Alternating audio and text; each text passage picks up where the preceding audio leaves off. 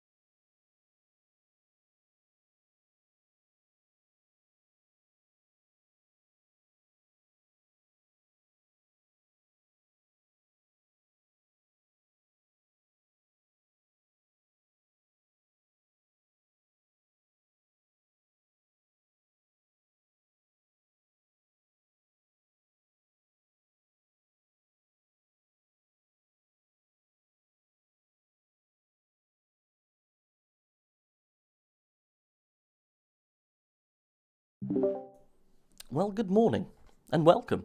Who thought that we would have 12 hours of ACC endurance racing on a Saturday afternoon with me and Dominooo shouting about it? That's a bit strange. How you doing, mate? Hello everyone, good day. I'm fine. What about you?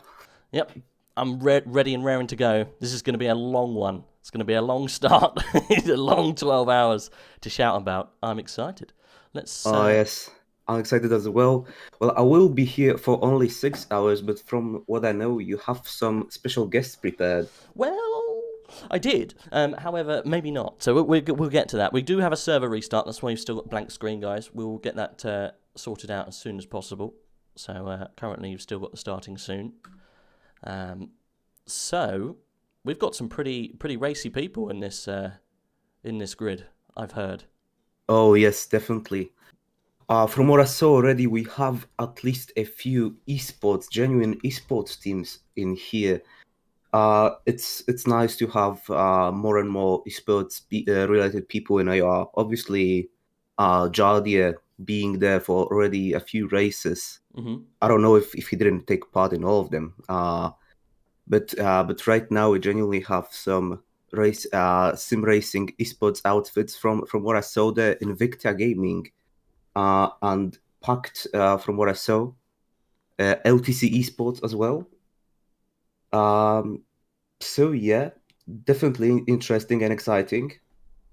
We have a multi-class race today.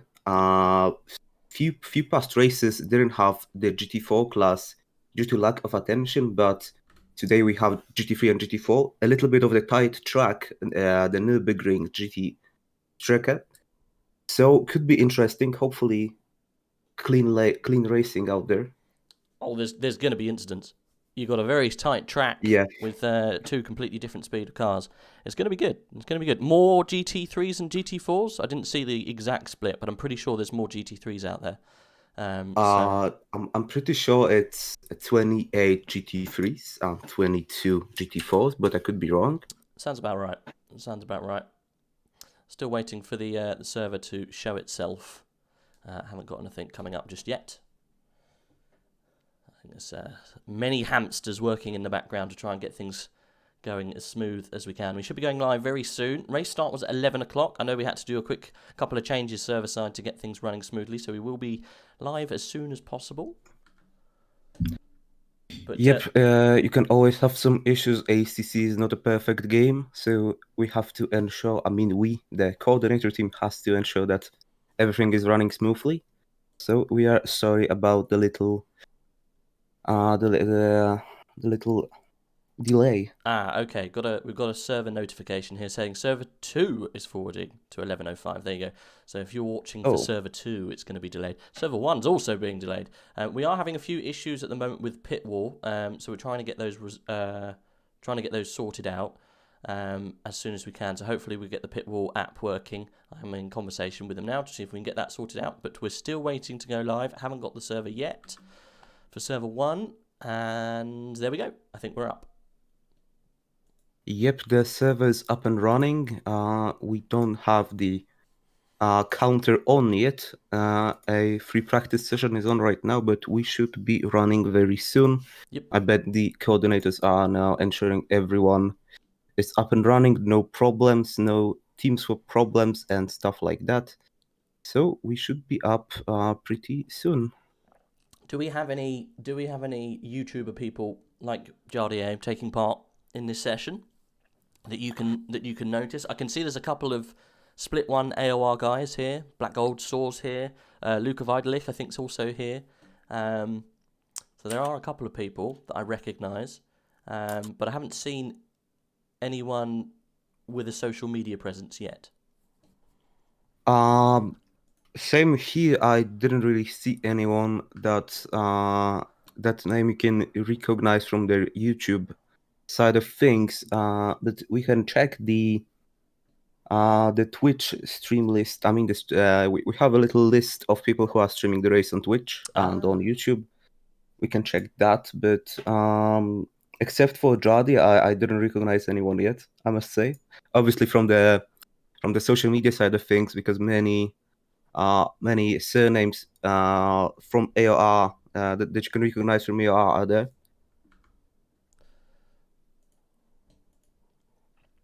Right, we are very close. Let me check the list. I actually didn't prepare the stream list. Let's call it that. Thanks to the responses so far. Here we go.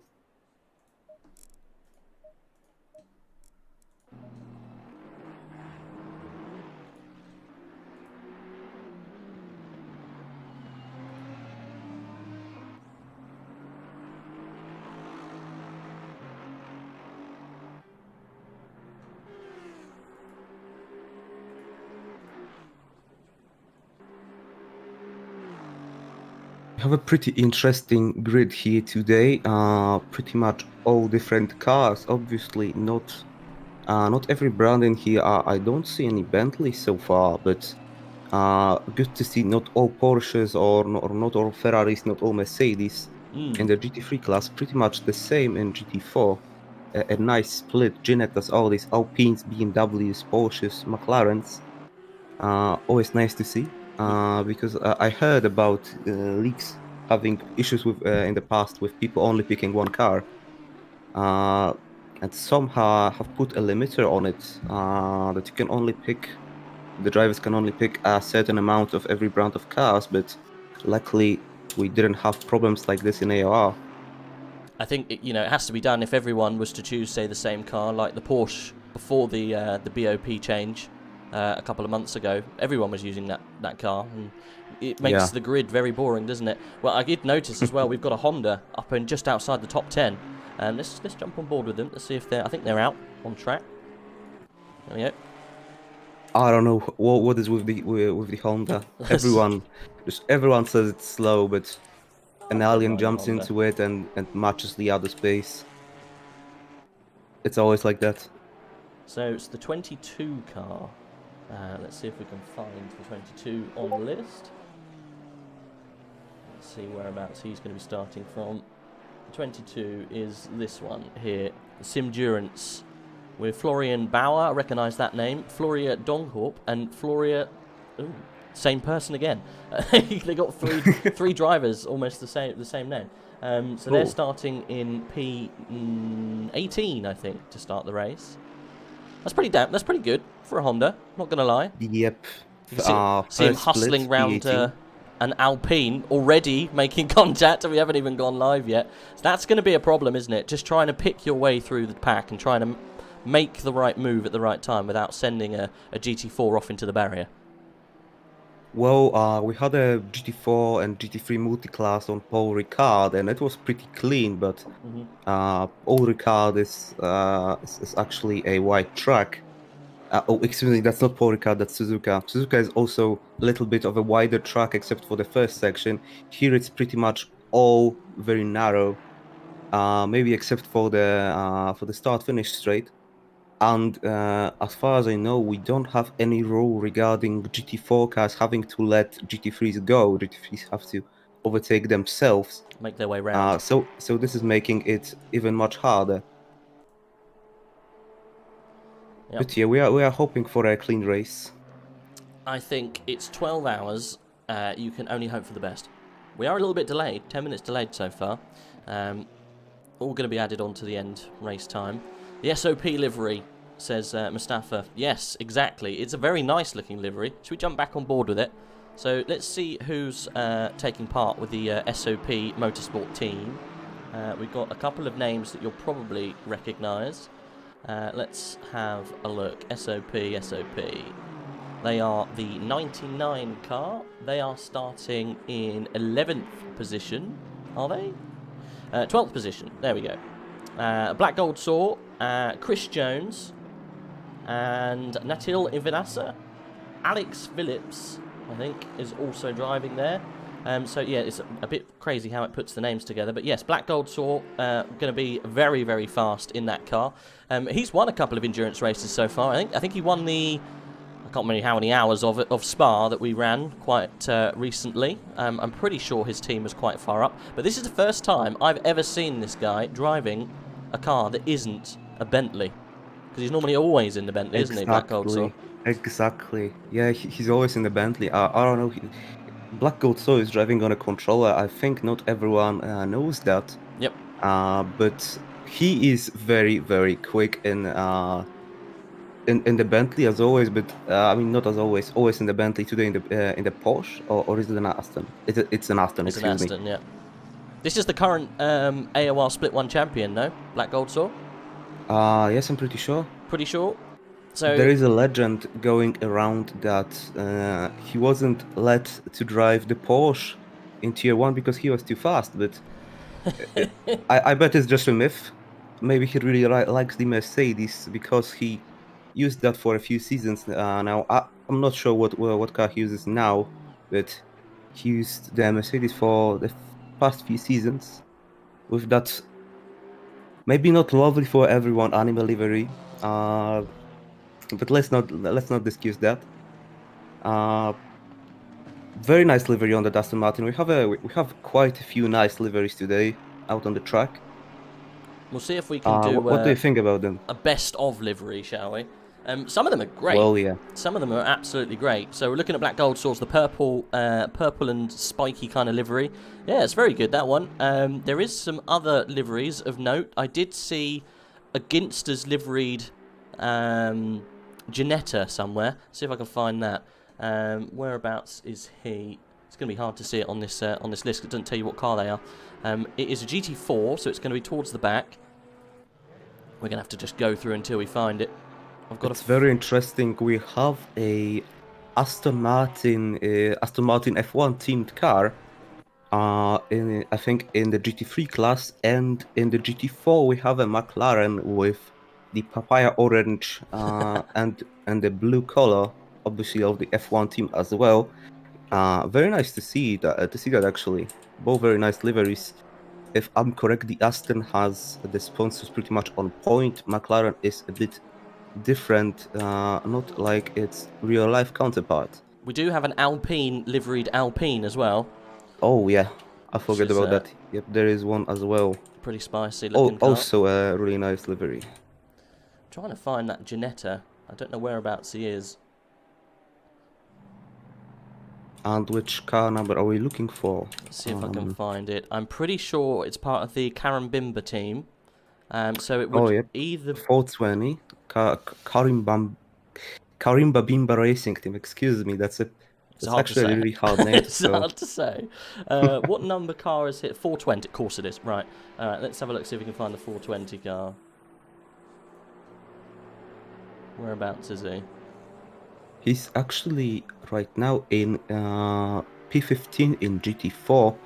I think they didn't put in a bunker in this free practice session yet. There he is. Is it the one that I'm thinking of? No, it's not that one. It's the other Karambimba car. Let's have a look, see if we can find it. So Karambimba Motorsport 1 then, possibly. There's definitely more than one of them. Yep, that's car number 17, I'm pretty sure. Ryan McIntosh driving it right now. There he is. Yep. The Ginster's livery Ginetta.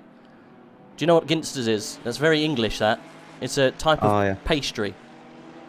Oh no, I don't know what that is, honestly. It's like a brand of pie. Okay, interesting.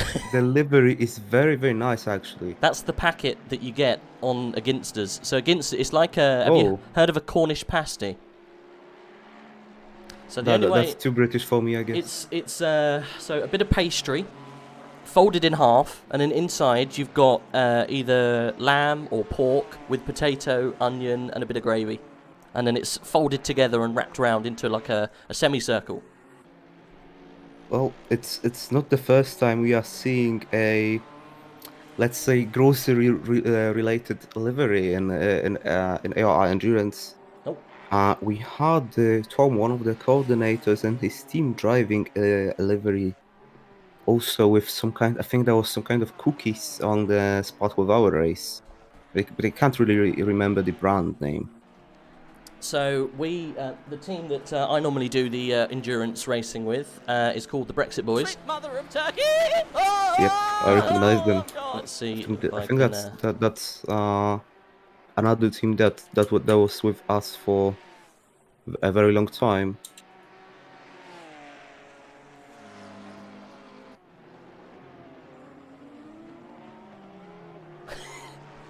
Telling the world about how British people have pastries. Exactly. You've got to. You've got to let everyone know. Right, let's see if I can find some information about that. Where are they? Where is the Brexit Boys team? Let's see if we can find them. They will be somewhere towards the back, I would have thought. It's car number 88 and 89. Let's see if we can find them. They've got a funky livery. Here we go. Number 88 in the BMW. Driven by Maku Marcus Hamza in the Brexit Boys blue team with the BMW. And it's got an Aunt Bessie's livery. Do you know what Aunt Bessie's is, Domino? Nope. Okay. Well, it's a type That's of not available in Yorkshire my pudding. country, I think. It's like an addition you have to your roast dinner. So it's oh god, how am I going to describe what a Yorkshire pudding is? It's like milk, flour, all whisked together with an egg maybe, and you put it in the oven, and it makes this weird thing that you have with gravy. They're great. Okay. They're good.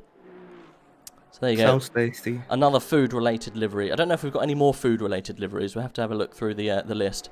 But there's two Brexit Boys teams running around. There's Brexit Boys Blue, which you're watching right now, and then there's Brexit Boys Purple, which is the 89 car.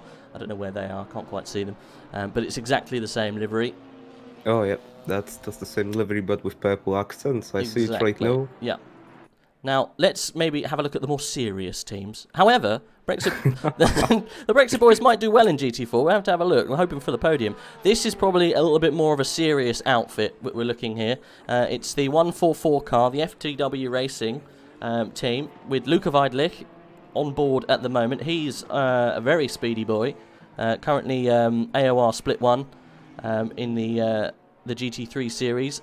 They are currently the pole sitters. So you've got Luca Weidlich, Nico Solman, and Luis Fly. All three of those run in the highest tier of AOR's GT3 league.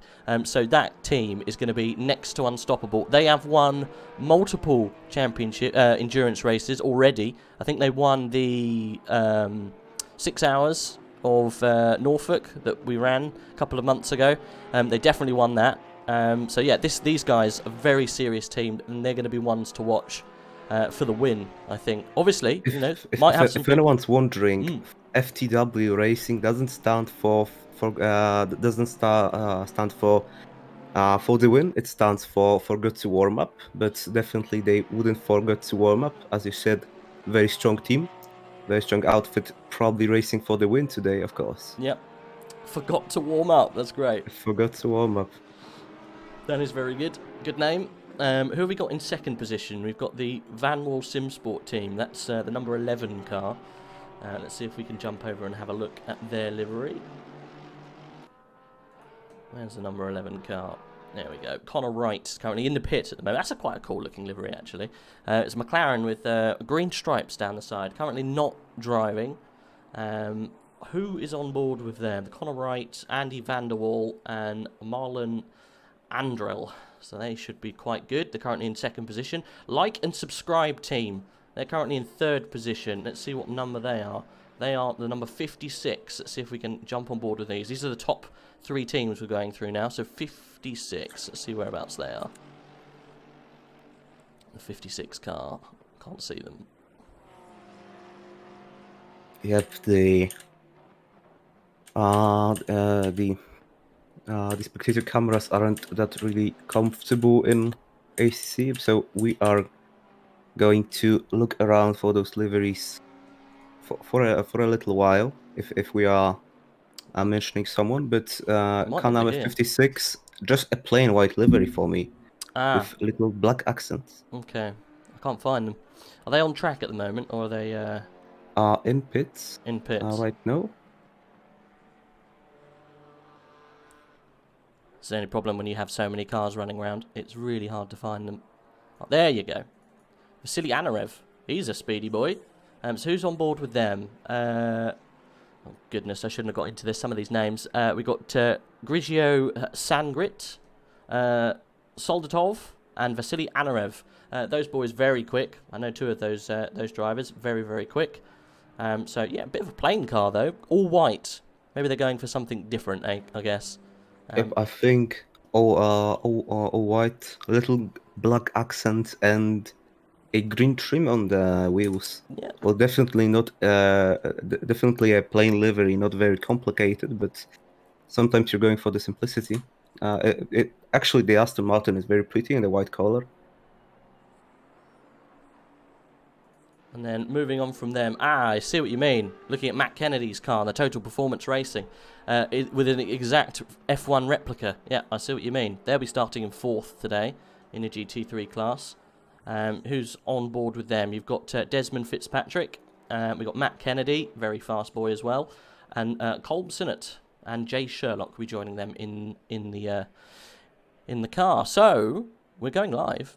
4 minutes to go. I think we are ready. 5 minutes to go.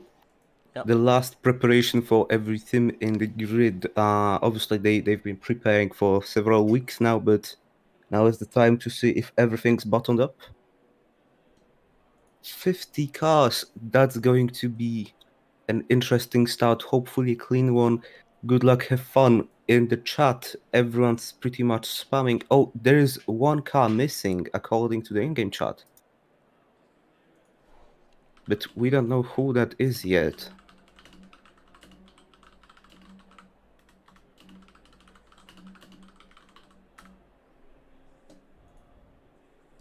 Right, still struggling to try and get pit wall to work properly, so people have got something to view.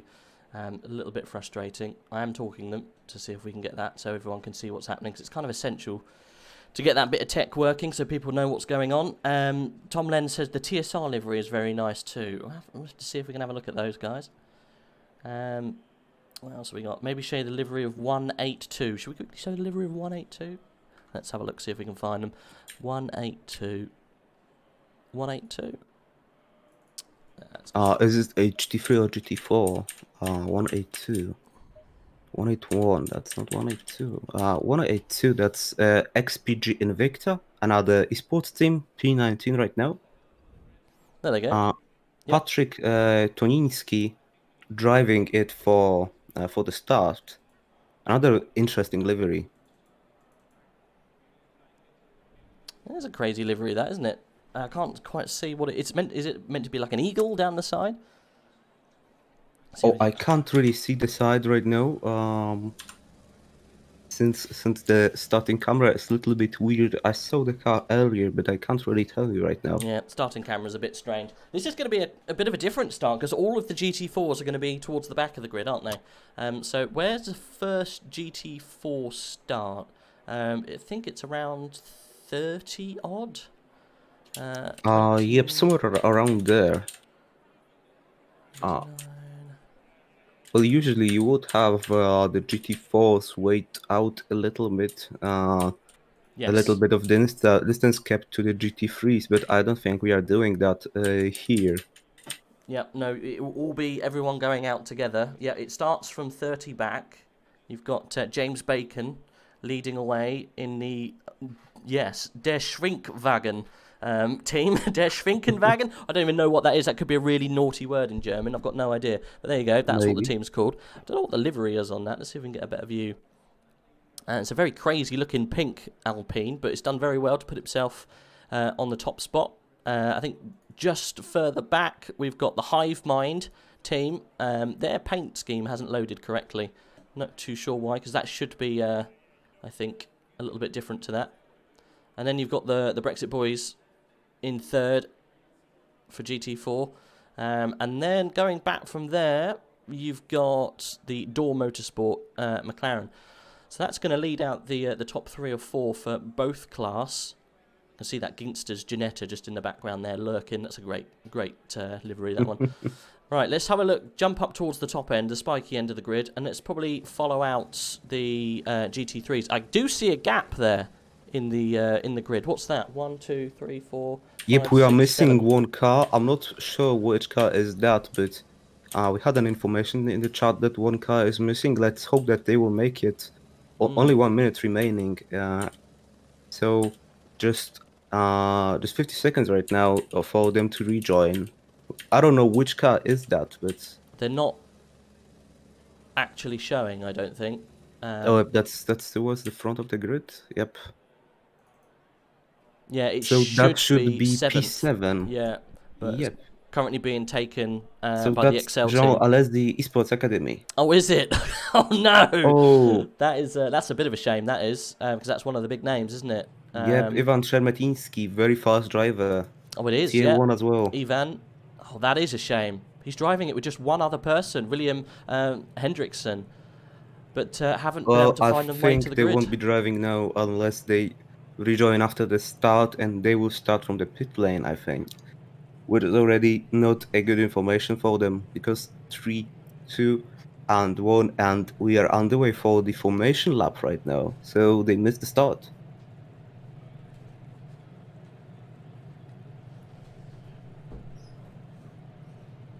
Right, you say that we're ready for the formation lap, but I'm not seeing much movement. There we go.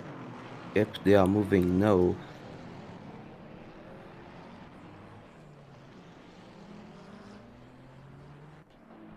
Right, so I think that's confirmed then. Jean Alesi's team, unfortunately, run away. They're not going to be joining us. That's a shame, isn't it?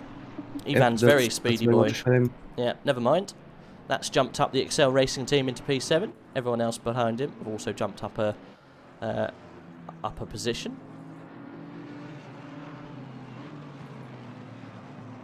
Nothing really about them said in the Discord. So no information on what happened to them right now. This is going to be a very, very spicy start to this race. We've got Luka Weidelich, Connor Wright, and Konstantin Soldatov. All very, very fast boys. AOR GT3 Split 1. So they're going to be battling it out at the beginning of this race. Who's in the whereabouts is the SOP team? They were somewhere towards the top. 11th position. Is P11, So right? probably see Right. that team move No, up a little bit. P12. Yeah, they moved up one position. Ah, they would have done, yeah, because of the disconnect. Desmond Fitzpatrick, that's the same car as Matt Kennedy, also very speedy boy. So everyone at the top spiky end of this grid is going to be very, very quick. This is going to be good fun. This is going to be a good old race. Yep, definitely. We have a car in the pits that's 247. 247. The Aston Martin of, let me see, what's the team name? Pantera Esports P16. And they will be starting from the pits. They obviously didn't get their setup done in time.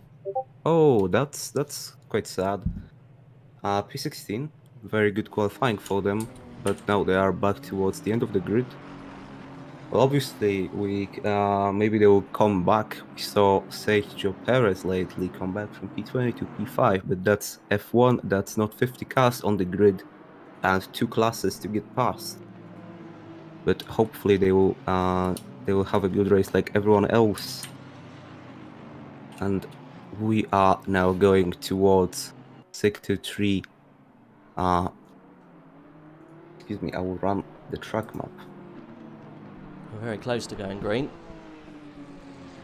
12 long hours of shouting and crashing, hopefully not so much. Hopefully not crashing. Hopefully not crashing, but there's definitely going to be some crashing. Look how mixed that top pack is. You've just got Porsches with McLarens, with Astons. You've got a lone Audi in 8th and a Lexus in 10th. No Ferraris near the top, look. Closest Ferrari. Yeah, I'm surprised. Only one Audi in the top 10. Audi was always a pretty good car on the Nurburgring. Actually, the fastest one, I think. But only one today in the top 10. Very low amount of Audis overall. Many Astons. Very stable car, not surprising. Now we are going towards the starting straight. We are. It's getting a long ready straight. for the start. Yeah. Got a little bit of a run before we get down to turn 1. Turn 1's going to be very interesting with these GT4s. We have gone green. Green light is out. We are And going. 2 drive-thrus already, but we are underway. Luka Weidelich with a great lead. Right behind him. And breaking into turn 1. So far it's clean. Little tap there with Matt Kennedy's car, I noticed. But I think that everyone got away okay. Let's kind of filter back towards the back end of the pack, make sure everyone's getting through okay. It looks like we're doing well. Let's have a look back to the GT4s to see how well they're getting through. Looks like we have, yeah, good solid start from quite a few of these teams. I think the top 3 have changed around slightly. The Hive Mind team looks like he's dropped back a place. Brexit Boys up 1. Good start for the GT4s. Doesn't look like we've got many people out of place. No GT3s that have spun round. That's very nice to see. Very clean start. Especially on the little tap between the XPG teams and Pro League Racing. But very clean start. No crashes, no spins. Yep. But we have 2 drive-thrus. That's interesting. XPG Invicta, I'm pretty sure that's with a drive-thru, and the Honda number 22. They have probably got the penalty because of speeding before the start. Yes. Interesting. Why would they speed before the start? Maybe a little bit of catching up there in the background. But they will have to serve those penalties pretty soon. 3 laps to do it, haven't they? Yep. And 247 already catching up to the last GT4. Will be very interesting to see their comeback from the last place. We see number 12 dropping back a few positions down between the GT4s. Actually, 2 GT3s. I can't see which other GT3 is that between those GT4s. And Patrick Toniński already in the pit lane, serving that drive-through. I think the Honda number 22 are still on the track, waiting a little bit until the pack is a little bit more spread. Yep, you can just about see them in the back of the picture there. They're behind a big group of cars that are all battling quite closely. We're on board at the moment with Black Gold, so it looks like he's got past the 127 of Matt Kennedy quite quickly. But yeah, you were saying that car that started from the pit lane, they've already started to make their way up through the back of the GT4 pack. Yep, they are already up a few places, and another car catching up will be the 182 already out of the pit lane. But the 247 was P16 in the GT3 class. No wonder that they are making their way through GT4s pretty fast. Mm-hmm. And I can see 738 a few positions down in the GT4. Between the GT4s. Another car catching up after a little bit of a slow start. Little damage on the front.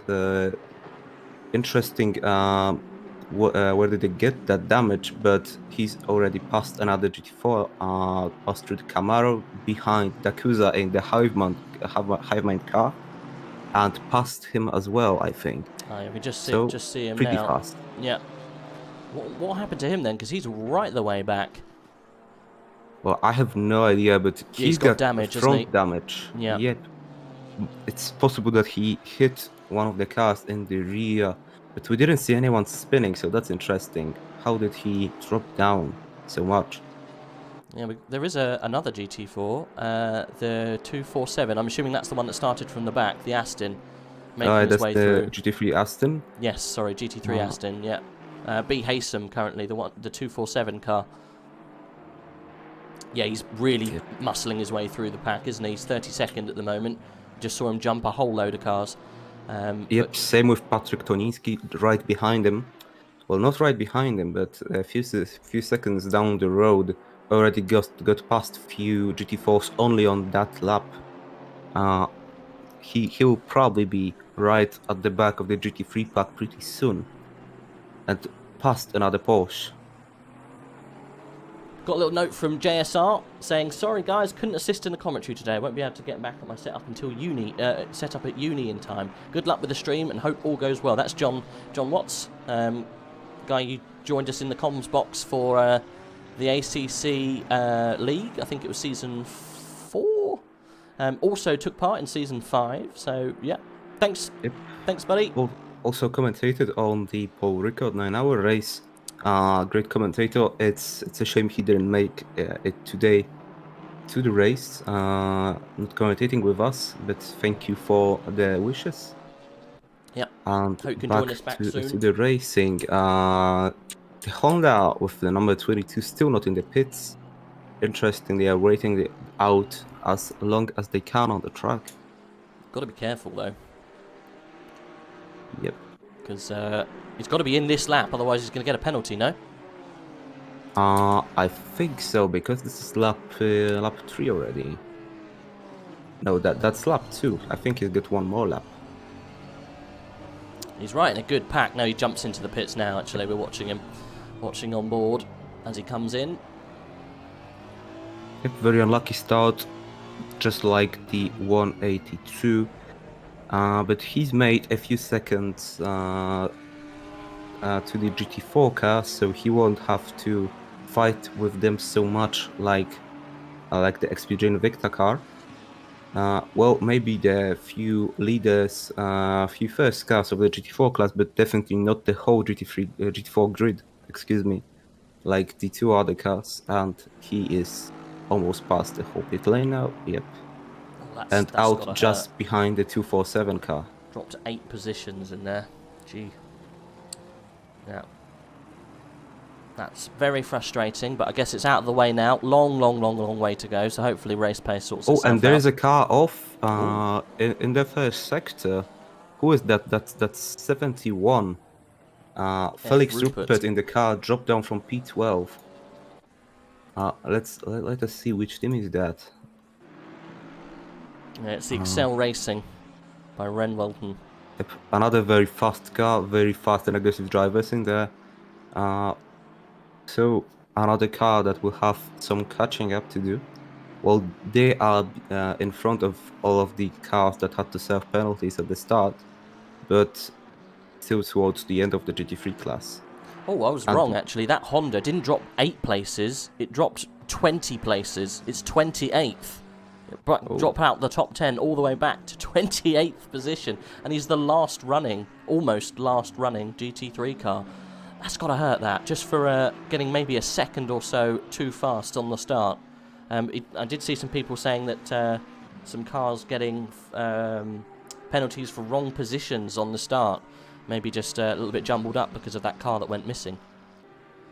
Yep, probably yes. All of the cars except the top 6 gained a position, so definitely could be confusing for many of the guys behind the top 10, also for the 3 top 10 runners. But the 182 McLaren already passed all of the GT4s.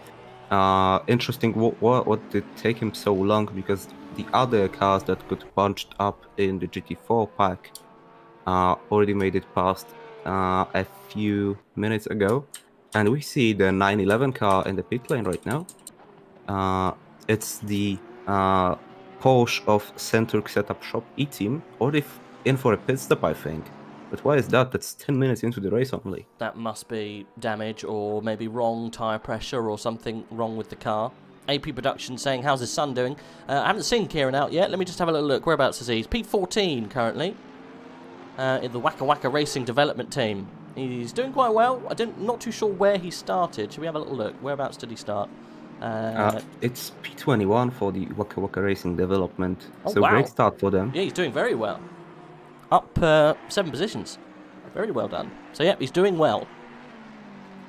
Yep, very well.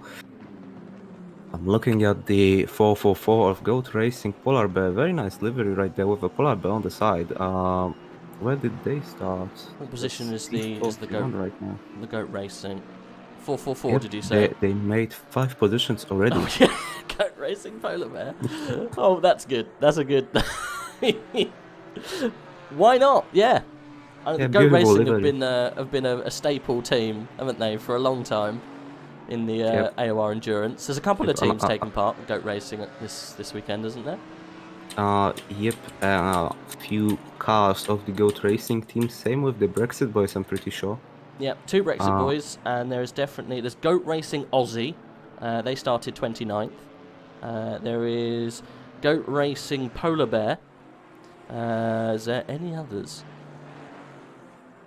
Let me see. I think that's the only 2. Yep, I'm pretty sure that's the only 2.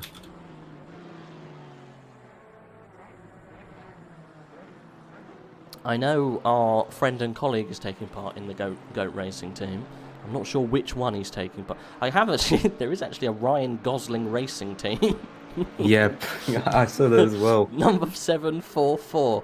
Let's see where the Ryan Gosling team is. That seems like a good fun team. Getting to be part of. creative with the team names. Let's hope that they won't have that they don't have a Ryan Gosling face on the side. Let's have a look, shall we? This is the Ryan Gosling Racing McLaren team. It's got a lovely gold livery. I can't see Ryan anywhere. Let's see. It might be on the roof. Is he on the roof? Oh, it's going to be too far away. Not sure if we'll be able to see. That's a bit sad. I think, well, why not put a Ryan Gosling face on the side or on the roof? You know the really common meme of Ryan Gosling when he looks really disgusted at you. They could have put that on the top. Yeah.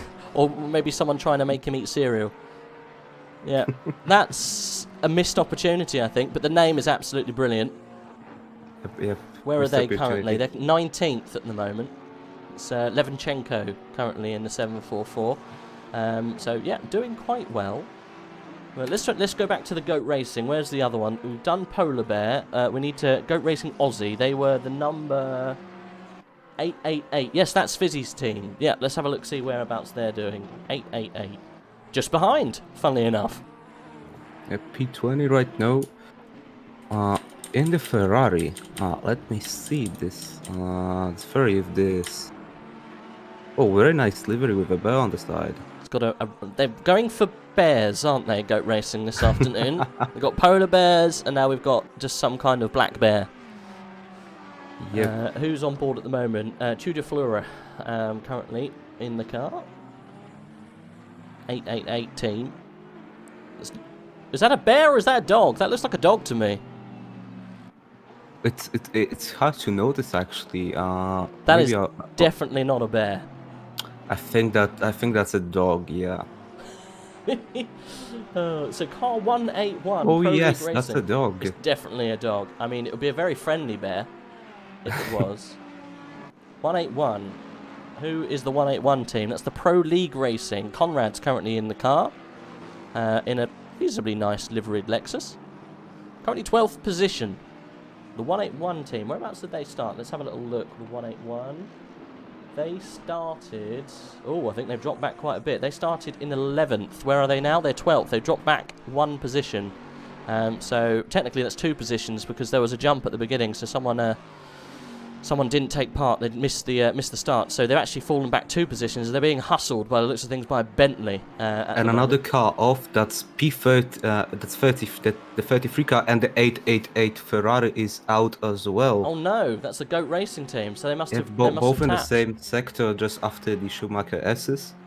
And 93 out in the first corner. Little spin around there, I think. Actually, interesting statistic, we have half of the top 10 right now is Aston's. Wow. And Aston in P3, and from P5 to P8 we have an Aston train. I'm just looking at the gap that Luca Vidalik has managed to build himself in this Porsche, and it's absolutely huge. He's got... Yep, already 5 seconds for me. Yeah. Between him and Wright in the P11 one-wall motorsport car. Yeah. Connor Wright, and he's not a slow boy, and neither's Vasily Anarev behind him in third position currently. And then there's a real battle going on for 4th, 5th and 6th. Let's maybe have a look, because it's Black Goldsaw, of course it is, right in the middle of it. He's putting the pressure on. Sipovicius. That's a Corellis Sipovicius. What's he called? He's the Orange 1 FFF Racing Team. And then on the other end of the sandwich, it's Pitbull Racing with Ole Pittick. So there's 3 guys going at it by the looks of things, and Black Goldsaw's looks like he's making some trouble in the midfield. The Orange 1 FFF Racing team is actually the team named Hera, but we don't see their name in-game. They started out in, let me see, in P5, so they are up by 1 position, and now in a little train, but it seems like the 2 Astons are raring to overtake them. Definitely an interesting fight ahead of us. Yep. Well, we'll stay, I think, with these guys, because Black Goldsaw normally makes problems for people, and he's right behind this guy, hustling for 4th. He's dropping the 411 Aston already.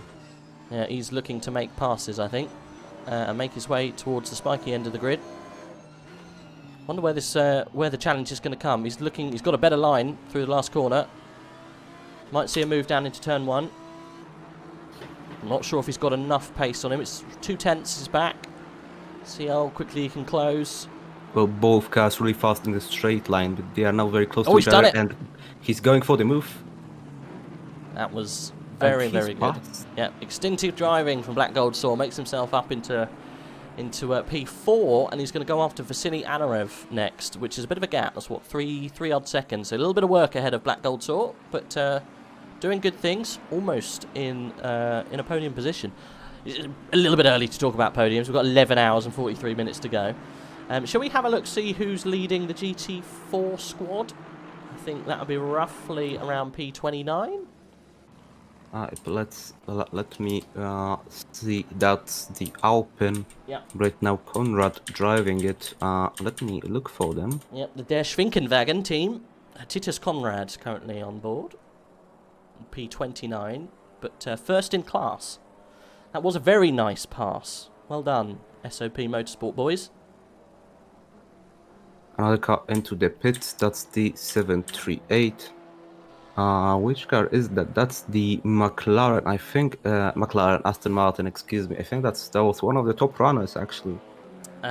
Brialike. No, that was one of the guys who got caught out. I think the guy had damage on the front end. We watched him come through. I think that is the car. Another pit stop for them, I think. Maybe they're pulling an early one because of that damage. Yeah, possibly. Let me see, where did they start? That 738. They started P28, so already down by quite a margin, and they are out now of the pit lane. Well, it looks like there's a little bit of a battle going on with first and second. These guys have pulled away, I think, from everyone else in their class. Currently, James Ensby in second position for the Brexit boys, and Conrad currently leading, and the Alpine seems to be very, very good, very fast by the looks of things. Conrad in the 125, and then a couple of seconds back, we've got the 80 car with Dakuza from the Hive Mind team, and he's got the 31 car, the 760 car just behind him. But these guys slipping back from the top 3. That Alpine's pretty damn quick round here, isn't it? Yep, that's a very fast car in the corner, the Alpine, and Nurburgring is a pretty technical circuit, so definitely a car that's suiting to the circuit. Well, like I said, not very fast in the straight line, and we have 2 pretty long straights in here. So I guess they are running low down first here, but like I said, they will be catching up in those corners. A suiting car to the track. Yeah. So, Bram Turismo, great name by the way. Der Schwinkenwagen, I think means the ham car. Can I get a German translation on that? Der Schwenkenwagen. The ham car, is that what it means? Schwenkenwagen?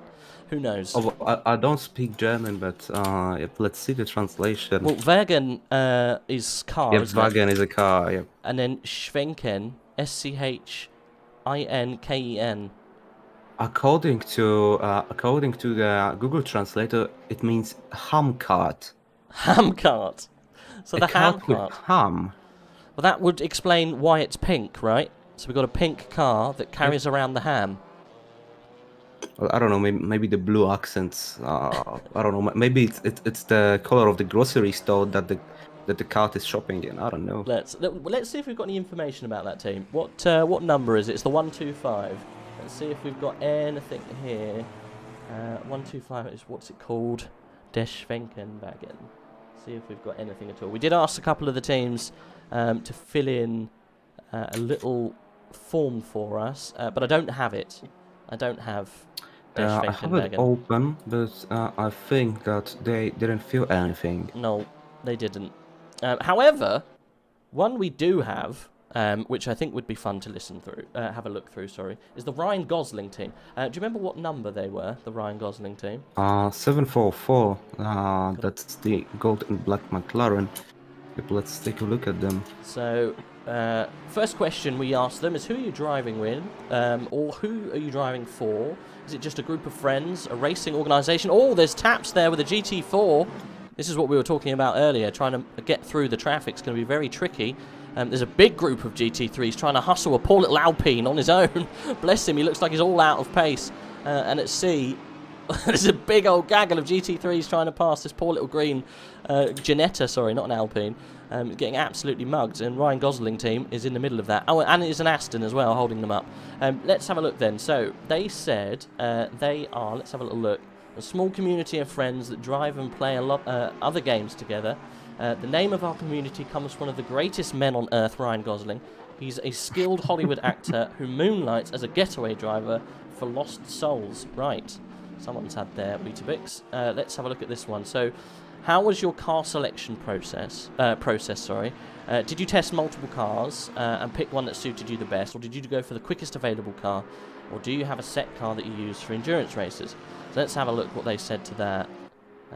We tested most cars we know are good, but the McLaren, McLaren is... Was something new, I think, that they mean. Yeah, it's something new to us, so we're interested to drive and test it. Maybe it's not the fastest choice, but it's fun to drive and quite balanced on this track. And it's a very stable car from what I recon, so yeah, logical choice. And there is a car off in the gravel that's an Aston Martin in the last corner. I think that was one of the lapping shenanigans in the... I'm pretty sure that was a GT4 Aston. Was it a black Aston? Black or green, I didn't really notice, but I think it's back up and running. Oh, there's a GT3 car, a McLaren. Oh, someone spun round. Yeah, in the first sector. And the 12 Lamborghini of InSpeed Racing went wide there. Maybe they were involved with that car. Quite possibly. We can't see the replay, but there was a car spinning round. Was it a McLaren? It was definitely a McLaren that was spun on turn 3, yeah. If I'm not wrong, that's the 86 car, but I could be wrong. But can we take a second for the team Hivemind slow and the BMW M4 right now running in P3? Very interesting description of their car choice. No matter how much the Cusa cried, others refused the Maserati, so we had to settle for the BMW. Well, as we know, Dacusa is very fast in the Maserati. He was one of the top runners in the GT4 league that AOR hosted. I think season 1, I'm not sure about season 2. Was he one of the runners that did the 6 hours or however many hours it was of Brands Hatch in the Maserati? They did a GT4 endurance, I seem to remember. I think they did the Maserati there. Yes, I think so, but I'm not sure. But I know that he was a very quick contestant in the GT4 league. At the Maserati, remember that it doesn't have... Oh, huge crash into turn 1. I'm sorry to interrupt you. Huge crash. At least 3 or 4 cars involved. Oh. There was a Porsche and an Aston Martin and another tap. Oh, that's quite sad. Ryan Gosling car slightly involved. Oh. And that's 738 as well. And the 25 of LTC Esports was involved as well. Another pretty quick car, and they hit the 86 car. There's the 86 McLaren right now. They are still having shenanigans, and the Lamborghini right behind them also. Oh, and there's a spin. The Ferrari's off. One of the Ferraris off, and the Camaro GT3 of Tempesto Motorsport also off. That's definitely quite a lot of damage on the front. How far back are we talking? What happened there? I'm not sure what happened there, but there was quite a lot of touching, quite a lot of spinning as well. Yeah, it's just as these cars are filtering through now, the GT4s, a lot of the GT3s have got through the GT4 pack for the first time, and it's causing quite a few issues. Now, this is what's going to happen throughout the race, but I guess the first time the GT3 pack goes through that GT4 pack when they're quite close together, it's going to cause fireworks, and it looks like it already has, as they struggle to get through that mid-pack of GT4s. Oh, and that was a very close one between the Camaro and the N12 Jolly Roger Racing Aston Martin. They have almost hit the Camaro. That has definitely quite a lot of damage. It's going very slowly right now. What number is that Camaro? The Camaro is, let me see, that is, let me find it. It's 737, Tempesto Motorsport, the blue car. Very nice livery, actually. But they are now going very slowly through ITT Bogan, now almost on the chicane. That must be a severe crash. They have quite a lot of damage now pulling into the pits. They've been running quite strong in the GT4 class, now down to almost the last place. The 83 of Beeswax Racing passing them in just a second. I'm not sure what happened there, but like I said, it must have been quite severe. But seems like they are the car that has got the most damage out of those shenanigans in Sector 1 on the last lap. It's going to be a big old pit stop, that one. Yeah, huge damage on the front end of that car. Yeah, definitely at least a few minutes into the pits. Well, it's not iRacing, maybe not half an hour of a pit stop, but definitely some time, definitely dropping off possible retirement from that race, but we will see. Hopefully they will keep on running, because it would be a shame to lose another car. But well, we had a few stewards reports in the meantime, but those inquiries, we had quite a few inquiries already so far, but they have been mostly not accepted due to incorrect reports. Oh, and there's another crash. It's the 738. I think that's the Aston and 128 Ferrari McLaren. Down in the I think that's in the Valvoline curve. They both crashed, but I can't find them at the moment. Yep, he seems to be all over the place, this car, the 738. He's involved in quite a few incidents. And it seems to be the same driver they've got in the car at the moment.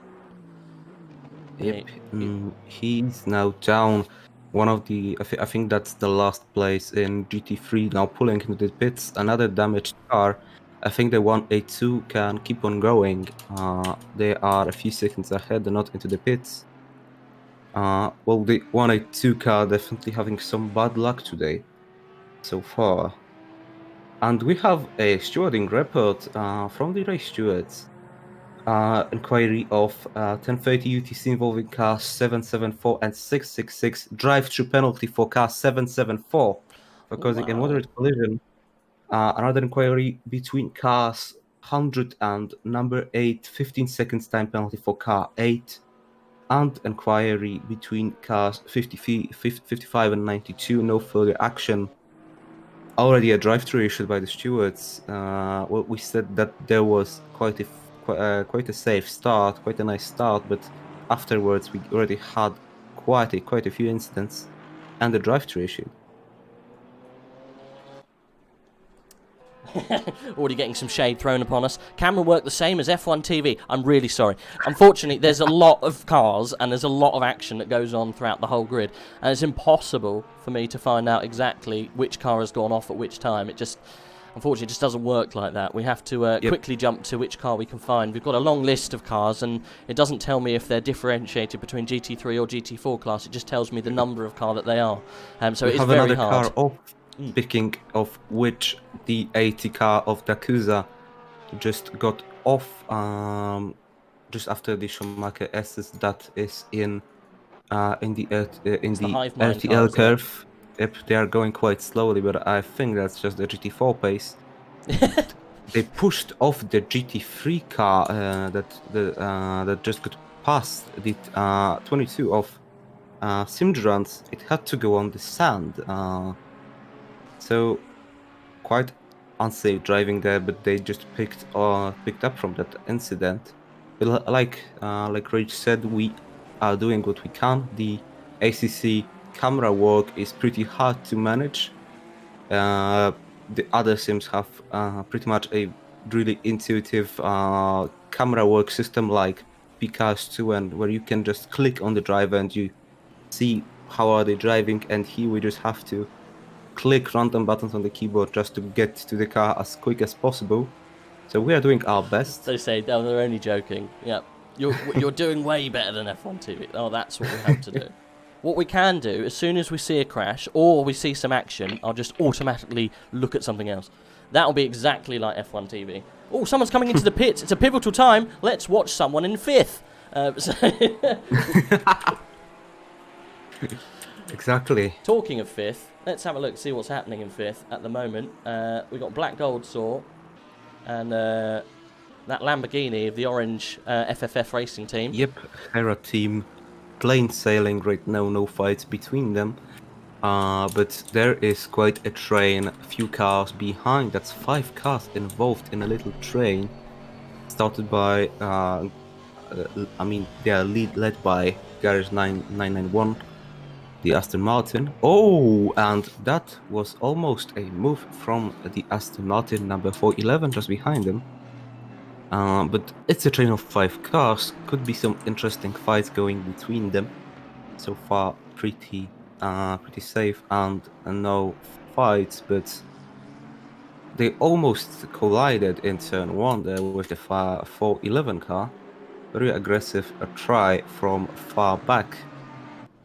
See if we've got any information on this this 411 team. I don't think we do. It's the Pitbull Racing team. No, we don't, unfortunately. Never mind. There is actually a team called Rate My Bacon Racing. Love it. Oh, yep. I think that's GT4. It is, yeah, an Alpine GT4. Is that in our split, Rate My Bacon? Yep, that is in our split. Which car number is that? Let me look. It's an Alpine. Unfortunately, this thing doesn't give us, this thing that I'm looking at doesn't give us the car number. Yep, that is 125. That's the 125. There you go. That's the... Oh, it's the Der Schwenkenwagen. Okay. That is them. Rate My Bacon. Oh. Interesting, they have 2 different names. Different name in the entry list and different name actually in the sim. Wonder why did that happen, but a little bit of confusion there, but now we got that figured out. They're running pretty strong. The current leaders for GT4 getting overtaken by a big old bunch of GT3 cars, quite successfully actually. They've actually dropped. Getting overtaken by their train of GT3s, right? They've dropped Ensby 1 place behind quite easily. And it's 4 or 5 seconds back now. He was right on the bumper of the current leader of GT4. Let's have a little read up about them. Who are you driving with? We've got a Discord mashup of different teams and their endurance drivers, and we fell together for this race encompassing drivers from Keck Esports, I've heard of that, Garage 991 and SRJ Motorsport. How was your car selected? We picked the worst car for drivability and deliberately made the most dry setup possible, and even made it more horrible to drive, and suddenly it has GT3 pace with NASCAR handling, but it's funny to look at, and we are tryharders, so why not? I think they're being modest. Very interesting. Very interesting, but I don't know what's their motive, but I don't know why would they go for the most dry setup. We're actually driving in dry weather. They were hit by the Honda. Only a little tap, but it was definitely a tap. Lucky not to get spun round, actually. They say that they're going for the win, P1, but most importantly to have fun. We've got plenty of experience in the field. There's no strategy at play, it's just experience. We're aware as physically possible you can't prepare for suicidal GT3s that they just experienced, who are desperate to maintain 2 tenths at the risk of ending theirs and our races. So they are well aware of the risk that surrounds them with GT3s. As they just found out, small tap from a GT3, it can cause many problems. They are also being hassled right now by another GT3 that's chasing the GOAT Racing team. Well, the difference between GT3 and GT4, that's around 8 seconds a lap between the best GT3 and between the best GT4 drivers, I'm pretty sure. So Already we saw a few incidents between between those two classes. Well, that's not LMP2 between GT3. That's not such a huge difference, but like we mentioned, already a few taps. You gotta be careful out on the track, and we hope that they will go as clean as possible. We already had a race with a multi-class that was the Suzuka 12 Hours, and the race was pretty clean. Few slaloms and few taps, but it was a very clean race despite being multi-class. I actually took part there, and I recall it was a very pleasant experience. I hope that the drivers out today feel the same. Which race was despite that was Suzuka 12 Hours. Yep, that was a good race, that one. Yeah, it was great. I was What running class? a GT3 Aston at the time. GT3, yep. No, we ran a GT3 Porsche. Oh, I think we came outside the top 10. We didn't do very well. The Brexit boys rarely do very well. well, my team also. Well, we didn't do really well. We finished P27, I'm pretty sure, and we started, I think, next to last, because I couldn't qualify at the moment. At that moment, I was the only one in my team who couldn't qualify, so we started next to last. What was the team name? Agents of Mayhem. Agents of Mayhem. Number 107. That's good. Black Gold Sword, news just in. He's got past Connor Wright. He's up into P3. Oh. And he's going to be putting the pressure on Anarev pretty soon. He's got 1.4 seconds to make up, then 6 seconds to Luka Vidalik. This is going to be crazy. Black Gold Sword started in 11th, and he's making his way up to the front end of the pack. We might see a change to the lead. Some sandbags put in the qualifying, unless his teammates plan to be slower than him and a tiny bit slower, and they could actually drop a few places in the next stints. But that's to find out. But he's a very fast driver, like we all know. I wonder if he's still running the controller. Oh, he definitely is. Yeah, 100%. He's probably. I'll go out on a limb and say that he's probably the fastest controller driver for ACC in the world. Probably, yeah. Yeah. But from what I heard, the controller had some patches and fixes put on. Yeah. In those last few updates, but despite that, he's still very quick. I know he uses a modified controller to help him, which you know, I think. Well, he says he's adapted his controller to help him. Which, I mean, if you're using controller against probably half the field using $1,000 plus sim rigs, then hey, you know, why not? I'm sure a little bit of help doesn't go a long way, or does go a long way. Sorry, but yeah, this guy at the moment. He's looking for the lead, isn't he? He's got 1.5 seconds to get to Anarev, and then 6 seconds to get to Luka Vidalik as he manages to get past one of the Brexit boys. Aunt Bessie was pleased by that move. Well done. So yeah, Anarev, you can see him just in the screen there. He's chasing him down. He's actually lost a bit of time, I think, because of traffic. Right, we'll keep an eye on him. There was a very good battle going on for 7th. I think we might have just been mugged of that, unfortunately. I think Siddell's got past Patek in that little sector there as we were jumped on board with Black Gold Saw. But just going back to that team that we were talking about, the Rate My Bacon, currently running in GT4 P1. Their plan of action was to drive flat out and die as little as possible. I think that's just a mantra to live by, isn't it? Exactly. I mean, I have quite experience. Maybe I'm not quite experienced, but I did a few multi-class races, and I have to say that if you are the slower class, you're just planning to die. Yes. And they have made a little bit of a lead from the 89 car. So they are safe from their own class so far, so they just have not to die. Like they said, die as little as possible, and not get caught out with the GT3s. Those cars, the GT4s are pretty slow comparing to GT3s, but so it's actually not that hard to get past them. But if you are running, for example, GT3, GT LMP2, it can be quite dangerous. So that's the part that makes it easier. But it can still be quite challenging.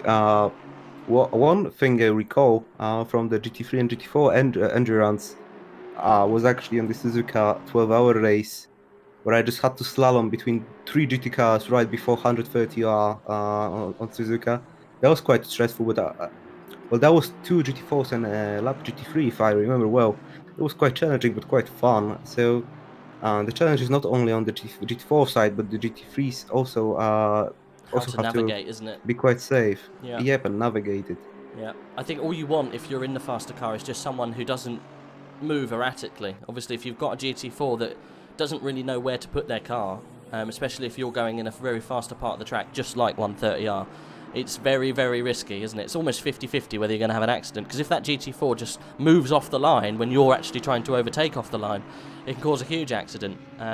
It's very tricky, but I think the GT4 sometimes is almost a harder place to live, because you've got to maintain pace whilst also letting people past. So you've got to still keep up a very good lap time constantly, whilst also letting people on the inside, letting people on the outside, and maintaining that without hitting anyone, without touching anyone. I know I've taken part in the last year's Daytona, and we were in the slowest car. We were in the, I think, GT... No, we weren't. We were in GTE, so the second fastest car. And oh my god, it was hard. Having to navigate GT3s and then also being navigated by LMP2s it is incredibly stressful. So I do feel for the GT4 cars, because you've got not only the pressure of your three or four teammates, but also the pressure of not having another car just ram into you trying to get past. Yeah, it's a bit tricky from both sides, but you just want compliance, I guess, don't you? Yep, exactly. I also had experience, maybe not on Daytona, but on Sebring. You can have different opinions, but for me, Sebring is even harder in multi-class. Tight track, very wide at some sections, but very tight in some. Especially if you get caught out in the first few corners, fighting with the LMPs or even GTEs, which are not that much faster, but still a few seconds faster lap times. I personally had one race ruined by getting just punted off by an LMP2 car that was impatient. So I feel those GT4 cars having incidents with the impatient GT3s.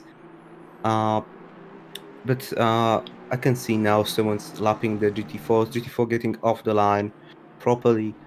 And let's hope for as much of those clean passes as possible. But it's also the case that some might be nice and just let you go on the inside, or not even notice you, not let you through. Just go around and say, I don't have to let you go. The rules say I can drive as much as you want. You have to get past. I don't care. So it's a challenge for both sides. But hopefully we see as much clean passing and as much, let's say, making the life easier as possible. Talking of making life easy as possible, we've got Anarev holding back Black Gold Sword. Didn't take long. He's on the back of him already, fighting for what is P2. And the little battle and a little bit of traffic also helped the number 11 car of Connor Wright to kind of like speed up and get onto the back of the pack as he goes wide and onto the grass there. He got quite a boost, let's say, thanks to the GT4 traffic. He's right behind him. Yeah, we're going to see a move, I think, coming up quite soon. Black Gold Sword, I think he's going to dive up the inside. Will he put it on him now? He's made himself there. No, I think he's going to wait until he gets a better opportunity. But look at, he actually has to get out of the throttle there through turn one because Anarev was on a slightly different line. Black Gold Sword is this is going to be a matter of time, I think, isn't it, before he makes the move and gets it done.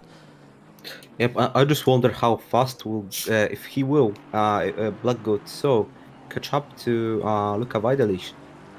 because he's very fast. Luca Vidalis is just a few seconds up the road, but we'll see if and how fast will he catch up to him. I mean, I think if he passes Anarev, it's just a matter of time. How long it took him to get to Anarev, it was like 3 laps.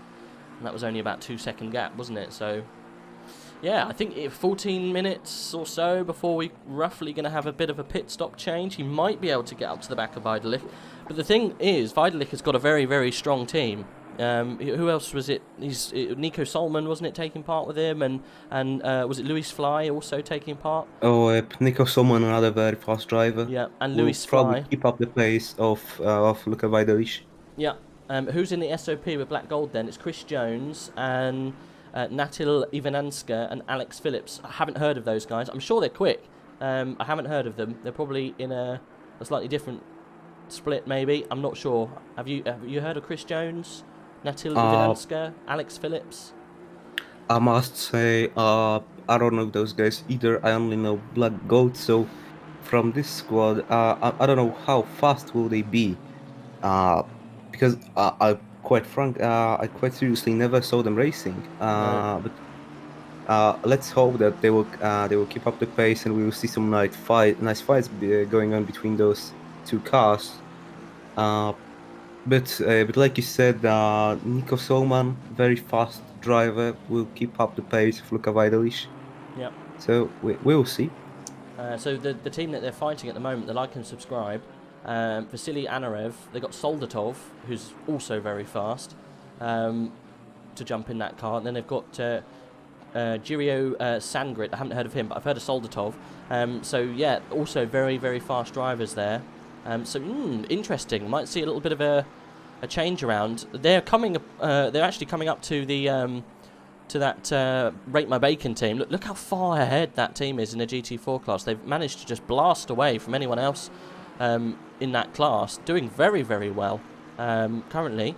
I know there's a long way to go, 11 hours, but still, good start for that GT4 team. Even bigger difference between 89 and 760. The third car in the GT4 class. It's I thought that the GT4 class will be very close to each other. The GT4 class, I think that they're quite a bit easier to drive, and that the pace difference wouldn't be so big. But it's already 16 seconds between P1 and P3. Oh yeah, that's quite a serious difference. Yeah, 7 seconds back from the leading team. The Der Schwenkenwagen, I love that name. James Ensby still rocking around in the Brexit Boys team in second position. And then who is it in third? It's the STMP, so it's changed. What happened to the Hive Mind team? They dropped down to P5. They've dropped 2 positions. They've dropped out of the top 3. And the Ginsters car, the Karen Bimber Motorsports, is up into P4 in class. Good stuff. He's managed to get right up there.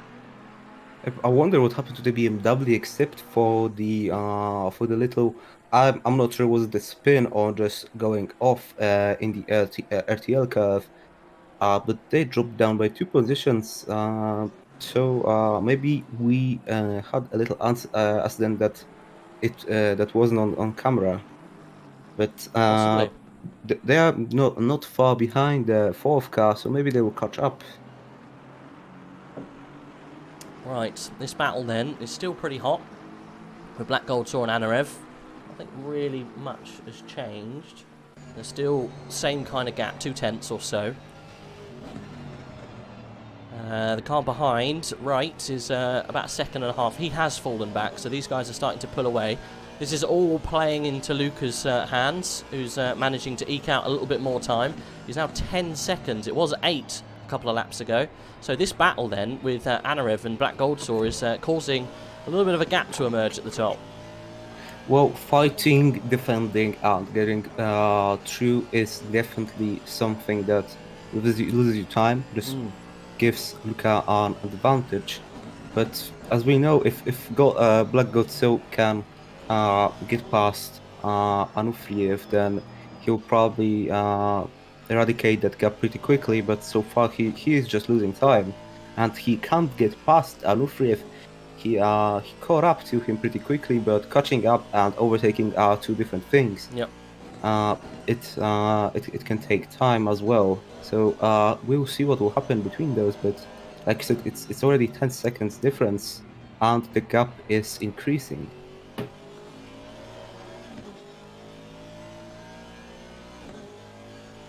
Oh, I didn't see it, but GSR said that Black Ghost saw his wizard. He's not only the fastest driver on a controller, but he's also the fastest driver on a chase cam view.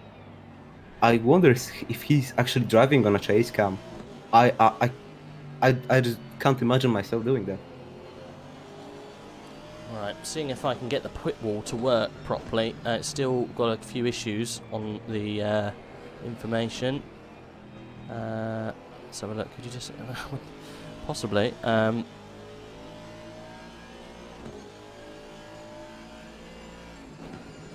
Right. Well, I think. Okay.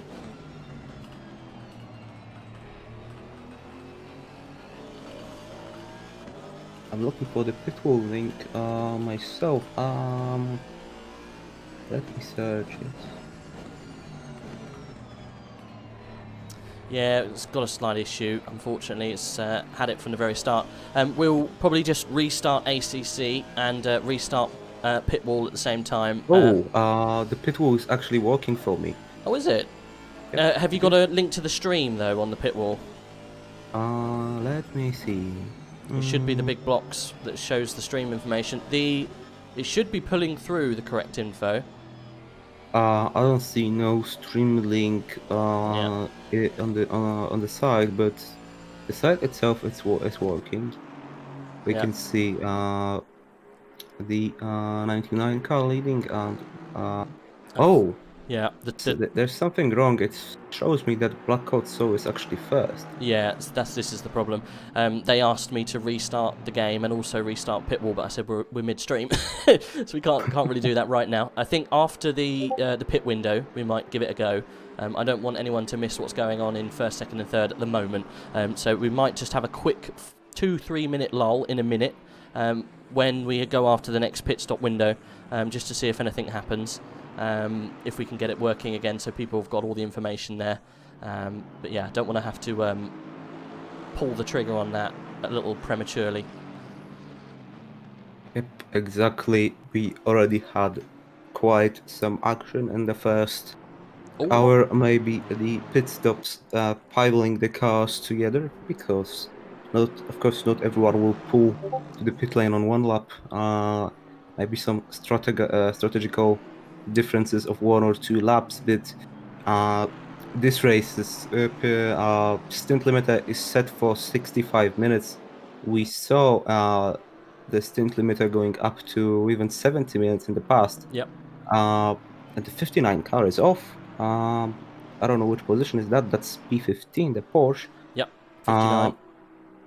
But like I was saying, today is actually, you can probably go for a strategy just maxing out the stint limiter, and well, I don't know if quite well. You can try pulling off 11 stints, not 12, but if you would have 70 minutes of stint time, maybe you would have even more strategical plays going on. But like I said, it's not that much today.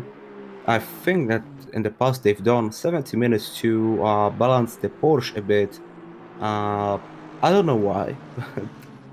Maybe you know, but now it is not done. Well, the Porsche is not as good as it was in the past. Might have something to do with the GT4s that they've done it for 65. Maybe something to do with the tank size. I'm not entirely sure.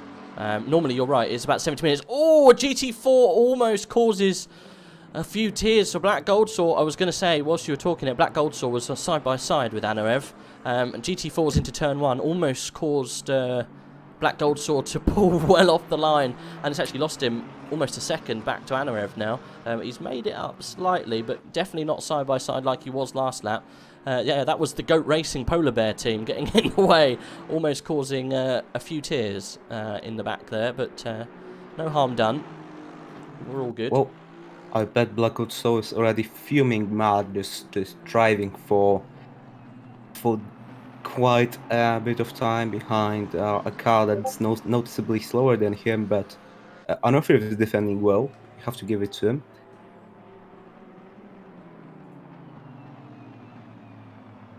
And Luka Vajdelic now has 8 seconds of a gap. I think he got caught in the traffic because it was already almost 11 seconds.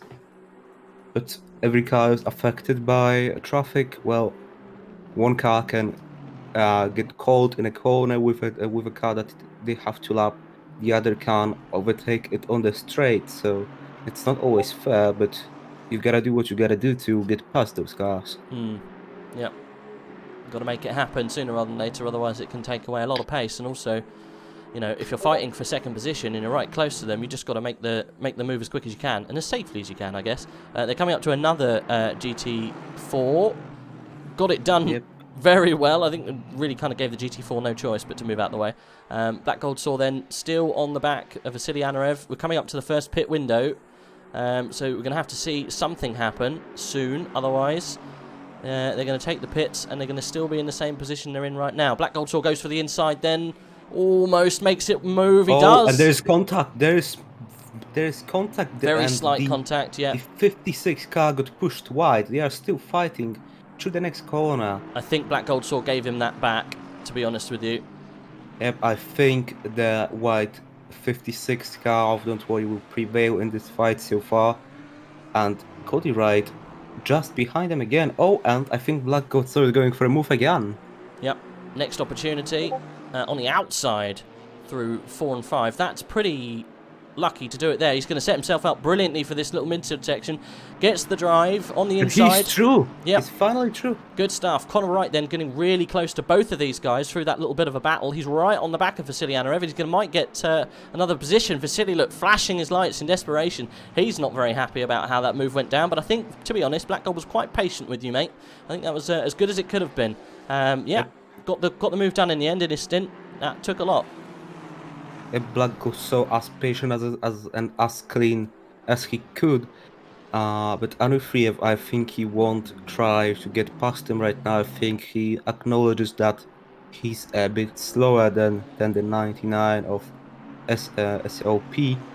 But I wonder what will happen now between Anufriev and Connor Wright. Will they fight, or will Anufriev just make a gap between them? Because Wright gained quite a bit of time behind those two guys fighting, and another GT4, actually 2 GT4s getting in the way. Anufriev losing a little bit of time, but now the camera got out of the way, and the BMW M4, and they are past now.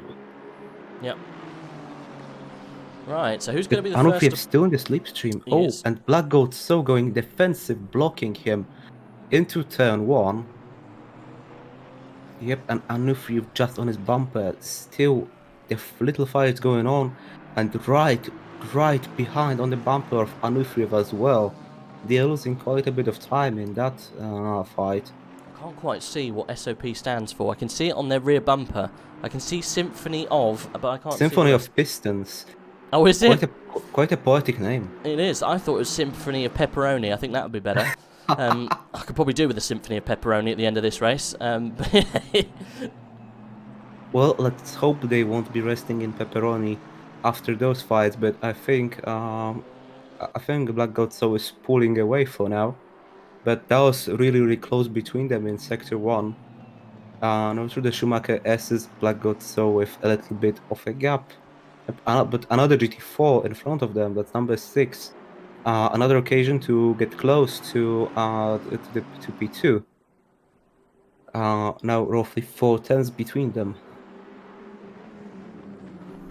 Right, so what's the gap then to Luca? This is what we've got to see now. Now Black Gold Saw's been released. Yeah, another GT4 getting in the way, an Alpine. Quite a nice looking Alpine, actually. Quite close to the real thing. Well, I think that's not quite the paint finish, but yeah, those colors and the decals are on point. But you were asking about the gap to Luka Vajdelic. It's now 9 seconds. It was 8, so they lost another second to him. Yep. I'm interested what happened with Luka Vajdelic because he lost 3 seconds, probably in the traffic. And 182 is into the pits again. We have actually 3 cars in the pit lane right now. Yep, I wondered when it was going to start happening. Yeah, the 86 car's the highest car up that's currently in the pits. 22nd position.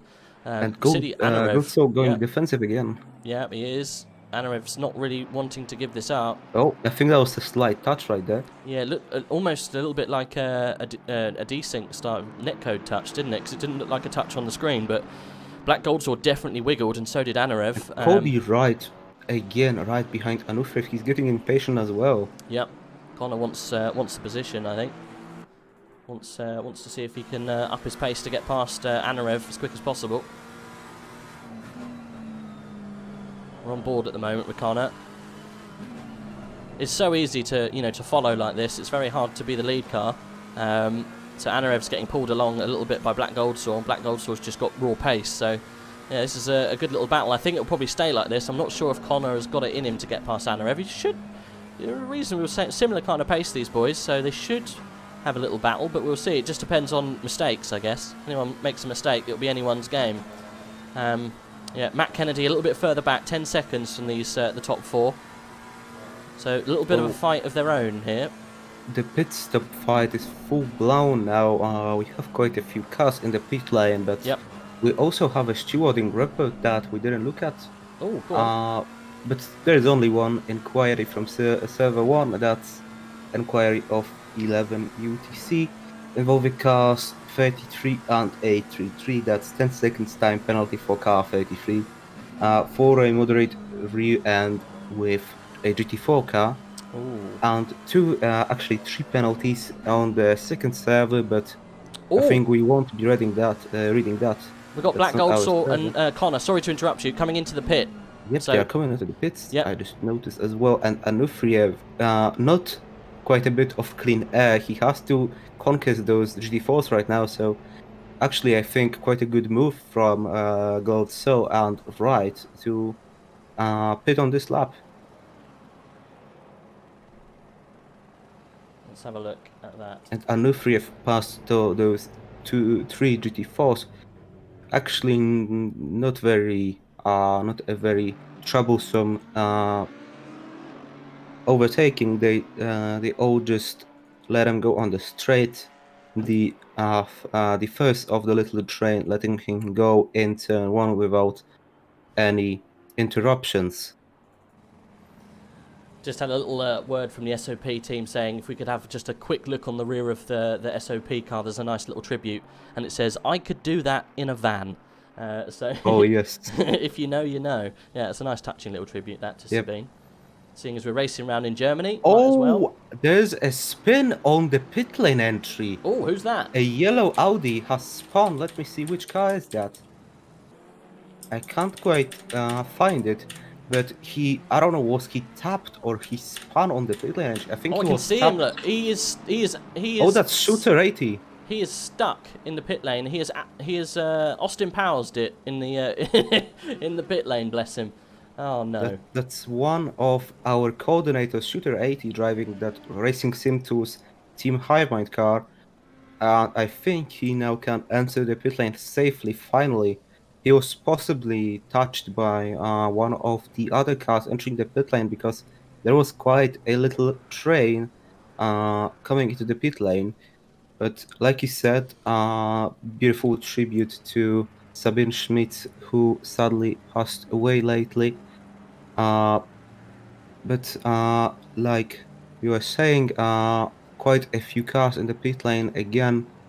But Shooter 80 definitely has quite a bit of damage after hitting those barriers a few times, and I don't know, was the spin and the initial touch with the barrier that's severe, but they are definitely going to spend a little more time in the pit lane than the others will.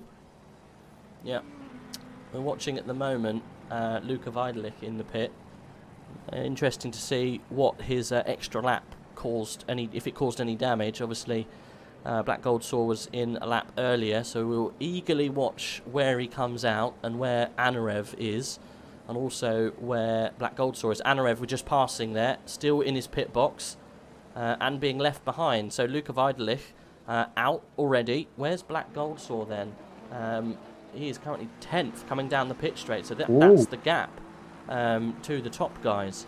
Yeah, he's 10th. that was a pit stop for them.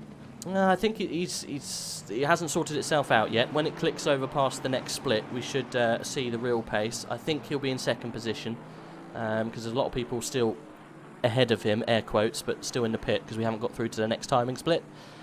Looks like Matt Kennedy, Anarev possibly, and S. Seidel haven't pitted yet, so they'll still show in front. But when we get through to this next split, we should see Black Goldsaw jump up. But yeah, importantly, Luca Weidelich getting into this pit and out of the pit, still leading. Yep, he had 10 seconds of lead from Anufriv and Goldsaw, but he also pitted quite late,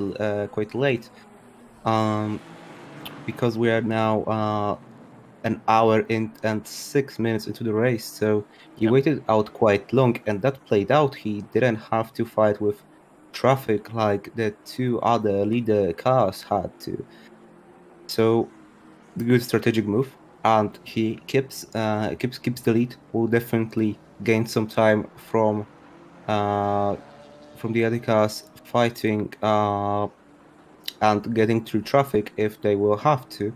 But Goldsaw is back into P2. Yep. Anufriv right now is fourth. He lost the position to Wright. Yep. Uh, And quite a bit of time to right. Look, 3 Yeah. seconds. So big loser in that pit stop, yeah, was Anarev. Luca Weidelich has lost about a second to Black Goldsaw because he did that extra lap. Yeah, the big loser then, because Anarev followed Weidelich on the extra lap, was, Anarev. He lost a whole chunk of time. Maybe he got caught up in a bit of traffic as well, and that caused him to lose even more time than he thought he was. So yeah, big loser there. Currently now in P4. He lost 2 positions in the space of 5 minutes. That's a bit unlucky, that. But I have noticed, though, they haven't swapped drivers. They're double stinting. Weidelich, Black Goldsaw, Anarev, Kennedy, all still in the same car. They haven't changed drivers. So that is interesting, actually. Yeah, Not deciding to the entire rest. top 6 double stinting. Yeah. And the 833 car in the meantime has pulled off. Wonder what happened there. But it's quite interesting to see them all double stinting. I bet they are not using the same tires, but You might as well swap tyres here, yeah. well, there's nothing indicating that you should double stint, because in ACC a driver swap is actually doesn't take time, because it takes 30 seconds and it is done when you are changing tires and refueling, not like in iRacing where it takes It's an extra, yeah. it takes a few seconds. So interesting move. There's no Maybe they restriction are on very tyre. confident in their pace. There's no tyre restriction either, is there? There's no limit of tyres that you can take, so it hasn't forced people into double stinting that same set. Yep, it would be quite interesting, because from what I know, you can put a tire set limit in ACC, but AOR does not do that. I say quite a few leagues that do that. Would be interesting, since it's a 12-hour race, and having limited tire sets would enforce you to save your tires, drive quite safely, not to bend the tires to the ground. But here we can see them going all out because there is no tire limit. Yeah. So maybe it's for the better. Yeah. Black Goldsaw then, he's made up another second this lap. Actually, no, he's just dropped another second. He's managed to maintain his second. He got held up at the end there. Right, I said we would just quickly restart the game session so we can try and get pit wall working. Obviously, we still have the comms from Dominooo. He's not going to go quiet. But the screen is quickly just going to go onto a starting soon screen. Will be literally 2 minutes while I restart the game and restart pit wall. So hopefully we can get the pit wall timing as it should be. So I've been asked by the pit wall developers to just do a quick reset. But it does mean we're just going to have to blank the screen for a second. So do stay with us. We're only going to be very, very, very shortly doing this. But you'll just hear the tones of Dominooo for a minute. You won't hear you won't see anything. So bear with us. Yep, we are changing into a radio broadcast for a few minutes. The old way of doing commentary, let's say.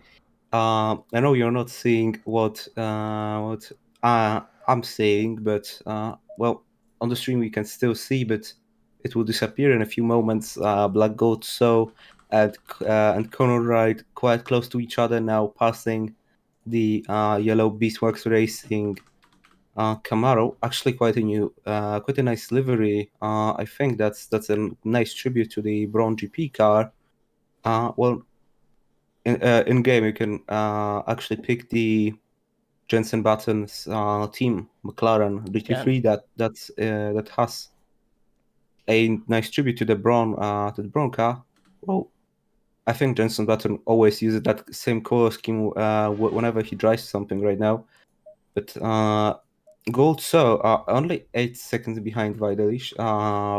He lost a little bit of time. At Cody Wright, still on the back of Gold So and Nufriev, catching up to them. He's right behind the 823 Camaro that actually spun a few laps back, like we mentioned, but I think we didn't see that on the screen. And if you've now passed the Camaro, is 5 seconds behind, so he is losing time. Actually, the gap was the gap was 4 seconds a few laps ago. So I think that could be the fight between them over, unless he picks up the pace soon, because Goatso and Wright very consistent on the pace. Goatso keeps putting in 55s all time. His best lap 155.0 and his last lap 155.7. As for Conor Wright, excuse me, his best was 155.1 and his last lap was actually faster than Goatso's 155.5. So they are still quite close to each other, very similar pace. As for Anufriev, who is who's behind by 5 seconds, 56.2 was his last lap. Maybe caught up in traffic, maybe actually slower than them because of the high fueled car.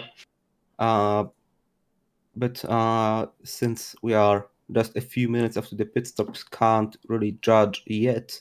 Now Anufriev getting past the 125 leader car of GT4, and that job wasn't actually quite made easier by the GT4. Anufriev had to go on the outside of the RTL curve. No, that's not the RTL curve. Excuse me. That's the bit curve, if I'm right. But yes, he's true, and let's hope he will catch up and go to already 7 seconds behind Vidalish. He's catching up. So our predictions were right that Vidalish can lose time to Gold So if Gold So is free in free not behind either Wright or Anufriev. Right, we are back, but unsuccessful, unfortunately. That's a little bit annoying. I wanted to get Pitwall to work properly so people could keep up with the timing at home, but never mind. We will just jump back to normal proceedings. There we go. There we go. Yeah, that's a little bit unfortunate. Had to have a little pause, but it didn't fix the issues. That's really quite annoying. Never mind. We might try again a little bit later, maybe on the split where we actually go over onto the next race. I think it's about 4 o'clock or so. We might try again when we have to stop the stream. We won't do it again on stream because I don't want anyone to have to look at that horrible thing again. just frustrating. Thanks for filling in there. So what happened? What did we miss? Nothing that much interesting really happening in the Wright lost a little bit of time to Gold, so I think he's almost 2 seconds behind him right now. I saw Wright having little issues in sector 1, going too much on the curb, but I don't think he made any noticeable mistakes except for that. And Anufriev is actually catching up. He's now 4 seconds behind Wright. I think he's not catching up to Gold So, but definitely to Wright. And the usual traffic going on. Guys getting past those cars. Mostly no issues, except we saw a few cars, especially the 125 car of Schinkenwagen, if I'm spelling it correctly. not letting ride go really that easily. But except for that, it's pretty much plain sailing right now. Yep. Shall we have a look? We've focused quite heavily on the top 4 of GT3 class. Shall we have a look, seeing what's going on with the GT4s? Let's see what we've got here. Right. So, currently leading, I think, still. This is Conrad in the Der Schwinkenwagen. So the bacon team, let's put it that way. Currently leading still, GT4, doing very well actually. He's got himself 23 seconds ahead of the second position, the 89. Now with a different driver, we've got Jamie Ellis currently in the 89 car. He is being followed. We've got 14 seconds back to third. That's how split the GT4 class is at the top end. I don't think we've got any GT4s at the moment anywhere near each other. They're all so split up by the passing GT3s. I don't think we've got anyone that close to each other. Let's have a good old look down. I think everyone is so split up. Got a couple of people a bit further down who are a little bit closer, but no. GT4 It's seems quite to be interesting. Seems to be a little bit different, doesn't it? Yep. Usually you would have GT4s close to each other and GT3s spread out, but the top 5 of the GT3 class is actually pretty close to each other, and the top 5 of GT4 is actually pretty spread out. Yeah. Maybe it's the case that the GT4s don't get that much attention, which is quite sad. And the GT3s actually have quite a few fast teams at the front that have matching pace. But well, maybe we will see some GT4 fights going on later. We have a car off. It's the 86 off in the hairpin. I don't know what happened there. I'm currently on board with the... don't know what position he is. He's about 20th or so. It's quite a cool livery. Christian Fuchs in the SRXP racing team. Has he got any information about that team? Let's have a look. Well, I think that's a that's the Nurburgring track map on the livery. That's quite a nice touch. It is indeed. I don't think lots of people have changed their names. I don't think we've got any information on him. Whereabouts did he start that team? I think quite a few positions down towards the back of the GT4 pack, but let us check. XP. Sim Racing XP, the Legend 27, maybe. That's, I think, yeah, Christian Fuchs. Yep, that's he currently started in 42nd place. But yeah, that's a cool looking livery, that, isn't it? It's got the map track on the side of the car. He is currently gaining on the back of Jay Townsend. I think he's in the Goat Racing Polar Bear team. So this is a fight. We managed to find ourselves one with GT4s in mind. So let's stay on board. Oh my goodness, there's a GT3 right up the inside. That was trust there on another level that I haven't seen before. I think the Porsche on Porsche action is not going to last too long. I think Christian's probably got the best of Jean-Eric ahead. Seemed to close on him quite quickly there. We might see a change of position in a minute. We're going past almost fully on the curb. But was that the Audi managed to pass them? Yep, that's the Audi, and an Aston Martin now going right down the inside of the last turn. Safely. That's how much of a deficit being passed. You require some trust. You require some trust to look how much drive time around it's this lost car. him. Look how much time it's lost him to the car ahead. He was like within 3 or 4 tenths of the Polar Racing team, and now he's back a second and a half just for having to let traffic through. So it's a skill in itself, just letting cars through and not losing time. Talking of skill in itself, that GT4 car that you can see in the background, he's the current leader of the GT4 class, and he's coming to lap this guy, who's currently in about 20th. That's how fast that GT4 car is, who's currently leading. He's lapping the field already. I'm pretty confused to see those GT4 cars spread out so much. like I said, I'm used to GT4s being close, quite close to each other throughout mostly the whole race. Maybe something But happened. We missed. maybe yes. But most of the let's say issues were in the GT3 class, but Mm. some GT4 cars had issues as well. The Beastworks Racing had a little spin. The Camaro of I can't remember the name of the team, but one of the Camaros, the blue one, The blue Camaro, yeah. had quite severe damage. They were barely driving down to the pits.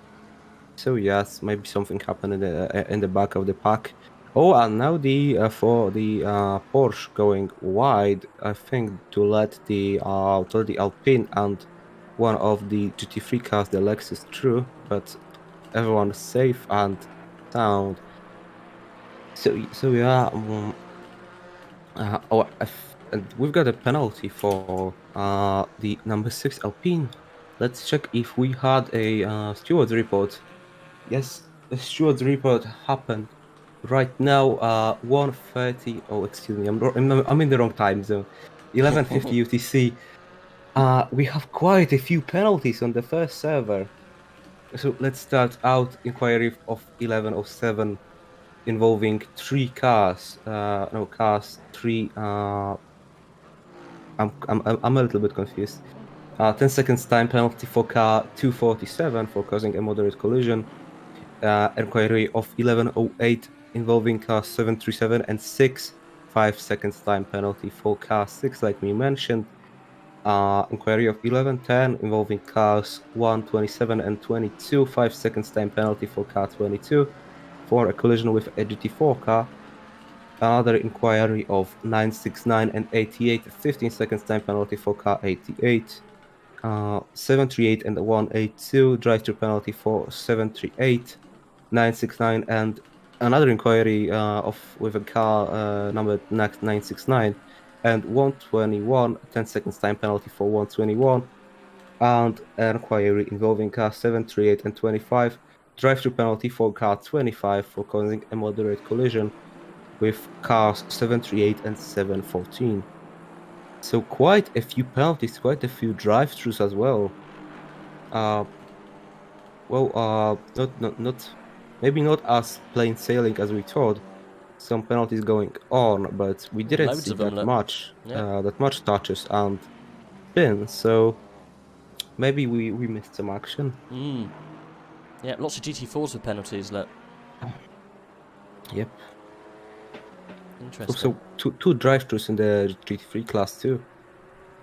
Anything towards the top of the grid to worry about, or let's have a look. Well, so far the car that's the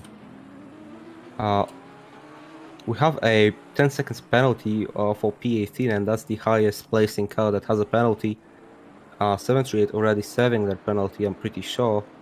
That was the car that we saw spun at turn 3 or 4 a couple of laps ago. Yep, 738 not a very maybe let's say not a lucky race for them. Already penalties and involvements with other cars that got penalized. So let's hope that they will pick it up and drive safely. Oh, look at that move. Sorry, I'm just on board at the moment with 18 and 19, and P18 squeezed 19 all the way to the wall before letting him apart. I don't actually think that was for position. No idea what was going on there. Let's see. No, it's not. It's not even for position. He's being lapped, I think. Is it? Let's have a look. Is it Tom Schneider, Ben Hastings? No, it is for position. No, it's a fight for position. It is a fight for position. It was just... And the Camaro now blocking them a little bit in the Coca-Cola curve. That was very aggressive from the 86 car. I don't think I've ever seen someone... He's doing it again, look. Almost pushing the car off the track. Got to be very careful. You've got to leave a little bit of room. But yeah, down the pit straight, he pushed him all the way over to the pit wall. A bit like Schumacher did on Barrichello all those years ago in F1. Well, that was not very gentlemanlike. I think he just pushed the car into the wall. Well, that's what happened here. Just a minute ago, the Aston had to get right out of it. Yeah. We'll stay with this little tussle because it seems to be quite fun. What's But I positions think for this? Ben For 18th? Heisem has let Schneider go at least for that incident, but now they're back into the fight. And it's got a time penalty as well, so it's 10 seconds to be added on to race time. No penalties like that. You can save that during. I think you have to save that during the pit stop, but it's not for the incident between them. He already had the penalty before. Another penalty. I'm pretty sure. The Panthera esports team. There we go. Here comes the move. Oh, it's a horrible place to make the move. Up the inside of the fastest pace on the track. And Tom Schneider is on the stand, but safely back on the track, luckily. Oh, that was very, very risky. And he pays the price, going wide. Went wide, yes. And now they're back into the fight, but the McLaren will prevail for now, due to the Aston making a mistake. I think these guys are getting a little bit too much heat under the collar. I think they're letting the emotions run wild. Yep, Schneider back up into 17th place. Hasten having to settle for 18th again. Going for a move into turn 1. At this point, though, you're using so much of your race time to hold someone back. It's almost not worth it, you know? Long race to go. If you've got a driver coming up behind you in an endurance race that's obviously faster, it just makes sense to let that person pass, because if they're faster than you now, you might be quicker than them later. You don't know what's happening with the driver, you don't know what's happening with tyres, or with pit stop strategy. There's more going on than just what's happening in front of you on track. Yeah. That's very much true. There is no sense of fighting when the race is 12 hours long. You are only losing time defending from another car that's quicker than you. It's not like you're going to keep them behind for 10 hours, you know? Exactly. Well, we'll stay on board because it looks quite fun. Another move here from Haysom. Outside, there's a touch, and there's another one. I thought it is inevitable, and he's spun. Oh, the Aston Martin is off. That was a little silly, I think, from both drivers. Both drivers as bad as each other, but I feel the Aston Martin really paying the price for that. When I don't know really if it was his fault. Very aggressive defending from the 86 McLaren. Yeah, Stuart's obviously watching this all the time, so might have a look into that, causing a slight collision into that middle corner. He's being now eaten up by the, I think that might be actually lapping him. I don't think that's on pace. We've got the Ryan Gosling team coming up behind.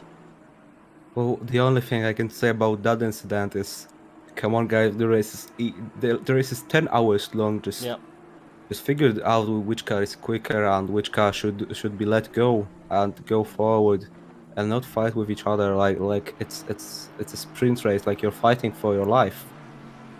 But yes, the 155 car of the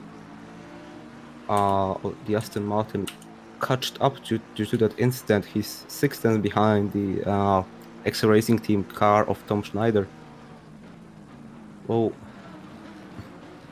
not a very pleasant sight to have a spin like that and an incident like that.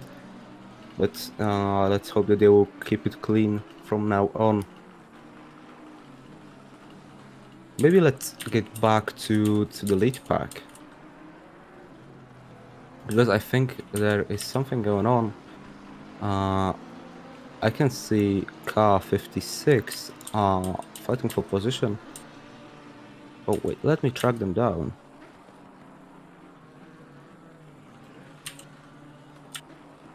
Oh, that's not for position. He's and Vasily Anufriev pushed a car wide. I think that was a GT3 that he was lapping. There was a car pushed wide. I'm pretty sure that was a blue Ferrari. The car 888. Yep, that's the Goat Racing, isn't it?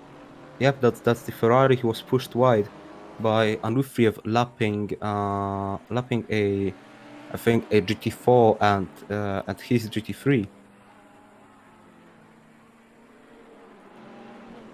Let's hope there was no damage involved for any of those cars. But they are now back and running.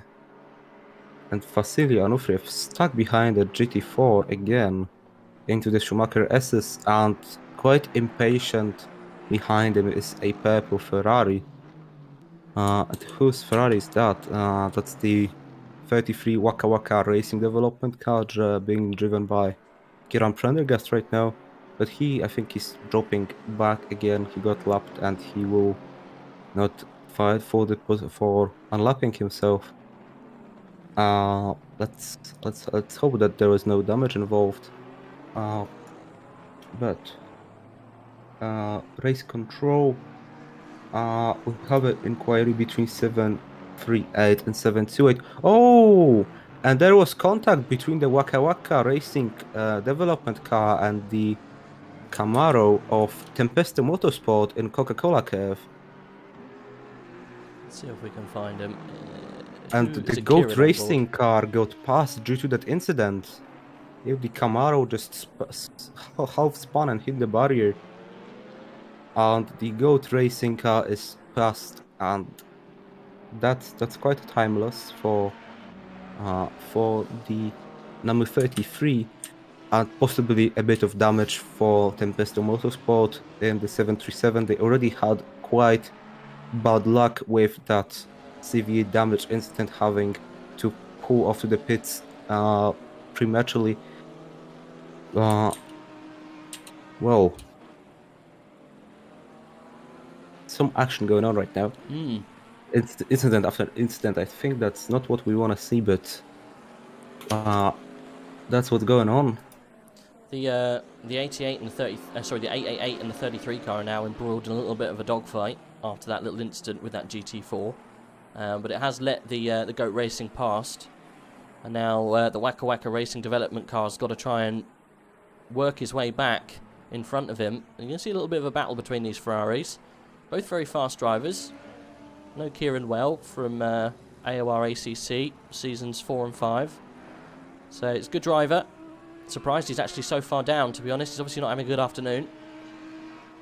He was a little bit further up because we said he had a brilliant start, so he must have had an incident to put him down into 24th. But he looks like he's being chased. He's obviously got damage because the pace difference between these two cars is quite visible. You might see a change here.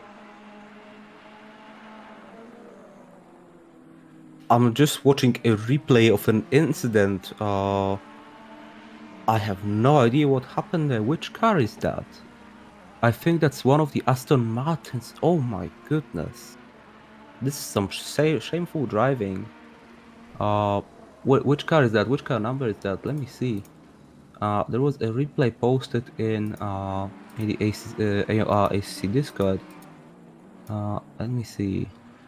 One of the Aston Martins. I know we are not seeing this, but I'm just stunned what happened there. He overcooked it on the pit lane entry, just reversed, went the wrong way and entered the pit lane, almost hitting one of the other GT3s. That's some shameful driving. And which car is that? It's 411. And I think they didn't have a penalty applied for that.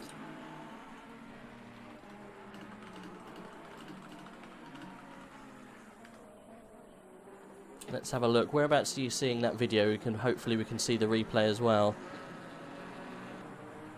I'm not sure if I can link it on the YouTube chat. Is it on? Is it in the 12 hours chat? Yep, it's in the 12 hours chat. Which incident was it? When was it posted? It's been posted around a half an hour ago, actually. Is it the car it's a Google Drive link?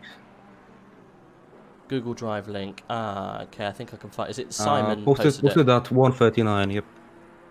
Let's see if we can. Whoa, that definitely shouldn't happen on such a high level of racing. It's not a very good quality video, no. Oh, you can. It starts playing at 360. You can start it at 1080. I barely noticed the car number though. Yeah. Yep, the 411 car as a going backwards because he missed the. Oh yep. My goodness. Okay, yeah. Let's watch that, guys. We're gonna see this. That shouldn't happen. So here we go. Not too sure what number car this is, but I think he was running towards the top end of the grid. Look, stopping on track and then doing a U-turn to come into the pit. Like that is. I've never seen that before. I've never seen anyone driving like that before in a league. In an official. Endurance rate. That is unbelievable. Yep, that shouldn't happen. That's the 411 car running in P13 right now, Pitbull Racing, and I think they didn't get penalized for that. Well, they should do. That's surprising. But I don't know if the report if there was a report about Tylko that, dwa because kółka masz do niego. I think stewards are penalizing only incidents that are reported. I don't think I've ever seen anything quite like that before. Well, and he almost hit a passing GT3 that wasn't involved with him and blocked the other GT3s entering the pit lane. Here we go, we're That's watching it again now. Look at that! Look at that! I have no words for that. I don't think I've ever seen anything like that before in sim racing. I mean, I've seen it, but not in a endurance race in such a respectable league as AOR. But why would you do that? No clue. No clue whatsoever. Yeah, that takes the biscuit. Yeah, I've never seen that whatsoever. We've got someone in the chat saying greetings from the Bermuda Islands. Wow, how's the beach? That's pretty nice. We got some viewers from all over the place. It seems. Yep, we also had some greetings from OZ. Oh yeah, I did see actually. I didn't shout them out. Yeah, we had some greetings from Australia a little while Wonder ago. how was wasn't it down under? Yeah, good day from Australia. We have a strong league racing community for AC and ACC. Well, good day to you too. Yeah, where is everyone watching from? We've probably got a couple of people in the chat. Give us a shout. I want to hear the most crazy thing. We've got Bermuda Islands currently leading the crazy. Norman said, I think the entire sim racing dev community needs to add more realistic damage engine which stop this sort of terrible behaviour. No need for a penalty if your car is rendered trash. Exactly. That car was insane. It blocked Maku into the pits too. Yes, it did. It blocked a lot of people. That was absolutely incredible. I don't think I've ever seen a car go backwards. Well, in an official esports kind of arena endurance setting, I've never seen that before. Yep, I've never seen it in an official esports race. Well, that's almost bannable. That's ridiculous. That's almost a bannable offence. Yep. I think that could be a reason to get Black that flagged. car disqualified. Yep. Yes, almost. Yeah, we got Saudi Arabia. One of the shouts. Yeah, I'm not sure if that beats Bermuda. Saudi Arabia also very good place to watch from. We got anyone else? Australia. Hello from Australia. The moon. Well, there we go. We got a winner straight away. Nanu. How's the cheese? We're on board with Black Gold, but he's not really doing much. I feel like the meme where he's just poking him, saying do something. It's not really going anywhere. He's currently in second position. Let's see if we can find someone who's fighting on track. I think 14th and 13th are close. So maybe let's have a look down there. I will, in the meantime, have a look into the GT4, the deep dark world of GT4. See if we've got any GT4s who are close on track. We've got some people a second away. We do have one here, less than a second. Let's watch some GT4 action. Ah, it's back to the 444. Goat Racing Polar Bear being hustled again. We seem to gravitate towards this team. I don't know why. But they are also... they're also having some fun here, by the looks of things. Another Aussie. Welcome. We've got lots of Australians. Reading. Right, okay. Dan, I think you win that. Denmark. Uranus. Lovely.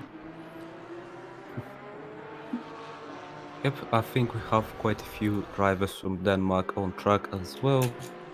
Well, drivers from all over the world. We had drivers from Africa in the past as well. Not sure if in this race, but yeah, pretty much all continents around the world. Yep. There's a very popular Twitch streamer who hails from South Africa. Can't remember his name now. Jimmy Broadbent from Camellia. Where Jimmy Broadbent? He's from a shed in Sussex somewhere. No, was it? I think it's Wes. I think he races from South Africa. I'm not sure if he's taking part in any endurance stuff. He used to do a lot of ACC. Yes, Denmark. That's quite different. Yeah, Lithuania. I'm not sure it beats Bermuda, to be honest, guys. I think you take the biscuit there. Who was Bermuda? Norman Robinson currently winning the location stakes. Saudi Arabia second place. Australia coming in third. Denmark definitely not winning. Sorry, J-Bone. Well, Denmark is in the bot place as well. I'm sure Denmark's lovely. What's the capital of Denmark? It's Copenhagen. Yep, it is Copenhagen. Whereabouts are you from, Dominooo? I'm from Poland. Poland. What's the capital? Krakow? Warsaw. Warsaw. Sorry. Krakow was in the past. Was it? Did it used to be the capital? Yep, we had 3 capitals in our beautiful history. I'm not laughing at your beautiful history, it's just the way you said it was great. I think England, we decided to have one capital from many years ago and stuck with it. Yeah. There are other places that have had different capitals. I think Serbia maybe had... We could have had 4, but we have 3. It was Gniezno then. I think there is no translation for Gniezno in English, then Krakow and Warsaw right now. But looking at the historic aspect, if I'm not wrong, the capital could have been moved to Łódź by the communist government, but it hasn't been done.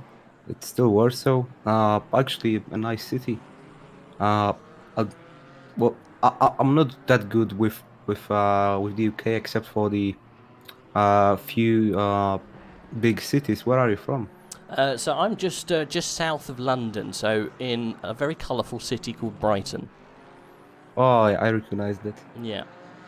Well, they have a club playing in the Premier League, right? They do, yeah. Brighton and at Hove Albion, yeah. Yeah. They're not very good.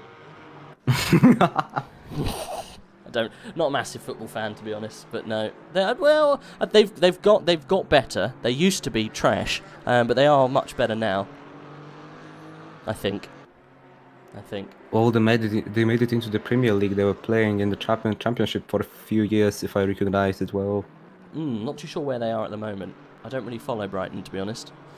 They've got a nice stadium. The Amex Stadium's quite nice. Oh, Alex Phillips, one of our drivers. I think he's driving with Black Goat. So, yes. Told England used to be Nottingham a long time ago. England used to being Nottingham? How do you mean England used to being Nottingham? It doesn't make sense. It was the capital. Nottingham used to be the capital? I'm not sure. I can't remember. Back in the day, capital, wasn't there? There was some Roman influence that I think maybe made some capitals. Maybe York, something like that. I can't remember. I've always thought that London was the main capital for a long time, but I don't know. Yep, I also thought that. I've got a funny feeling there used to be some different kind of popular cities, but I think Romans made certain cities quite popular or quite big. I seem to think there was one over just above Kent, somewhere around that kind of side, because they landed there, but I can never remember. It used to be the capital. Oh, okay. Hello, Alex. Nice to see you. Australia's capital was created because the government couldn't decide between Melbourne and Sydney. Well, it's Melbourne, isn't it? Everyone seems to think it's Sydney, but it's Melbourne is the capital, right? Can never remember. I don't remember as well. I thought Perth for a second, but I think that's Sydney. Or is it Perth? I can't remember what the capital is. I think that's Sydney. No, that's a common misconception. It's not Sydney. Everyone thinks that it's Sydney, but it's not. Australian boys, back me up. It's not. It's something else. Can't remember what it is, though. Australia. It's something... Capital Canberra? That's it, yeah. That's it. Canberra. Yeah, Canberra. Oh, yeah, now I remember, yeah. It's not Sydney. God. Everyone thinks that it's Sydney, but it's not. Crazy, eh? I mean, that's quite weird, like... It's not that much of a big city, I think. No, crazy. But largest city is Sydney, yeah. Yep, everyone chiming in saying, yeah.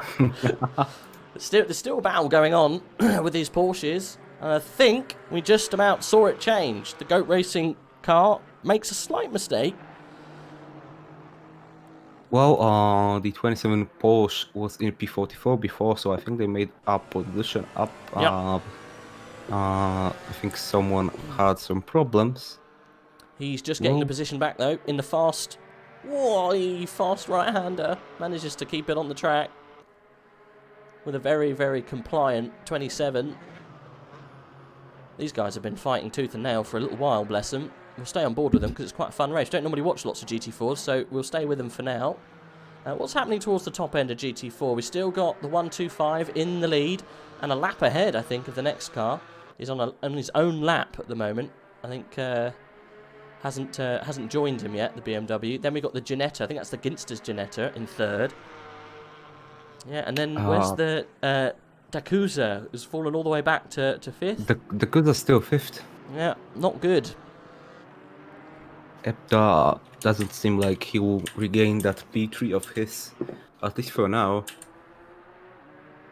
Let's go towards front of the park. The 99 car of SOP still second, and he is not that far behind Luka Vajdelic. Has he managed to bridge the gap? What is it? 1.1 second now. Cool. Yeah. Pretty much 2 seconds. He's got a bit of traffic. 2 seconds on my screen. Yeah, bit of traffic though. And Cody, Conor Wright, excuse me, he lost Black Gold, so he's 6.5 seconds ahead, and Anufriev can't quite seem to catch up to the top 3. I think he lost a little bit of pace. We have 22 in the pit lane serving their penalty, and I think that's an early pit stop overall. They are in when it's 10 hours and 13 minutes remaining. We would usually probably see first pit stops coming, maybe 10 hours and 5 minutes to go, but they are in quite early.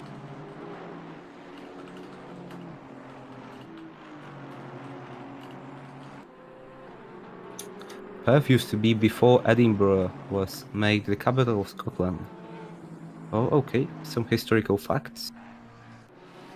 Perth used to be before Edinburgh was made the capital of Scotland. No. Perth? Maybe. Possibly. I don't know. Geography.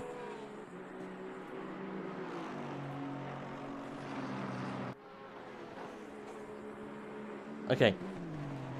You know what we did a minute ago and I said that I wouldn't do? I think we're going to have to restart again and see if we can connect again, because we might have found a way of fixing this issue, but it means I have to restart ACC to get it working, which is very frustrating for everyone involved, including myself. Do you mind just guiding us through radio style again? Very sorry. Of course, I don't mind. It'll be the last time. It'll be the last possible time. We're just going to try and restart it so we can get Pitwall working, so we got the stream on Pitwall as well, so everyone can see what's going on. I think we got to the bottom of what was causing the issue. Hopefully I'll do it very quickly so there's not much of a disruption again. Only 1.5 seconds now between Luka Vajdelic and Black Gold, so the gap is decreasing. We'll probably see them fighting pretty soon. And Cody Wright 7 seconds behind Black Gold, so the gap between them is increasing. So Black Gold, so possibly the fastest car on track right now. His fastest lap 54.7. His previous best was 54.5.0. So he's quite fast in that Aston Martin. 47 is a very good time on that track. And Luka Vajdelic, let's look at Luka Vajdelic right now getting past a BMW GT4. His last lap was 56.7.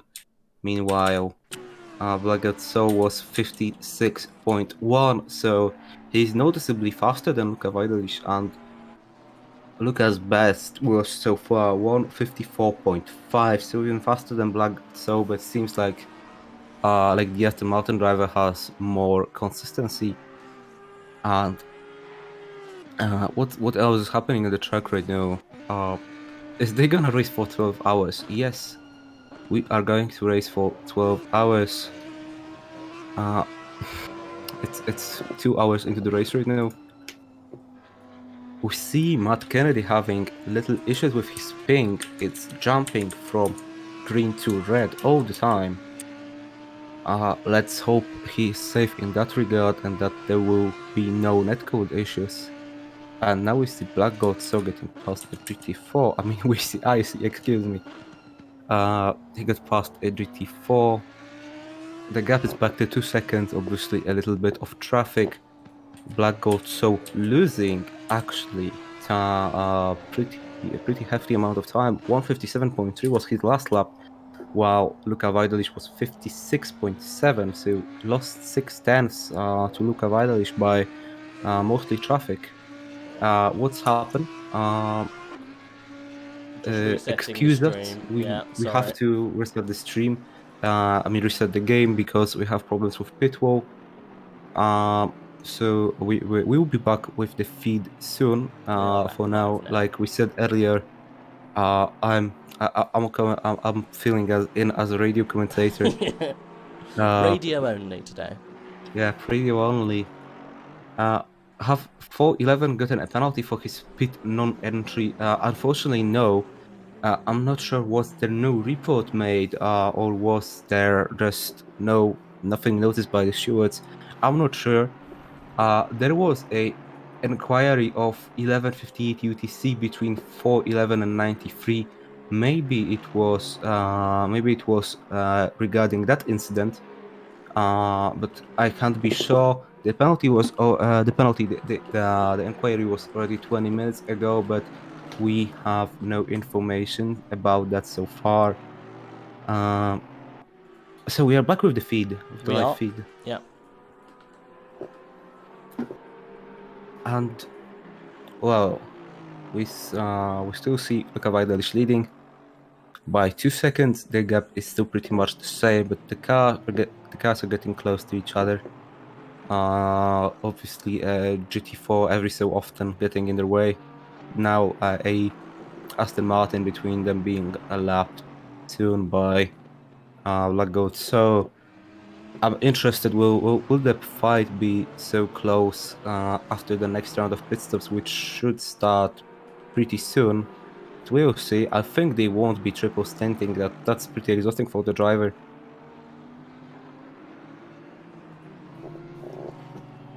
Bet you guys play GeoGuessr and see Parliament House click on Sydney. I don't know. I'm not that good on GeoGuessr, but it's fun to play every so often. Well, Blood's heading out. It's 10:20 in Australia. Well, have fun with your Project Cars race and good luck. Thank you for the wishes, and yep, we hope you will have a good race as well. And we see, I think that's the first car in this round of pit stops, except for that GT3 that was pitting earlier for an early stop. It's the 714 of the GT4 class. Which car is that? Let me track it down. 714. That is the Savannah team. Sam Madulsi. That's the Aston Martin. Actually, pretty nice livery. They are the first of the GT4 cars in this round of pit stops. We'll see if the undercut will pay off. Well, pretty long pit stop for them so far. Pretty exhausting if you drive with a wheel. Black Goat so is using a pad. Yes, he maybe can drive a little bit longer than the drivers on the wheel. Obviously, like you said, he has that advantage that he gets less. Well, maybe he gets less exhausted driving with a pad. Maybe his back is so sweaty that he will have to take a break. We won't know. Or his shoulders are so heavy with carrying his team. I don't know. Well, excuse me. We didn't see the other drivers yet, so he's got such thick knees from carrying that team. We're watching right now the 88 and the 969 cars battling for P39 and 38. We've got Jesper Lundholm in the Brexit Boys purple or blue team, I think, holding back. Daniel Schwabe in the Harway Racing team. That Janetta's very quick round here. Good in the corners, I heard. We have a question. Statistically, are any of the drivers' teams racing today utilizing a single or triple screen or VR configuration through today's event? Probably have a mix. We don't have any information on that, I think. But there is definitely some drivers driving in VR. I know a few drivers that use VR in their ACC races. Could be quite exhausting obviously the VR headset with something, and you can get pretty sweaty and tired of driving VR. I have friends that use VR for racing, so maybe not first-hand information, but I know from their reports how it is. But definitely some drivers are driving with triple screens too. I'm myself driving a single screen. Yep. You probably have quite an even mix of people doing a lot of different things. Maybe Yeah. quarter of the grid using VR, another handful of the grid using triples. I would say a majority are probably single screen. You've probably got a good mix of people using lots of different stuff. But you have got, that's the leader currently coming through in GT3 class. Just pretty much waking his way through the GT4 class. That's the leader of GT4 class, lapping people, just coming up behind his green Ginetta. So that's how quick that team is. And then you've got Black Goldsaw making his way downtown through the GT4s and trying to get onto the back of is it whatchamacallit, Luca? Luca Weiderlich, yeah. Yeah, still currently leading since the start of the race. Brilliant livery on that car for the FTW Racing Sim Tools team. They always go with the blues. Yep, the a blue lot with of stripes. logos on their cars.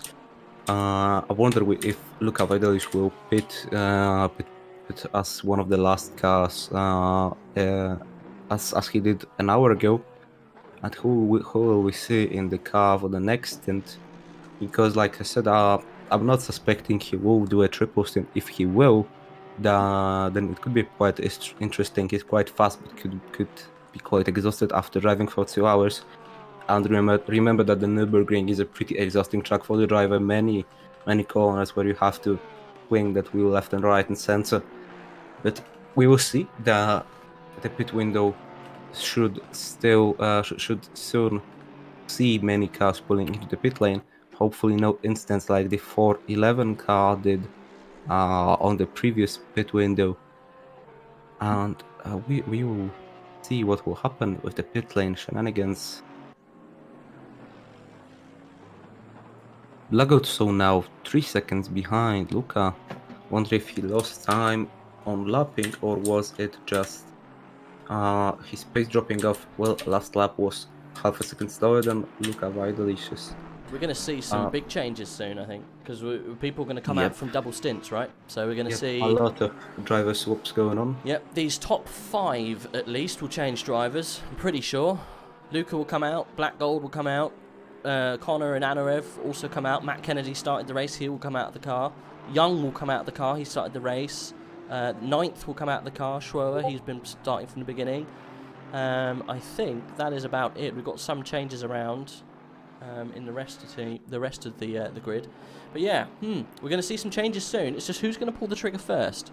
Will Black Goldsaw try and pull it quite early to see if he can get some more time on that leading car? We'll see. Well, we see the 25 car off in the first, but he's now back on track. Well, last time round, Black Goldsaw pitted quite early, while Luca Weiderlich pitted quite late, which played into Weiderlich's hands. And I bet there is no reason to change that strategy for Luca Weiderlich. Oh, and we see the number 6 car stop. And he's now on the gravel and the Coca-Cola curve, but he's back and running. Luckily, Who was that? that's Remy Papin in the Celtic Bromance Dragons team, the Alpine F1 themed car. They're running in P37. That's somewhere in the top 10 in the GT4 class, I'm pretty sure. Yeah.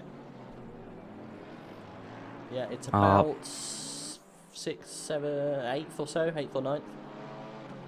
Yep. Well, we are almost at the 10-hour mark. More than, around 10 hours until the end of the race.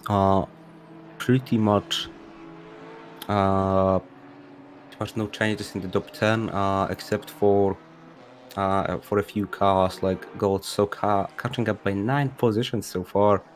I think they started in P11, if I'm not wrong. He did? I'm just interested. Was it a sandbag or was it just a combined pace of all of the drivers? I don't think what would sandbagging get them? Yeah, What good would it have done them? It would only make their day exactly harder. in an endurance race Yeah. as well. No, I think that was genuine, just combined pace that put them where they are, which it's not a bad thing. It's just it's gonna show if the teammates are a little bit slower in that team. Not to say that they are, just if. Then he's gonna drop down the running until later. So the more pace that Black Gold Sword can hammer in now, hopefully the better for the SOP team. But we don't know. It's all speculation. We could race pace and qualifying pace are two completely different things. So we'll see. We'll see what happens. Obviously, all of the cars around him are going to change drivers now. So everyone's going to be a little bit slower anyway coming out. So we'll see. But as we said earlier, we know that leading 144 car has got some very, very fast boys going in. So's the third car. So's the fourth car. Just people that we know. We're not as certain on the people joining Black Gold's car. I know Alex is in the chat. He's joining that team. Are you going in the car next, Alex? Maybe give us a shout if you're next in the SOP. That's maybe why he's gone quiet, actually, because he's probably sitting there ready to get in. All of these guys will be frantically on their MFD, changing tyre temps, getting people ready to go into the car, discussing. Probably, yes. Oh, and we have a stop and go 30 seconds for the 411 car. That's a hefty penalty for a very ugly incident he had. Oh, and there's a spin. Black Gold of the Sword 93 has a car. little tap on him as well. That was a GT4 Aston, was it? Sorry, GT4 McLaren spun. Yep, I think that's Park Feme Endurance Racing, David Stelnicki in the car right now. Yeah. One of the slower GT4s, I'm pretty sure at least they are not really ahead in the GT4 class. We've got a very good battle going on for 9th and 10th at the moment. It's separated by 0.2 of a second. It's the 181 and the 991, Schroer and Papa Georgiou. Is that the Greek racing team? Well, the surname is definitely Greek. I don't know what about his teammates, so let me check really fast. I know we raced with someone of a very similar name. This is Brexit Boys in a different league that we won't speak of. that do another endurance style league. And I think there was a team called the Greek Racing Team. And I've got a funny feeling they might be part of it, but you never know. Actually, that's Pro League Racing. The team consists of Antoni Papageorgiou, Alexander Chuchkovic, and Konrad Siata. So no, that's not the Greek racing team. And we have a stewarding report. So I will really quickly read it. Read it now. It's only 2 penalties. It's alright. It's only 2 penalties. The 30-second stop and go for car 411, like I said earlier, and a 10 seconds time penalty for the car 86 for a moderate collision. I think we don't have to mention what happened with the 411 car, but oh, what happened there in the pit lane? There is a car, I think, that hit the garage. Oh God. What happened there? Let me track it really quickly. I think he's back into his pit box now. He's in the middle of the pit lane. That's the 411 of Pitbull Racing. That was the same car that had the issues earlier on with the pit. Just saying. Yep, that's the car that has this stop and go 30 seconds too. And we have another stop and go. Why he's got his penalty, I think. Can you just double check that? The 411 car. Let's have a look on race control. Why he's got that stop and go? Well, he's good at stop and go for creating an extremely dangerous situation on the track. It is the overcooking the pit lane entry. Yep. But he also had some incident right now. I don't know what happened, but he hit the garage wall. As I saw him hitting the garage wall, and possibly spinning, and only then he managed to hit his pit box. I don't know what happened there. But we also have another stop and go 30 seconds for the 71 car. I don't know what happened with this car, but it's a 71 McLaren. Let me see which car Myers, is that. Wasn't it? Yeah. Yep, that's Christian Myers right now in the car. That's Excel Racing. Actually, a pretty quick outfit. I know these drivers, they're pretty quick, and also they qualified pretty well. That's qualified in P14. Now stop and go 30 seconds definitely will drop down a few positions, but they are not serving the penalty now. Probably another pit stop ahead of them to serve it. But we don't have it in the stewards report, so I don't know what happened there. Maybe I think they probably broke the speed limit in the pit lane. Possibly. Yep, that's what you get a stop and go 30 seconds in Assetto Corsa Competizione for. Yeah, So that's so possibly the one not reason. applied by race control. It was a game applied penalty, right? Yep, Yeah. that's a game applied penalty. Well, the penalty We can't applied do for the anything with it. 4-1-1, that was the incident that we showed just a minute ago of him spinning around before the pit entry, which, yeah, that's a slap on the wrist and a half, that 30 seconds stopping it. To be honest, I think he got off lightly. Anyway, that's my opinion. We got Black Gold, saw 4 seconds. He's dropped a little bit from Luka Vidalik, just to show. Connor Wright and Vasily Anarev only separated by half a second now. He's in the pit. Connor is in the pit, so there you go. That'll be Yep, why. Kono is in the pits right now, but I think both Gold and Vidalik were in the pit lanes still. They still didn't pit. No, they haven't pitted just yet. They're still out there and racing. Well, talking of pit stops, I'm going to make one, and it involves a toilet. So if you give me a couple of minutes, we could probably do maybe a pit stop each, if you don't mind. It's going to be a long 12 hours. It's going to involve a couple of these pit stops. I'm going to get a drink in the meantime and get a coffee. I'll do that first, and then maybe you do one afterwards. Okay, and we have someone waiting for an interview, so I guess I can interview him alone if you don't I mind. will join you straight afterwards. This pit stop's not going to wait much longer. Okay, sure. So let's get who's that? That's D Robertson. Let's quickly check which team is he racing for. Let me check.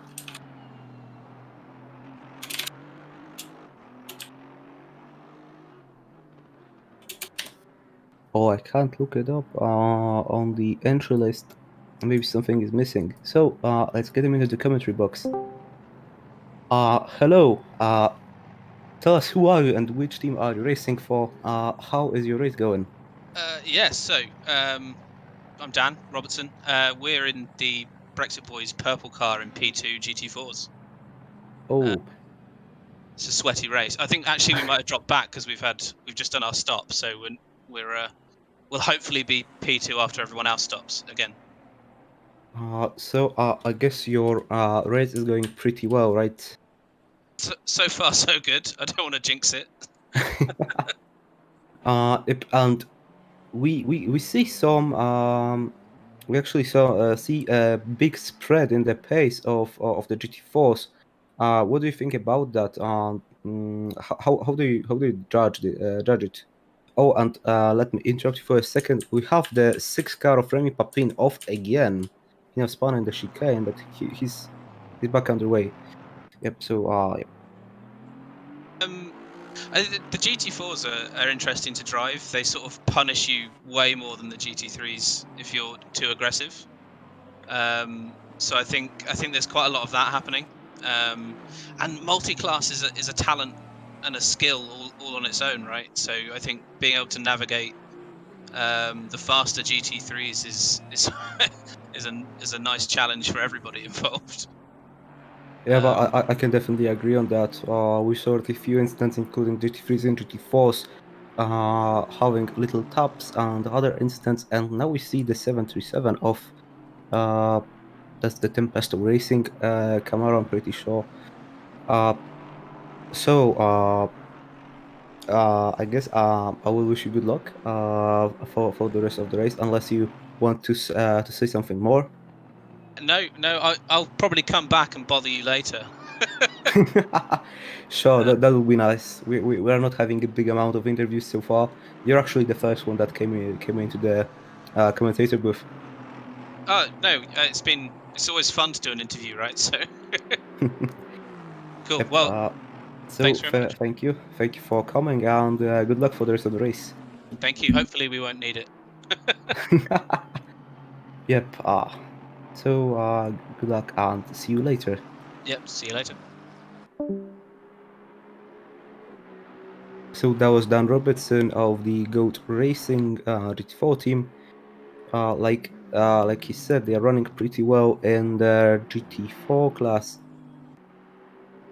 we had actually in the meantime, like I said, 2 spins. There was the number 6 car of the Alpine themed car. That's the Celtic Bromance Dragons, one of the Celtic Bromance cars on the track. There's 2 or 3 of them. I'm not really sure. I know that there is some Celtic Bromance cars in the second split, but I'm not sure how many is there in the second, in the first one. Excuse me, and the 737 of Tempesto Racing. We have quite a few cars coming into the pit lane right now. Pretty late pit stops because it's 2 hours and 11 minutes into the race, and only now look how many teams are pitting in.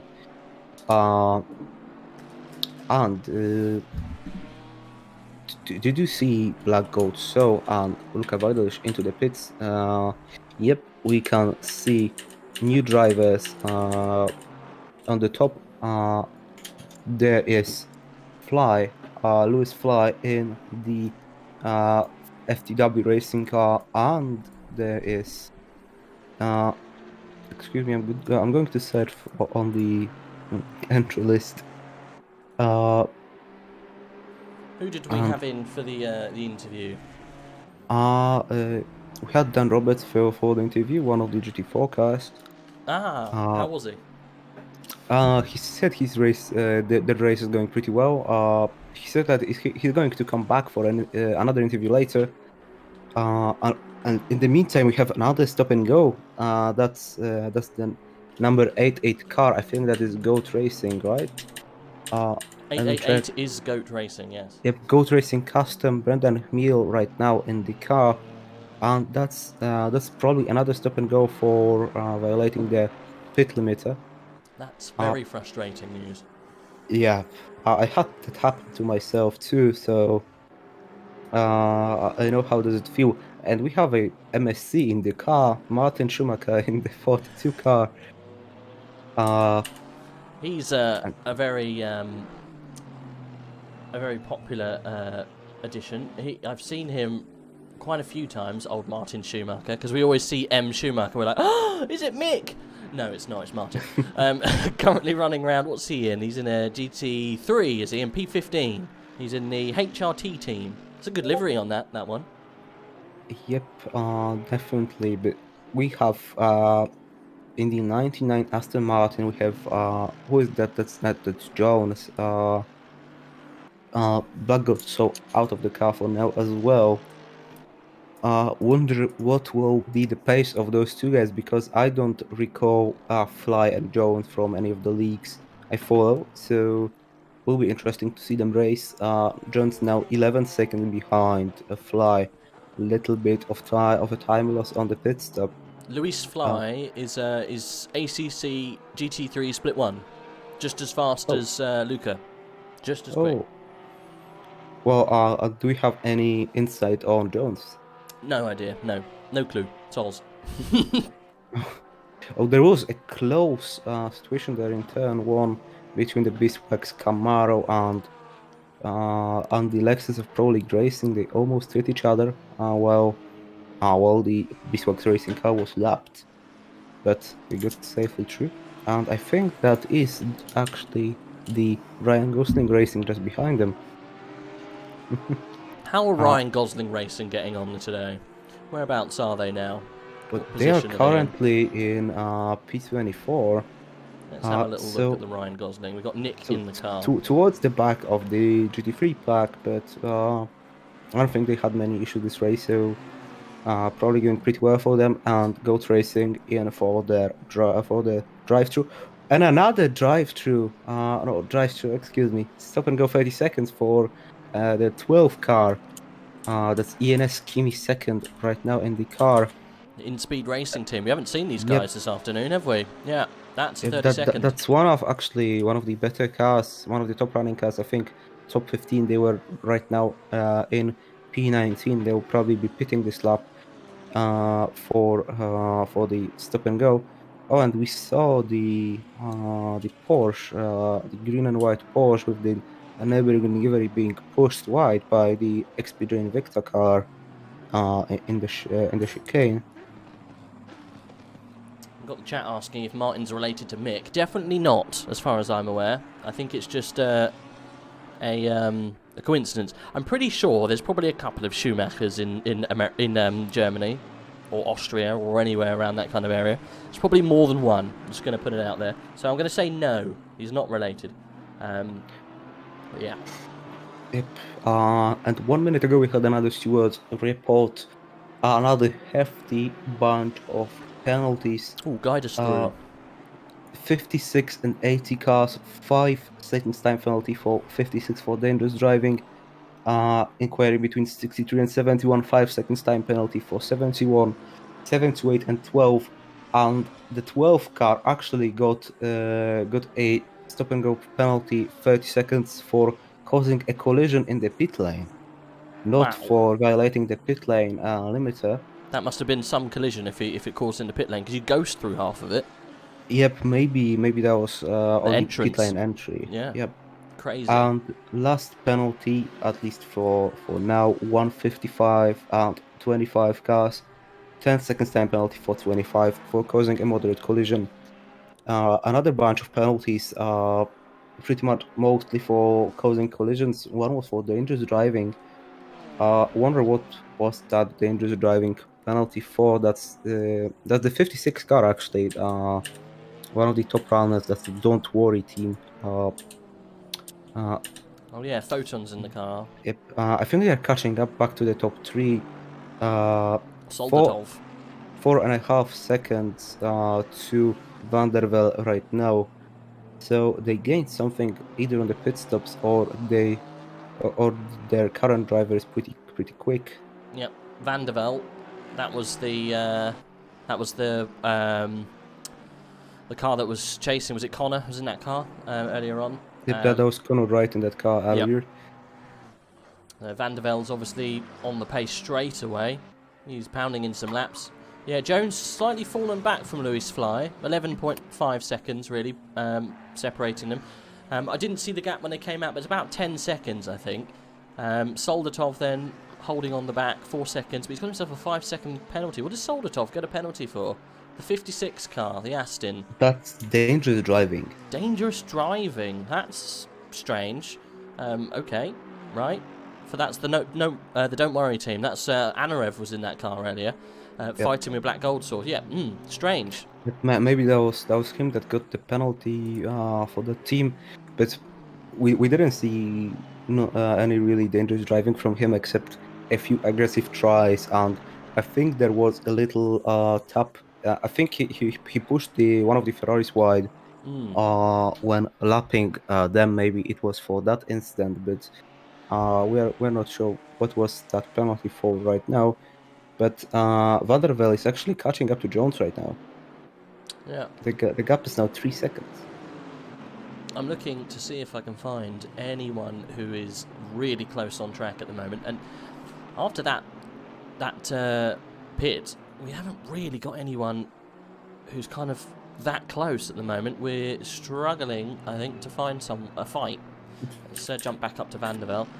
We've got some people inside of a second. I think it's 9th. That 9th, 10th, 11th is probably the closest we've got on track at the moment. So maybe let's jump in on with 9th. We haven't seen some of these guys just yet. The 181. Someone was saying about 181. Dash Key was saying about 181. Driver change. Good luck.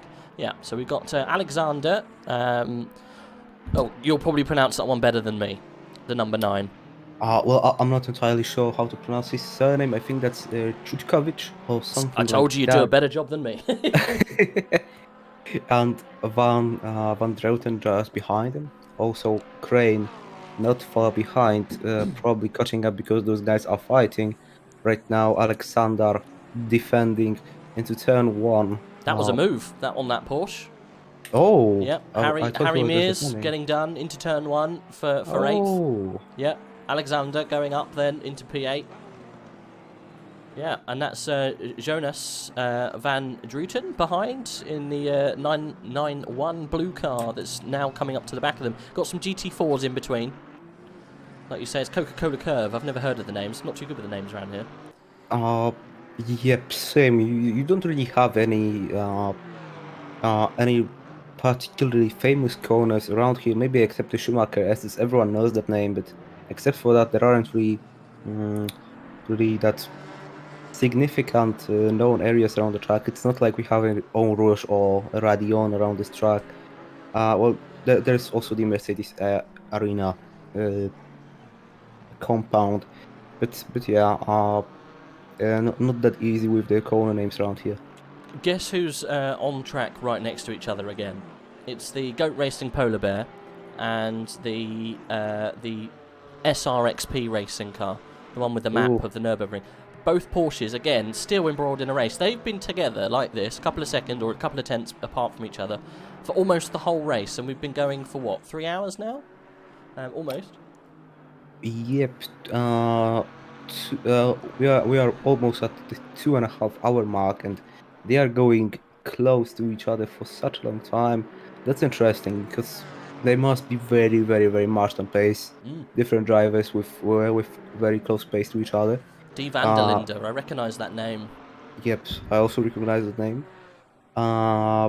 Actually, pretty nice to see some fights in the top of the GT4 class, because like we saw earlier, the top of the GT3 class is really a split, really spread out. So nice to see at least some fights in the GT4 area. I wonder what's going to happen with these guys. Well, right now, excuse me, I have a little bit late feed, That's but they had to let some cars through, and I think the white and green car, that's SRXP Racing, I think, Yep, we're lost watching a him tiny now. bit of time. Well, you say that, but he's still right on the back of the Goat Racing Polar Bear, which they've been fighting with for the whole race so far. Doesn't look like they've lost too much time. Well, they had to let through a couple of GT3s, yeah, but he's still there. Yeah, I think we're going to have a good race with these guys. And we've got the 969 car very close to the number 6, actually, just a couple of cars ahead. So might actually just jump up and have a look at that. That is for P38. So let's have a look at that. Yeah, this Ginetta actually has been racy, very racy this afternoon. He's so Hans Robert is getting up to the back of Matt Cooley. I recognize Matt Cooley from somewhere as well. That's in the Celtic Bromance Dragons team. What a name. That's a really good name. Matt Cooley then defending. We've got Goat Racing going on the outside. Jesus. Yeah, Matt Cooley, very fast driver in the project car side of things. I'm not sure about ACC though. The funny thing is that many of the project cars drivers going to ACC, they landed in the lower tiers. At least those passing from one game to another in the last few seasons. And there's been a hit. Yep, we saw the that. The green Ginetta's off. So's the Alpine. Both of them. And the Alpine. Both hit each other there. Yep, both of those cars going strong, and now they hit each other and lost quite a bit of time. But I think not. I think they didn't lose any positions in their class. Or did they lose to the Twit 26? Oh no, that's a lapped car. That's Kiki Mack.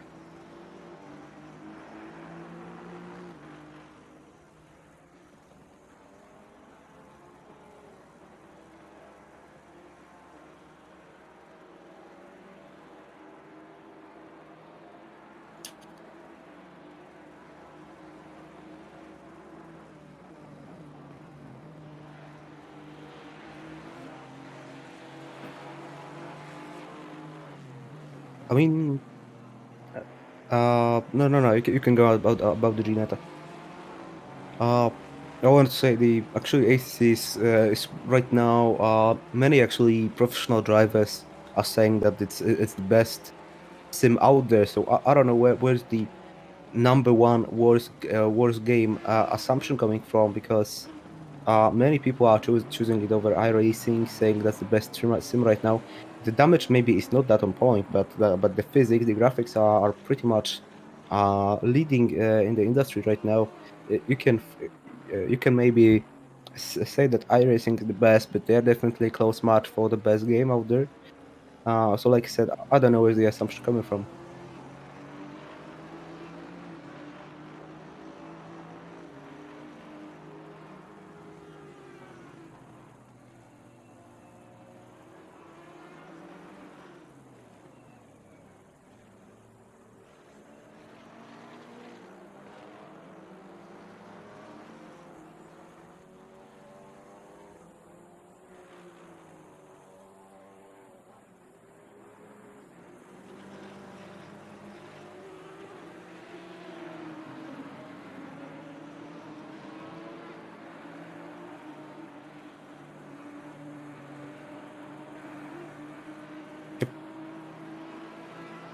Yeah.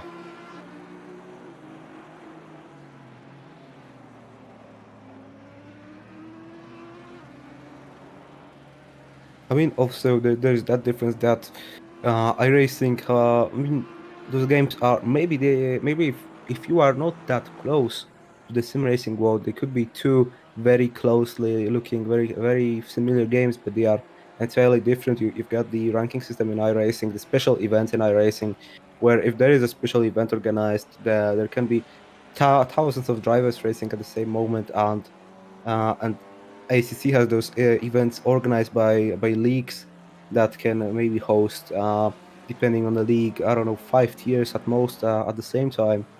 Well, you have thousands of, where you have hundreds of splits in iRacing. But right now, ACC is probably the most affordable. Maybe not the best performance wise. iRacing is quite a bit easier to run on your PC. But ACC is probably the most accessible and also quite a cheap way to get it into the sim racing world and have also quite a bit of fun. Uh, but yeah, if you can afford it, then it's your choice if to say if iRacing or ACC is better. And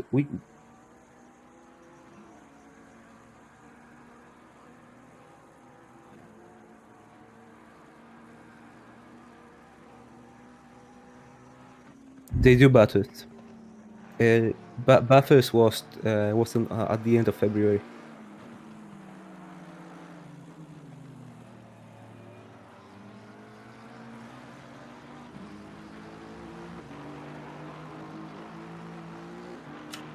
This year it's rFactor too.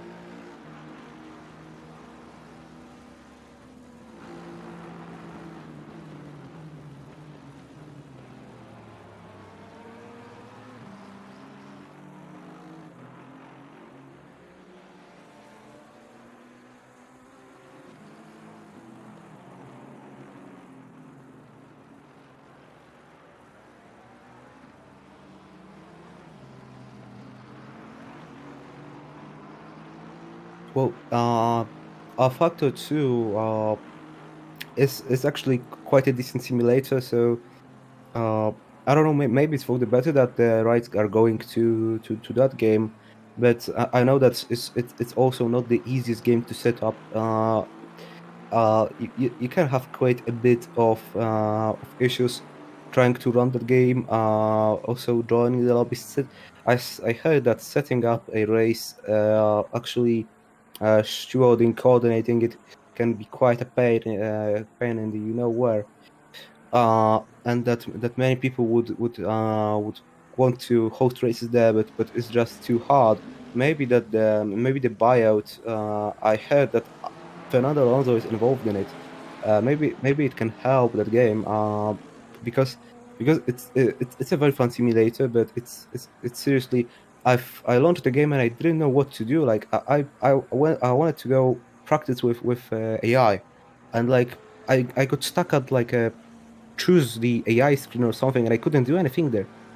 And another thing about it is that when you are racing a multiplayer race, you have to own every single car that's involved in that race, even if you are, I don't know, you're racing, let's say, a Porsche 911 RSR, but it's a multi-class race. You also have LMP2s, other GTs, and you have to buy all of those cars, even if you are not racing them, even if you don't care about the LMP2 or the other GT. So that's another strange thing because iRacing or ACC don't you don't have to have other cars. I don't know. You can drive multi-class with a GT3 and not buy the GT4 class in an ACC. But but also the case of blocking another game from putting the Le Mans name on. Well, I think that the case is kind of ridiculous. They would probably just have to host the race iRacing.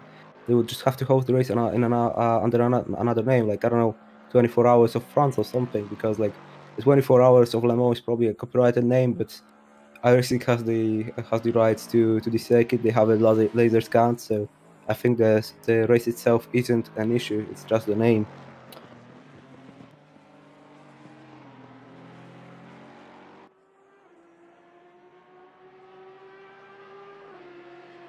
Oh, that's sad.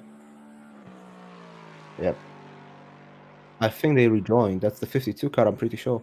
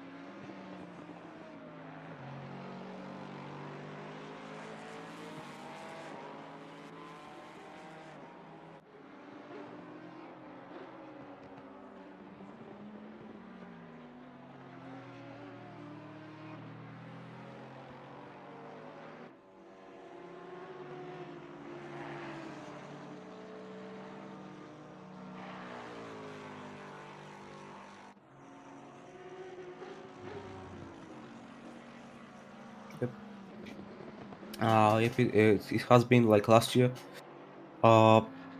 Obviously the coronavirus situation around the world, but having it in a different month can be quite interesting regarding the weather. But also, we have someone waiting for an interview. It's Swagler 420. We will see who is he and what team is he driving for in a second.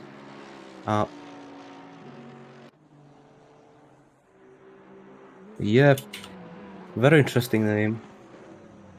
Yep, let's do this. Fine.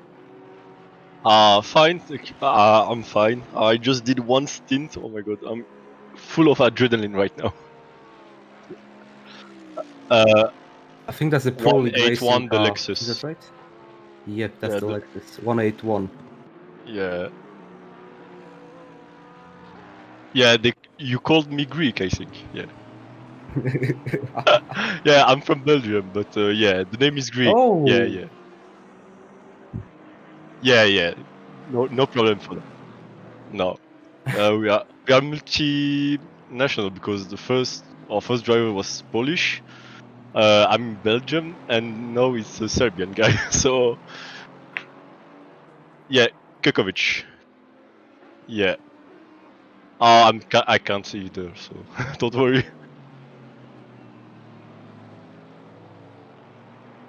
Yeah.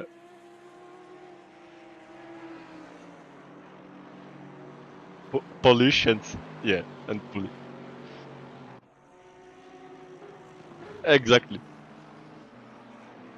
Yeah, don't worry.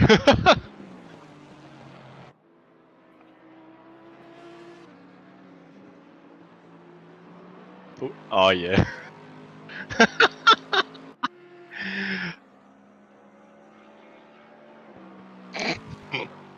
Yeah.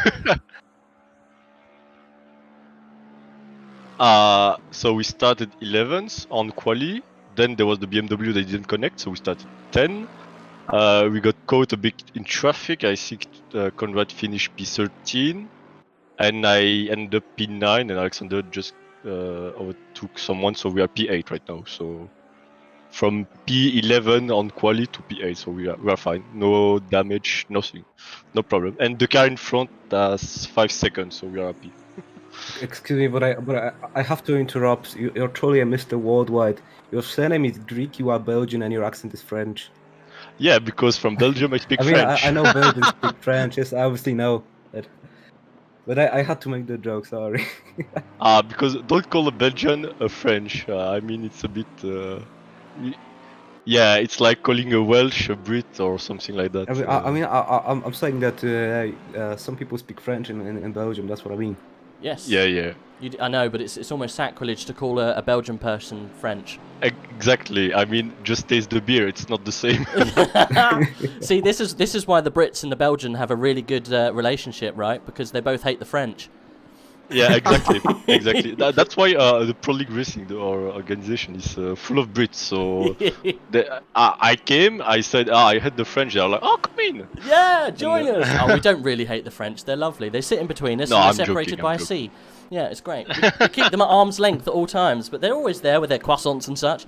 No, they're lovely people. What was I going to say? So your 8th position at the moment. You did Yep. fill in the form. Let's have a little read through.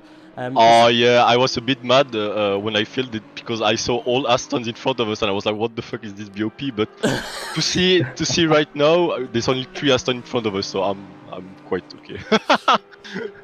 So you said what was your goal? Podium or DNF? So you wanted to go podium or broke? Yeah, but podium is gonna be hard. But at least we are the non-Aston, Porsche, and McLaren. So this Lambo 111 is really quick. So if we can overtake them, it's gonna be cool. But otherwise, we are pretty happy. We are the first. We are the only Lexus on the server. You are the only yeah. Lexus. I bet you're praying for rain, right? Yeah, we have like full downforce, 0 camber almost. So yeah, we are praying for rain right now. You're one of the only cars on the track that really does love that rain. The only other whatchamacallit might go well, the Bentley and the Audi. But yeah, I think you would do very well out of a change of weather. I mean, you've got 9 hours. It could happen. Yeah, I hope. I'm crossing my fingers. Well, I know last time I ran in the Lexus, or a group of friends that I raced with ran in the Lexus in an endurance setting. They went from like, I think somewhere like mid pack, so like 20th, and they came 3rd. I think it was around Imola with RCI. They did very, very well in an endurance, just because it rained and they were in a Lexus. They were driving around people. So, but that was pre-BOP, so I think things have changed slightly. Yeah. So it's not rain equal auto win. Yeah. How do you pronounce your surname? Give us a lowdown. Papa Giorgio. Papa Giorgio. Wow, that's good. That sounds like almost like your old uncle, Papa Giorgio. It's a great surname. Well, you're welcome any time to come and have a chat to us, Papa Giorgio. That's what I'm going to call you now. Thank you. Yeah, the guys in the team just call me Papa. It's easy. Okay, all right, brilliant. Sure, though. Nice. Well, thanks for coming to chat. We'd like a little update a little bit later on if you fancy coming up and joining us maybe a little later. Yeah, don't worry. I'm in the car in 2 hours, so in 3 hours maybe. Have a break, have a Kit Kat, and come back later. Yeah, thank you for the race. By the way, it's problem. Cool. I can show the stream to my mom and say, "Oh, look, I'm on TV." Look, I'm famous, and we're in. Mom, I'm on live telly. I'm on live telly, and he doesn't like French people either. I'm joking. Thank you. See you later. Thank you for the interview and good luck. I'd just like to say my comments don't reflect on anything about AOR. We also love French people. It was clearly a joke. Yeah, we have quite a big number of French people in AOR. They are all lovely. They are. French people are lovely. I've got some friends who are French. I just don't see them very often. Actually, not that many French drivers in this race, I think, sadly. There's not, no. Not that I can see, anyway. We had another steward's report, actually 10 minutes ago. We missed it. Okay. Cool. Another hefty bunch of penalties. Go for it. Car 144 and 27, no further action. Incident between 42, 25 and 744. 15 seconds time penalty for car 42 for a moderate collision. 411 and 567, 5 seconds time penalty for 567 for a minor rear end crash. Cars 738 and 52, 5 seconds time penalty for car 52 for causing a minor collision. And the 52 car is the one that disconnected, but I think they are back and running. So hopefully no more accidents for them. Also unlucky disconnect. Fortunately, they have the same race number after reconnecting, because I saw incidents that involved a car disconnecting and then being assigned to another race number and finishing like 300 laps behind the lead car. What car number was it that disconnected? It was 50? 52. 52. Let's see if I can find them on the list. Let's find 56. Where's 52? They must have been quite hampered because they are way down the bottom. There you go. Yeah. 52. I've got it here. Yeah, they're 27th. It's Simon Crane, Pulse Sim Sport team. Yeah, they must have had a bit of a disaster. The disconnect has not helped them at all. Yeah. Yep, it's quite a fast team. I know a few of those drivers. They are. I think they race in the top splits in AOR, so quite an unlucky disconnect. Yeah. Going back to our conversation about, we're talking about rFactor and bits and pieces. Norman says rFactor 2 appears to have sought to be acquired to ensure they have financial resources to move their awesome force feedback physics to the Unreal 4/5 engine for better graphics presentations. There you go. Ooh, So I that, didn't know about that. That's interesting. well, that uses Because the same Unreal server as this. Engine, It's the same as Unreal this. Engine is one of the industry-leading engines in game development. Well, this is But, on Unreal, isn't it? well, ACC is on Unreal, Yeah. but I think it's not quite using the entire capacity of Unreal because the game, I think we can all agree, it's not very well optimized. You Yeah. have to have a pretty good PC to run it. Actually, I had a i5 6400 and 1063 gigabytes, and I have a new PC right now. Luckily, the game is running well, but the game is pretty hard on the CPU, on the processor. You need to have at least, I think, 6 cores to run it pretty well.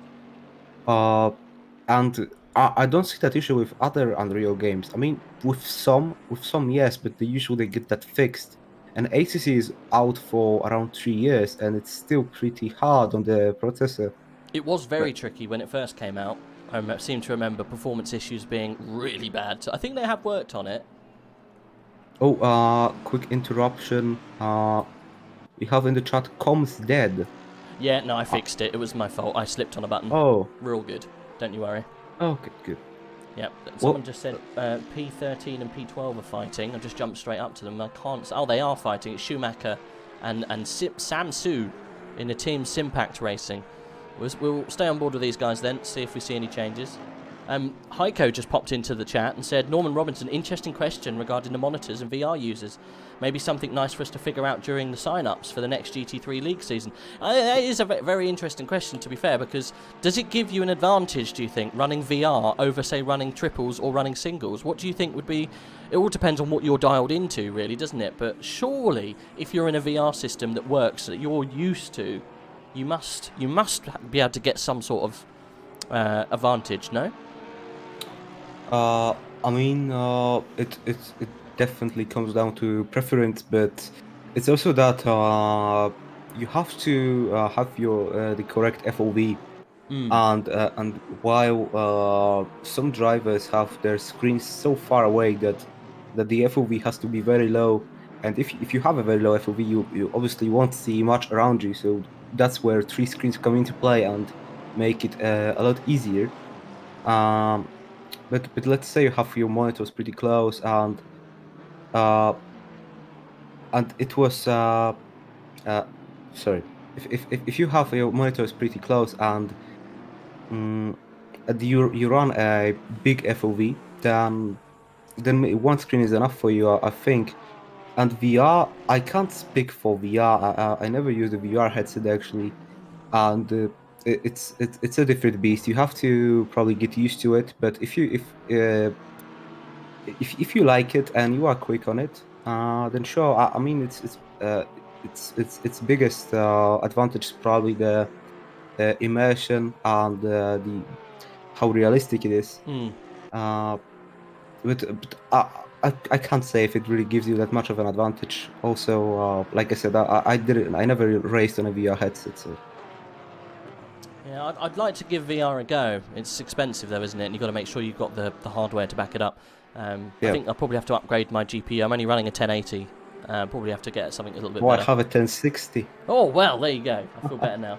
Ben Carr in the chat saying, never have him in your team. Who are you talking about? He did a 60-minute stint, made 3 mistakes, and went offline without saying anything. Who's that? Who did that? I don't know. He didn't mention. Yep. He didn't mention anyone. But let's take a look at the top 3. Lewis Fly having a 16-second advantage over the second place of SOP. Yep. And Vanderwell still holding on to P3. And Soldato still P4. So from the last pit stop round, nothing has changed at the top. But I don't recognize Mr. Sherlock. He's in the 127 car. I think they have made a few places, if I'm not wrong. Oh, someone's off. That's the Daniel van der Linde in the 444. Oh, really? They are back on the track. Yep, that was just a slide coming off onto the gravel. Oh, he's GT4. He's one of the ones we were watching earlier that was in the fight with the polar bear team. Was he Yep, Van der that's Linde? Goat Racing Polar Bear.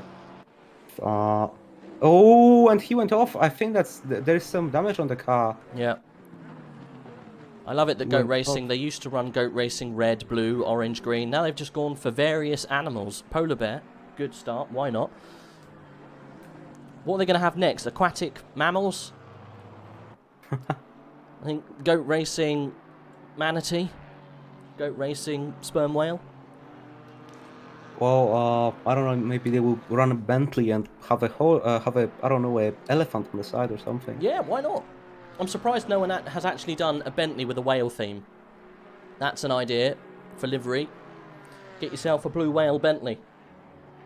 I wonder what happened here with the. Oh no, they're back to speed. Never mind. Yeah, we're on board with them now.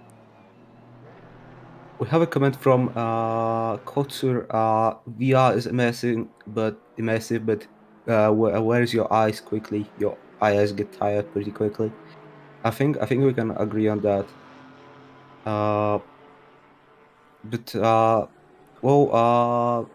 Your eyes are getting tired with a normal screen as well. But I guess VR, you have your glasses, it is screening them closer to your eyes. Maybe that's the reason. You got to get over the motion sickness too, right? Because if the frame definitely. rate isn't perfect, you can get awful sickness. Yep, and I mean, if you crash in VR, I think that's not a very pleasant sight as well. Yeah, I'm sure it's probably pretty scary. Can you imagine crashing around Bathurst in VR? Oh, I mean, I've seen incidents in iRacing and ACC with cars flying.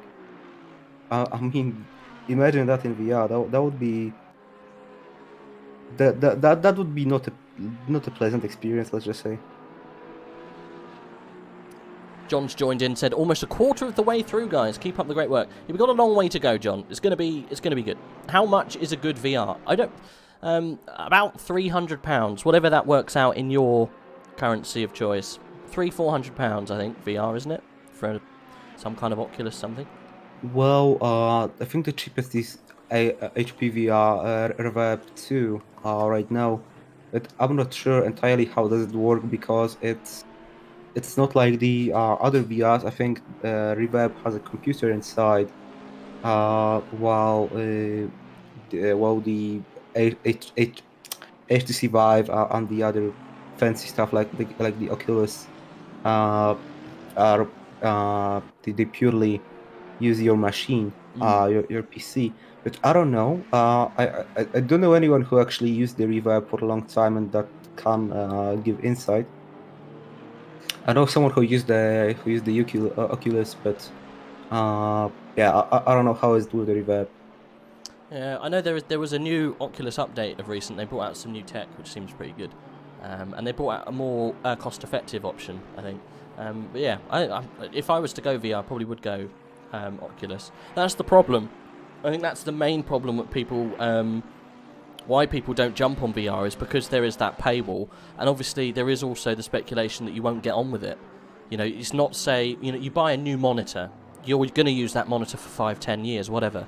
You know, but if you buy a VR and you don't get on with it, it makes you sick or whatever, you don't like using it, that's £400-500 you've just thrown away, and you'd have to then sell it second hand and lose money.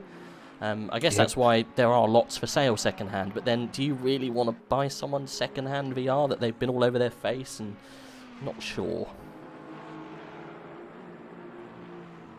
Well, I never really played a game in VR because well, my PC is not good enough for it, and I just don't feel the need of buying a VR headset, playing games in VR. Maybe it would be fun with like some sims. I don't know, with AC and like a I don't know, like a open world track map. But yeah, I've never tried it. Maybe No. I'll try it someday. But right now, the perspective of getting a new graphics card and Bear with me yeah. 1 second. If you just keep people entertained. I think I've got someone at my front door. Lockdown problems. Okay, so back to the action on the track. Let's see what's going on. Did the 411 ever get a penalty for that U-turn into pit lane? I'm sorry that I didn't see this message earlier. There was a stop and go 30 seconds for that car, already served a long time ago. So yeah, there was a penalty. Some could say that it was not enough of a penalty. But that's what the stewards decided, and that's what we are gonna that's what we have to respect. Hello, von Brazilian. Oh, what language is this? This is like I think this is German, but Brazilian. I'm not sure. Do you mean like Basel, the city in Switzerland, or is it Brazil? Excuse me, I'm not good with languages then. But Chris Jones right now 17 seconds behind Lewis Fly. Let me remind you that it was 2 seconds between Lewis Fly, between their teammates, between Luka Vidalish and Black Goat. So, and now the gap is 15 seconds more. And we have another stewards report. Let me read it. I will just take a quick glass of water. Talking for 3 hours, guys. But shooting report of 13:21 UTC. Cars 738, 728, 5 seconds time penalty for car 738 for slowing down in an inappropriate location and causing a minor collision. That can happen while lapping cars, obviously. Inquiry of cars number 888 and 838, no further action. And the rest of the incidents are from server 2, which we are not covering today. Right, sorry, I'm back. It was my celebratory whiskey for when we finish this 12 hours of whatever we're doing. Because in these funny days of COVID, you can get alcohol delivered to your front door. It's fabulous. Oh. We're watching at the moment the battle currently between the 71 and I think the 247 car. This was the car that were getting very aggressive with each other earlier on. Do you remember? Pushing each other into the pit wall. Yeah. But they're still fighting. We had a stewards report in the meantime. I think you heard that. But there is only a 5 seconds time penalty for one car, and the other incident is NFA. So nothing really interesting in that case. But going back to the front pack action, the gap between P1 and P2 is already 17 seconds. It was 2 just an hour ago. Yeah, well, is that between first and second? Yep, that's between Lewis Fly in the FTW Racing and Chris Johnson SOP. So when Chris came out of the pit earlier on the last pit stop, it was 10 seconds. So he's made 7 seconds on this stint, and we're going to be changing in a minute anyway. They'll probably stay out, the same driver, I guess. Oh, we have Luka Vidalish waiting for an interview. Interesting interview ahead of us. Yes. Brilliant. Sorry, I'm cutting an apple. I'm getting slack here. Can I drag him in? Okay. I'll get him. Oh, he's here. Hello. Hello, Luka. Hi guys, how you doing? Oh, we are fine. Pretty fun race to comment. How about you? How is your race going? Feeling I good. think pretty well. Just had a lunch break after my double stint. Yeah, feeling good. Couldn't wish for a better start, obviously. Pace was there right from the start. Managed to build a nice gap to our competitors, and then Were you scared that Black Gold Saw was going to come and spoil your first stints? maybe a little bit. He was putting the pressure on. He went from 11th to 2nd in his stint. We all know how good he is. Yeah. So. But to be fair, you've got a really, really strong team. You've got Lewis Fly, who's currently in the car at the moment. Who else have you used? Luca Nico Solman, another fast driver. It is, yeah. Nico Solman, also, very speedy boy. So you guys must be feeling confident. You're coming off a bounce of a last AOR endurance win, because you won round Brands Hatch, not Brands Hatch, Snetterton. You won Snetterton, yeah. So you guys must be feeling really confident. We do, yeah. Yes, we do. So you're going for the out and out win, aren't you? Obviously, we're trying. Yeah. But, in the multi-class setting, the race is getting so unpredictable. So we're trying our best to not make that or let that be an influence us, the multi-class. Yeah. Because with the traffic, it's tough. Yeah. Around this course, it's tough. There's no breaks really either. There's one straight, one main straight at least. There is one with a bend in it, but yeah, there's not a lot of time to relax and recoup before you're going through that middle sector again. But your boy Lewis Fly doing an amazing job. He's got himself 10 seconds on Jones in this stint alone.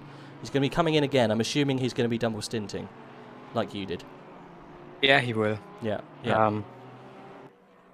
Lewis is usually an Audi driver. Yeah. So to see him in the Porsche and doing that well, I think you have to give him credits for that. Yeah. He's a very young, talented driver. He's only 16 years old. Is he? Yeah. He's Wow. our youngest. It is great to see some of the young guys doing so well in esports, because you just think that, just with few years under their belt and not even a driving license, and these guys are competing at the very top, without much problem. Some people are just naturally gifted when it comes to this. I didn't realise he was that young. Yeah, we've seen many young drivers also in this AOR sprint leagues.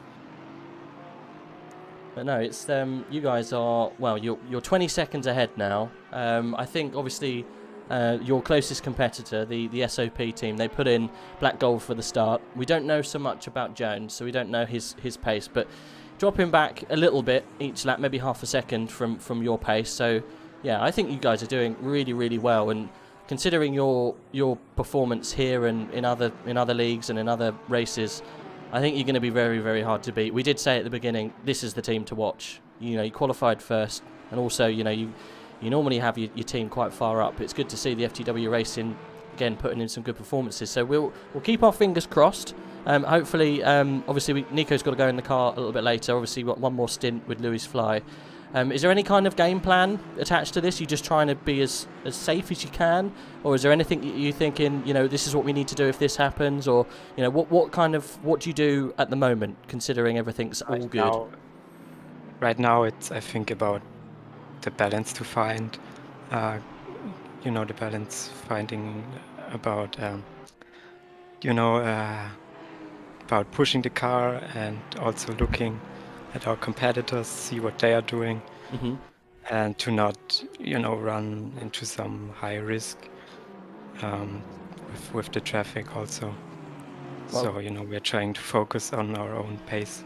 Yeah, I think you're doing a fine job at that, at least. Just watching Lewis getting round some of those GT4s with very good skill involved doing that, coming past, cars that you're obviously really, really quick. Do you think your biggest threat is having a GT4 just that comes in the way at the wrong time, or just a fight with a GT3 that you weren't expecting? What do you think is going to be worse for you? It can always happen, but we're not trying to think about it too much. There's a long way to go. You've got 9 hours to go, but it's looking good. We're just trying to keep it nice and clean. Yep. And the rest will hopefully follow. Come itself. Yeah. How are you doing? You don't have to answer this because people people can't see this. But how are you doing on corner cut warnings? Are you okay at the moment? Because obviously that can come into it. You don't have to answer that because obviously it can lead and help your competitors. But, no problem. But you know that can give you drive-throughs later on, especially towards the end of the race session. Are you doing well in that area? You can just say yes, we're doing well. You don't have to tell me how many you've got. I don't know how Luis is doing, but I just had one track cut, so it's going good. well. Good. Yeah. That's the only thing you've got to be careful of, because those kind of little things can really throw off, such a great performance behind the wheel, and then something like that, just a little slip here and there can cause massive problems and put you in the pit for a couple more seconds than you need to be. For our point of view, we'd love to see that, because there's 20 seconds for the rest of the guys to make up on you. Yeah. But no, you're doing a fantastic job. It's great to see you absolutely commanding a somewhat special lead, considering the standard of drivers that you've got out at the moment. Soldatov, Vanderwell, both very, very quick drivers, and you guys are just walking away, which is great. So keep it up, and hopefully we can touch base a little bit later on towards the end. Yeah, thank you so much. Talk to you later. No problem. Good luck. Enjoy your break. Thank you. We had another bunch of penalties in the meantime. Did we? He sounded very calm, didn't he? Yep, very calm and composed. Yep. Seems like the FTW racing team is very prepared. It's a really good outfit, that, the FTW racing team. Also, I will take a little break. I've commentated for 3 hours straight with no break. You sure? No, sure, I had one a second ago, so you go and break away, no problems. Yep, so you'll take on for a second and I will be right back. Okay, no problem. Right, so we're with Lewis Fly at the moment, 20 seconds from Jones. He's got a lot of cars in front of him that he's trying to navigate. Almost going into the side of that Audi. Was a little tap there, but like we were just talking to Weidelich, pretty much just trying not to get into trouble, and that's exactly what he was trying not to do. Get into trouble. You've got a big gaggle of cars around, and there you go. It happens. There's nothing he could have done about that, but there was a small tap into the back of that Audi. Never mind. Let's have a look on chat. What's chat saying? For us, it was 1 more minute than usual, thanks to number 71. Oof. It could be a podium. Better luck next time, I guess. What team are you in, Atta? What team? We'll double check, see what happened. So, in the future, do you plan to expand to perform Zoom interviews? Well, probably not. We do, well, I don't know. I'm not in a position to say. I'm sure if the organisers wanted to do that, is a good question. We do most of our stuff on Discord, so it's just easier, to pull people into Discord and have a chat. Technically, you can do a face-to-face interview on Discord. It's not hard, but yeah, not really too sure. So what happened to the 181? I was AFK. Let's have a little look at the 181, shall we? At the moment, we're on board with the current leader. Let's see. So 181, they are in, well, they were in 8th. No idea what happened. So they've obviously dropped a position. I didn't see that either. 911, we retired. Oh, that is a shame. I'm sorry to hear that. I mean, at least you've got now 9 hours of doing whatever the hell you like to do for the rest of the afternoon. You're not bound to do this. Look at how many penalties we've got going down that grid, look. From 3rd, 5th, 7th, 10th, 12th, 14th, 18th, and 23rd. All got penalties ranging from 35 through to 5 seconds. Yeah, maybe the attrition is taking its toll on certain people. Let's have a look. We've played a lot of time to these GT3s. Let's have a look on GT4 front and see what's going on there. He was 8th place. Oof. He was 8th place. Yeah, he's dropped down 1 place. Not too sure what happened. He's only 8/10 away. Should we stay with him, actually, considering he's not too far away from his current competitor? Got a Janetta in the way. That's the Key and Bimber team, I think. Don't mind me. I'm going to have a bit of apple. Need to keep the old energy levels up. For 12 hours, it's going to be a long one.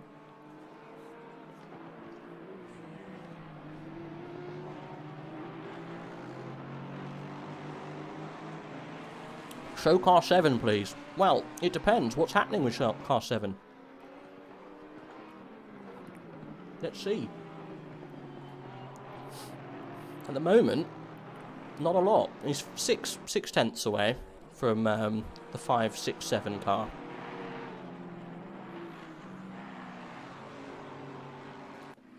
Let's have a look for you then, shall we?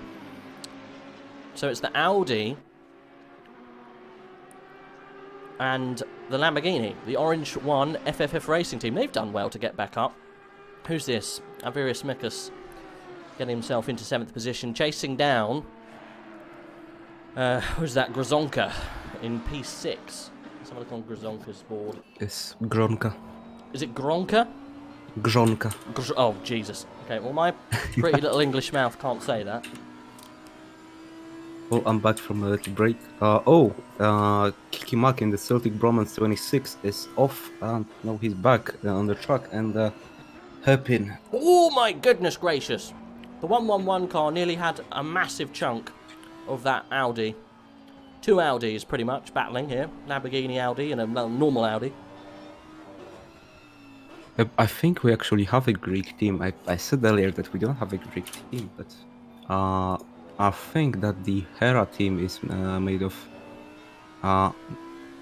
Well, it's a Greek name, and I think maybe not all of them, but those surnames sound pretty Greek. Maybe except for Karolis Sipavicius. I don't think that's a Greek surname, but the rest of them sound pretty Greek. The 111, they are Orange 1 FFF in game. Okay. They don't have a custom livery. P7. Well, and Hera is the name of a Greek goddess, I'm pretty sure. So, well, actually, we have a Greek team this time around. I, for one, love the Greek teams. Why not? Sounds fun. We're on board with current 6th place. Esport First X Pact. What a name. Not a massive fan of that livery. 6th place. That's actually an esports team. Esports First Pact is actually a Polish esports team, and I'm actually interested what's because I think I'm not up to date. I'm interested what's the history with that livery, because Pact and Pompa team mentioned on the car livery are 2 esports teams from Poland, both mostly known for CS:GO and League of Legends as well, I'm pretty sure. So interested what happened there, because Pact and Pompa team, from what I know, are 2 separate organizations. I don't know, maybe some kind of merger happened there, but yeah, that's one of the esports team that we have on the grid today. I think they were a little bit slow on the get-go, but they are now up to pace. Yeah, we've had a little bit of a move around in that middle part of the grid for GT3. There's some people there that weren't that high up. We were just talking to the 181 Lexus earlier on, Papa, as we'll call him. They've dropped down a place. Looks like they've been taken by the 991. Oh, is this Krop in the booth? No, Krop is not the only Polish person on AOR, actually. No, Krop's not in the booth today. Conco said, I made the livery. Want to talk? Question mark. Well, you made this livery here. It's very involved. I mean, you get points for being very artsy. It looks good. I just can't really see what's going on. It might be because we're quite far away. I mean, I remember the Bronze Hat race. Krop wasn't very eager to come into the commentators booth and talk, but maybe he will come in and talk with us today.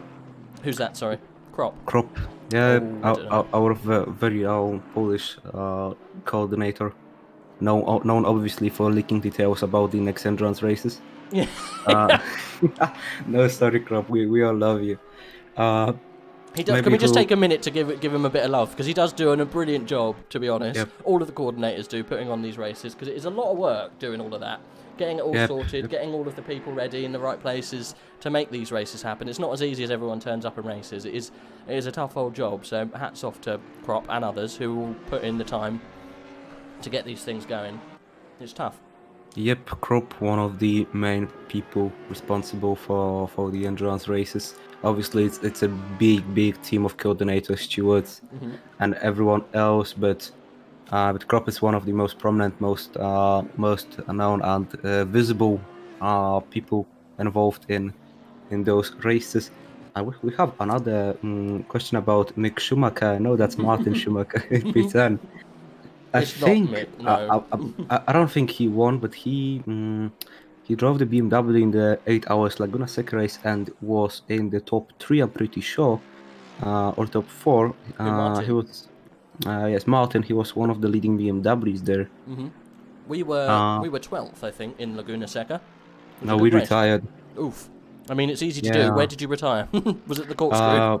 No, I mean Laguna Seca is probably my best track in ACC, but I really love the track. My teammates were quick as hell as well. We had a very strong team. We were putting 23s for 24s all the time, but we chose the wrong brake pad, and when we noticed, it was already too late. Oh, yeah. We did that at Snetterton. We put brakes 1 on by mistake. Yeah, easy done. Yeah, our rear tires just started cooking. Literally, they went yellow after some time, and like when we noticed, I mean, we just retired because we didn't know what was the issue at the moment. But after we retired, I noticed that it was probably the brakes. One of my teammates was quite new to AC at that point, and we thought for a second that it was maybe wrong tire pressures, but the pressures just went from normal to over 30 in a second. So yeah, it was probably the brakes. Or now the P6 car pulling into the pit lane, very late pit stop. On that pit window, I mean, some cars are still pulling into the pit lane. And we had a stewards incident at 10 minutes ago, and I don't think we read it. Ooh. We've got a lot of GT4s have got some penalties as well. We've got stop and go for the 89, 15 seconds for the 420 car, 15 seconds for the second place 80 car. The leader though, Jay Bacon, still going out there in the lead. The 125 car absolutely pounding in laps. Well, the penalties of the last steward report are 15 seconds for 20 car for a moderate collision, 5 seconds for car number 5 for dangerous driving and diving inside of 2 GT4s. Right. That's interesting. And 10 seconds penalty for car 27 for causing a moderate collision, penalty reduced due to their position being returned, and 5 seconds penalty for car 738 for a minor rear end accident with a GT4 car. Right. So. And we have someone waiting for an interview. That's Patrick Toniński, I think, from the XPG Invicta outfit, another esports outfit, I'm pretty sure, right there. Could be another interesting interview. Let's get him in. I'll drag him down if you want. I'm here. Okay. Welcome. How you doing? Hello, Patrick. Hello. Now, what team are you with, Patrick? We are driving XPG Invicta, currently about P20. Let's have a look. Let's grab you up. Is it the 182 car? Yep, yes. Exactly. I can see at the moment you've got Bart Walensky in the car? Yep, Bartek, yes. I probably completely butchered his name, so I apologize. That's a nice livery. We were told to have a little look at that at the start, I seem to remember. So you guys are forming a team, the XPG Invicta. Where's that all come from? Give us a lowdown. It's an organization which mainly known from shooting games. Mm-hmm. CSGO, Counter-Strike and Valorant, right? Yep. Previously, even was it Rainbow Siege, something like that? But they Rainbow Six Siege, yeah. Yep. But they ended it. Yeah. Sim racing organization we founded about less than a year ago, and we drove for them from that time. Yeah. It's I am Bartek, and one of our teammates, which will be in the next stint, is Artur. Mm-hmm.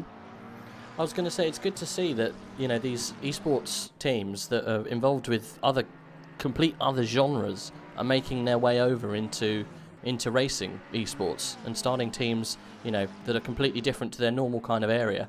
It's crazy that the expansion of sim racing is being absorbed by all of these other larger sim racing teams from other genres. It's crazy. Excuse me, but I have to interrupt for a second. Car number 11 P4, Vanderbilt right now in the car has got a drive-through. One of the top contenders with a drive-through. Okay. Oh wow! Yeah, that is big news. Actually, was that given to him, or was that's a game thing, isn't it? That must have been a penalty. As in That seems like an in-game penalty, maybe for the track limits. We Yeah. don't have any report about them yet. he's doing it now, which is, I guess, get it done as soon as he can. Be stuck behind a Ginetta. Yeah, that's the contest for a podium for them gone. Yeah, that is. You're right. That is a shame. Never mind. Well, he's getting it done now, at least, so he's probably going to come out... Well, hopefully he doesn't drop out of the top 10. I think he's got enough of time. I think Martin Schumacher is probably going to be his nearest competitor. We'll keep an eye on what happens. But yeah, sorry, we were saying about esports coming over from different genres. I've never seen that before. I've never seen it kind of flow over into racing. Yeah, you're right. I think the most things that happened is this pandemic. Mm-hmm. And all the racing come virtual, and I think it's mainly because of this organization interested in sim racing. Yeah, I think which I think is very, very good, because it's nice to watch, and it's nice that bigger organization are involving into it. Yeah, definitely, that's very good for the sports. Various organizations are coming into the play, because we have many amateur drivers, many guys that do just for fun, but maybe having actual esports organizations and people that are actually doing it professionally, maybe that's gonna be good for the sport. Oh, and stop and go for 30 seconds for car number 25, and for the car number 11, they sped in the pit lane while serving the drive-through. Oh no! Oh, goodness. Shame for them. That's compounding the issue, isn't it? That's definitely not what you want to do. Oh, well, when things go wrong, they normally go badly wrong, and that's what's happened for number 11. That's pretty savage, that. But going back to esports, you know, it is definitely a true kind of line towards doing actually real driving. Like, look what's happened with, you know, various esports drivers. What's that guy who's quite famous? Did the fastest driver? Yeah, James Baldwin. Yeah. You know, it does directly link over into real driving, and you know, seeing teams like Veloce going into doing the Extreme E, having their own team in real, you know, competitive racing is, you know, it's only a matter of time before these kind of, you know, these E teams really kind of spill over and take over real actual racing teams at proper events. It's only a matter of time before it happens. There's the talent pool there, you know, that's the good thing. I think the same. I think there is on this scene very very large of group of people that are very talented, but you know, in motorsport there is a very high money behind it, so they cannot show what they can do. Yeah, that's definitely true. Obviously, there were stories about various drivers coming up from hard beginnings, from literally having their family sell their homes or their belongings just to make their kids race. But sim racing is still quite a new opportunity for those drivers that can't really afford going into the real thing. And like we mentioned earlier, James Baldwin having participated in the British GT3, British GT. Also, Jimmy Broadbent going into the Exactly. into the Praga Racing Series, and like Cotter mentioned in the chat, Jardier being invited by Lamborghini to a testing session. So yeah, that's good to see. Well, didn't Jardier come from a racing background? I mean, yeah, he raced when he was young. From what I heard, he raced in Ford Fiestas, I think, but a family situation made him stop racing. Yeah, it's fun. Oh, there's I think that was at Kieran Prendergast's team off on the grass there. I just saw. Don't know what number it was, what number car it is, but it was parked up in the middle sector. Luckily, it was holding his brakes, which you should do if you come off on the track, so it didn't cause any problems. It was the purple Ferrari. Not too sure what number it is. 33, I think, and 25 now off in just later after the Schumacher races. So I've lost the car that we were talking about. I'm sorry. Very rude. No problem. What number were you? 182. 182. Very sorry. There you go. How could I forget no with problem, a name no like problem. that? I can't say it. My English mouth won't let me. But yeah, you guys are doing well. 17th. Whereabouts did you start? We started about 20th, Okay. but The problems on the start, we've right? got drive-through. Yep, I don't know Oh, exactly why we got it. I think you got it on the start, right? Yep, exactly. Or possibly speeding I before think, the race start. Yeah. I think the communicate was that we have wrong place on the grid. Yeah. Oh, Something like that. I don't know what. yep. First, this was There my was a car first retiring exactly. in front of you. P7 just disappeared before the start of the race. Maybe because of that. So we are actually starting from the back, and we've got some not so very good adventures with one of Aston's, I think 738 in my first stint. Currently running in 28th position, I think. Yeah, I think they were lapped, but we were lapping them, and they just act like we wasn't there, and we both crashed. So Yeah. We half saw of my quite a few first incidents with him at the beginning. Bless him. Well, it's yep, good yep, to see you make a recovery. Yep. Actually, my second half an hour of my first stint, we loses about 3 seconds per lap. So I think we recovered pretty well. Looking forward what we could achieve. Yep. So what's your kind of what's your aim out of the race today? I think obviously a top 3 podium finish is probably a little bit out of the woods for you guys. Are you going to try and aim to get into the top 10? We were before the race we were talking that if we will be in top 20, top 15, we will be good. Okay. So you're right there, at least. Yeah. But if you get something, you always get something more of it. So yeah. Well, looking at the timings, you're not too far away from getting into the top 15. You've got 8 seconds to the car in front, who's got 5 seconds to the car in front of him. So you make up 15 seconds.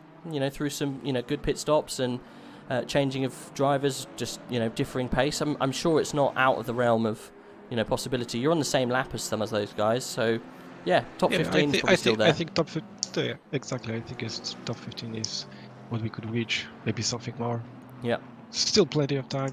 There is. So is this your first as a team first foray into AOR endurance? Yep. Yeah. We've got some in. I think there are some of our people driving in F1 games, but in ACC in endurance is our first appearance. Well, first of many, I hope. Thanks very much for joining us. We appreciate coming up and having a chat. Maybe later on, towards the the end of the race, we'll jump into the waiting for an interview, and we'll happily discuss how quickly you got into the top 15. Looking forward to it. Cool. Thank you guys. Problem. Thank you for the interview. I think that's a very interesting topic for discussion. The whole esports coming over to or branching out more so into sim racing, because sim racing's taken a massive upstep in popularity. At the beginning of the COVID situation, you had the likes of the Indy 500 being raced on iRacing, a proper drivers field. There was obviously those incidents that everyone watched where people were taking each other out on purpose, which made a bit of a mockery of it. But without that, we saw some very, very interesting racing, and obviously F1 doing their proper virtual GPs. Yeah. Yeah, it is good to see that people are taking sim racing seriously. But I've never seen that before. Sim racing teams from other genres, esports teams from other genres coming over to sim racing and expanding out. So that's interesting. It shows that there are companies out there with proper, cash flow and blah blah blah, and that are interested in coming into sim racing and starting in the middle ground and working their way up to the top. Yeah, that's very interesting. I haven't seen that myself as well. I saw it once, I think. If I'm not wrong, one of our today's teams, I saw it in a different league. Obviously, I can't mention the name, but Yeah, but that was not so long ago. So they're slowly starting to join the sim racing scene, and it's very good. It's very good for the sport. But it's of course not yet companies that spend millions on esports yet. Maybe someday they will. But yeah, it's good to start to see it starting to happen in the sim racing scene, because sim racing is a esport like any other game. It's an esport like any other esport, and yeah, the teams. Good to see teams actually treating it seriously. Yeah. So yeah. I won't be surprised if we have proper manufacturer drivers, manufacturer teams like Audi, Mercedes, Porsche, Aston Martin, stuff like that in the future, branching out and making proper esports teams. You know, why not? You know, it's free advertising. As long as they have a car in the game that they want to compete in, you know, why not? Why would they not put their own drivers and compete in proper esports? I guess that's where esports is going at the end of the day, where you have, you know, full-on paid drivers and full-on, you know, manufacturers taking part. Because at the moment, it's a bit like, you know, taking part in your local kind of track day, isn't it? You know, you get a team with your mates and you practice on a track and then you do your best. But you have got full-on outfits nowadays that are coming in and actually doing really good results. Like, look at Formula One. You know, you've got all of those teams that are sponsored by actual F1 teams. You know, real money going into it, not just you know, people doing it for a laugh. I mean, we also have to mention F1 drivers taking part in sim racing competitions. Obviously, Lando Norris, Max Verstappen taking part in iRacing races. They've won their split in Battle of Hours a few years ago. Pretty sure they did. Despite that, Max Verstappen had, I think, his brake pedal died. Oh yeah. I think everyone remembers that. Oh, one thing that we forgot about, Kotsos just now mentioned, BMW has a partnership with G2 Esports, one of the biggest esports teams in the world. Obviously, a very strong team in CS:GO, teams in, I think, League of Legends. Also, probably one of the best worldwide teams in League of Legends. So nice to see them also taking part in the sim racing community.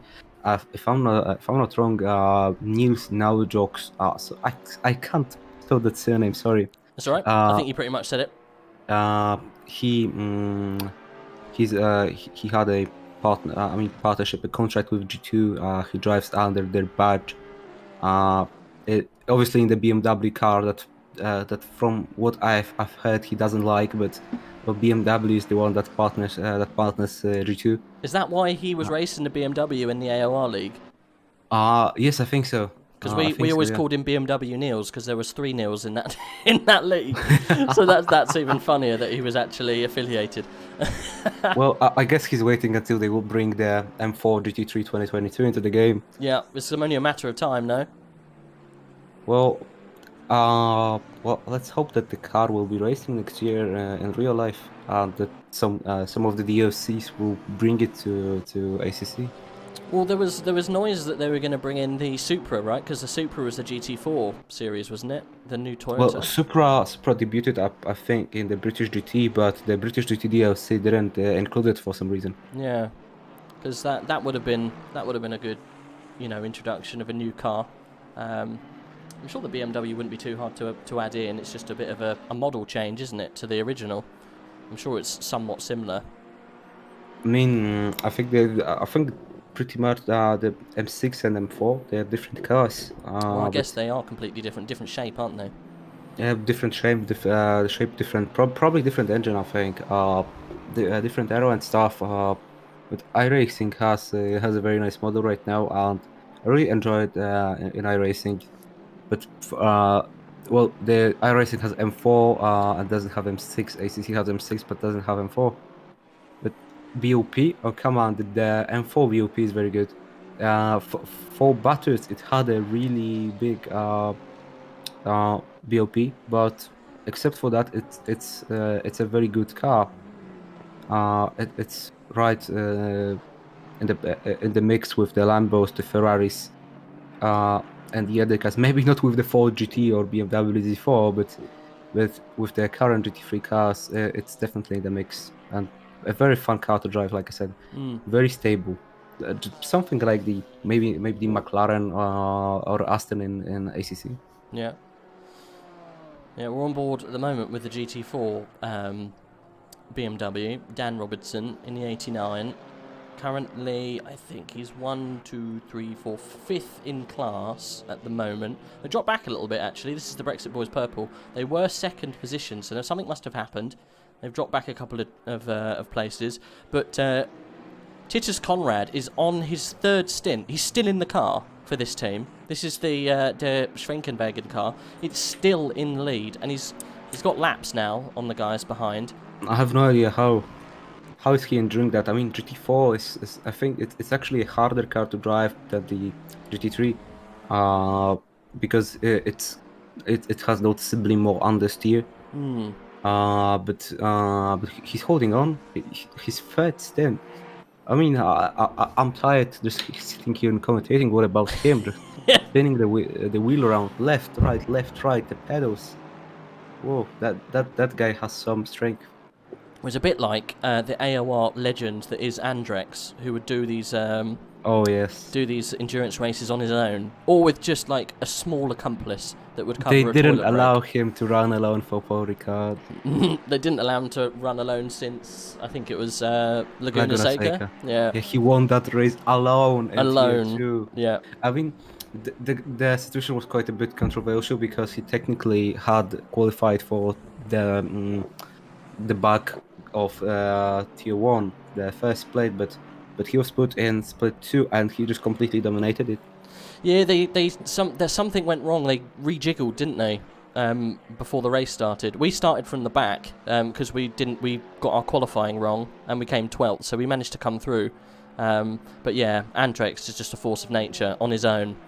Was it 9 hours, wasn't it, as well? Laguna Seca. It was 8 hours. 8 hours, but still 8 hours on your own. Like, what do you do to go to the toilet? Crazy. But just some other good news. The Hivemind team have got themselves back into second position in GT4, which is good. Then we've got the McLaren, liveried McLaren, the Door Motorsport, Alexander Doricott in third position in GT4. And then who have we got in fourth? I haven't seen this one. No, they have been up there the whole time. STMP Endurance. I've heard of this team before. It's Patrick Jowanowski. I can't say that. It's the 760 car, right? Yes. Go on, give it your best Januszewicz. Well, there you go. Yeah, I was never going to say that. Well, they I recognise that livery. They're quite regulars, as the Lexus that we were talking about earlier gets round him. They're currently in fourth position. And Doggo, is he on his own or is he on his own team? No, Doggo. He's the Karambimba racing team. Bless him. Doggo's he's quite popular in the Discord, isn't he? Yeah. I mean, I've never really raced him or encountered him, but I heard he's pretty popular. Yeah. They're currently racing the Ginsters team. That livery looks really funny with the big smile at the front. Two Ginettas going side by side into the middle sector here. Ginsters versus Karambimba.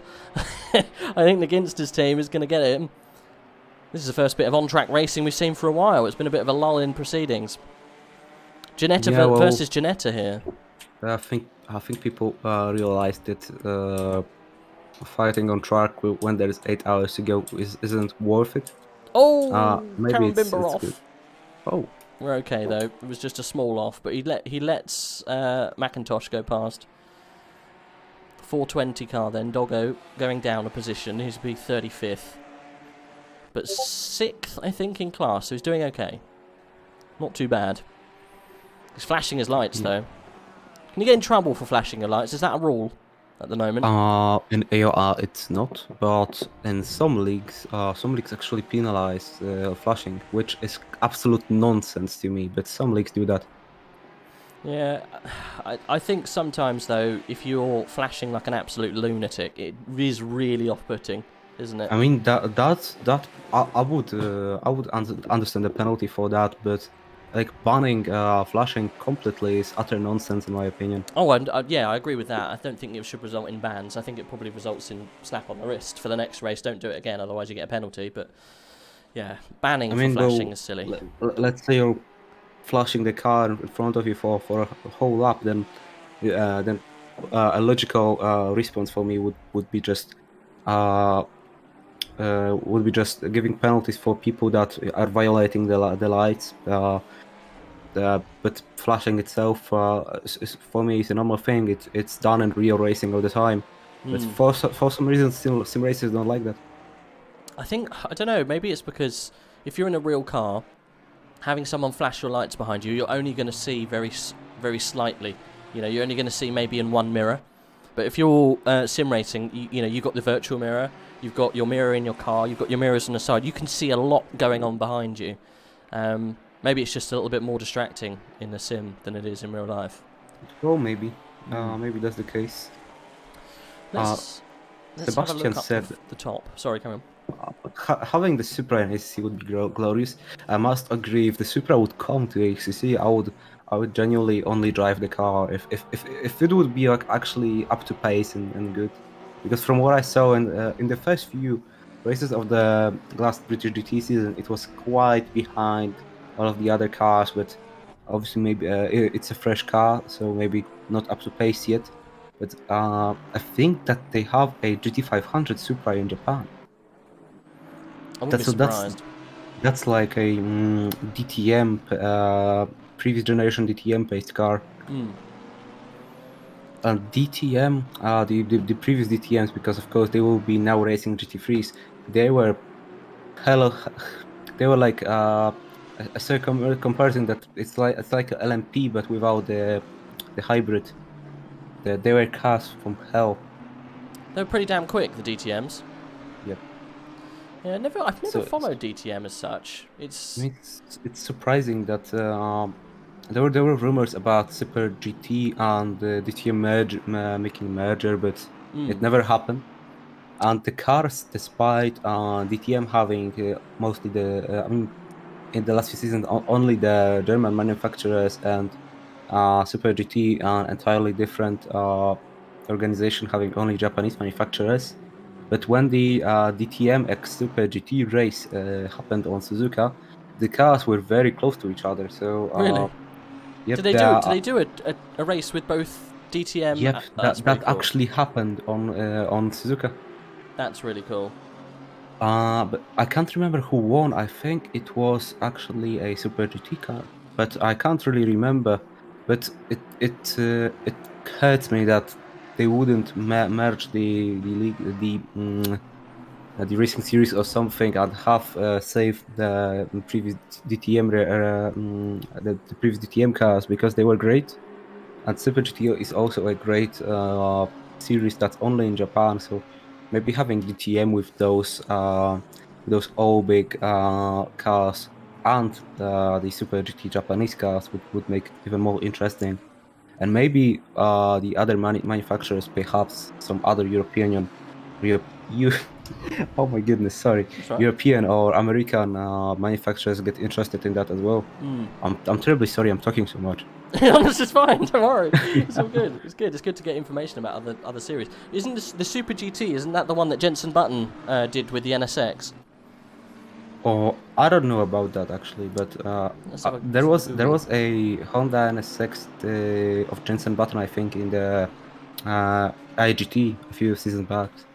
Few seasons back.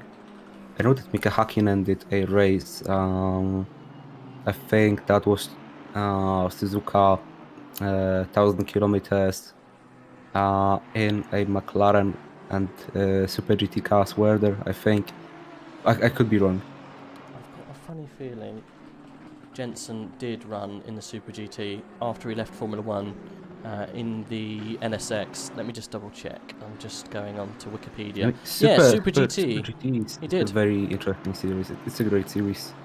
They had the old NSX run until I think 2009, 2011, something like that. He was in Team Mugen in the Honda NSX for 2017. He was in Team Kumanutsi in 2018 and in 2019. Oh. Driver Championship. Yeah, he won it in 2018. He won the Oh, driver I didn't championship. know about that. Yeah, in the Honda NSX GT. So it was the blue one. I seem to remember it being blue. Yeah, it did very well for like a year or so. Interesting, because the NSX, as we know, doesn't have a very strong engine. Well, it's not great in GT3, no? It just doesn't do brilliantly well, which is a shame, because it always did so well in Super GT. That's why I was always a bit surprised that the NSX didn't do so great here. What's the only NSX doing in this race? It's in 14th position, I think, at the moment. I mean, if I'm not wrong, Toyota is running a Prius, right? In Super GT. What's that, sorry? A Toyota Prius. Is there really? I think there is. I mean, I'm not that much up to pace in Super GT. I sometimes watch races, but not very often. I'm not very up to date. But from what I recall, there was a Prius with a V8 in there. It defeats the object of having a I need Prius. to double check. It's good to see that we got a Honda NSX in this race, though. And he's running around quite competitively. 14th position at the moment. What team is it? The Simdurance featuring D3L4. Oh, okay. Yep, that's a Prius with a 3.4 liter V8 motor from Lexus, from the Lexus GT3 car. I was right after all. Right. A Prius with a V8. That's a dream. I mean, I could think of better cars to put that V8 in than a Prius. I mean, it's not quite a Hellcat engine or some LS engine, but it's still a V8. That's quite funny. Yeah, I mean, Toyota literally screwing up their ecological plant with Super GT. Well, that's one of the reasons that Honda have decided to pull out of Formula 1, though, isn't it? Because of the whole economical argument. I mean, I don't really know why they pulled out, but Honda did the standard Japanese strategy. We have a good car. It's time to pull out of Formula 1. Yeah. It's actually quite interesting because I mean they are sourcing only 2 teams, but Renault is sourcing none at the moment. But only 2 teams. But I think it would have brought them profit running in Formula 1 with.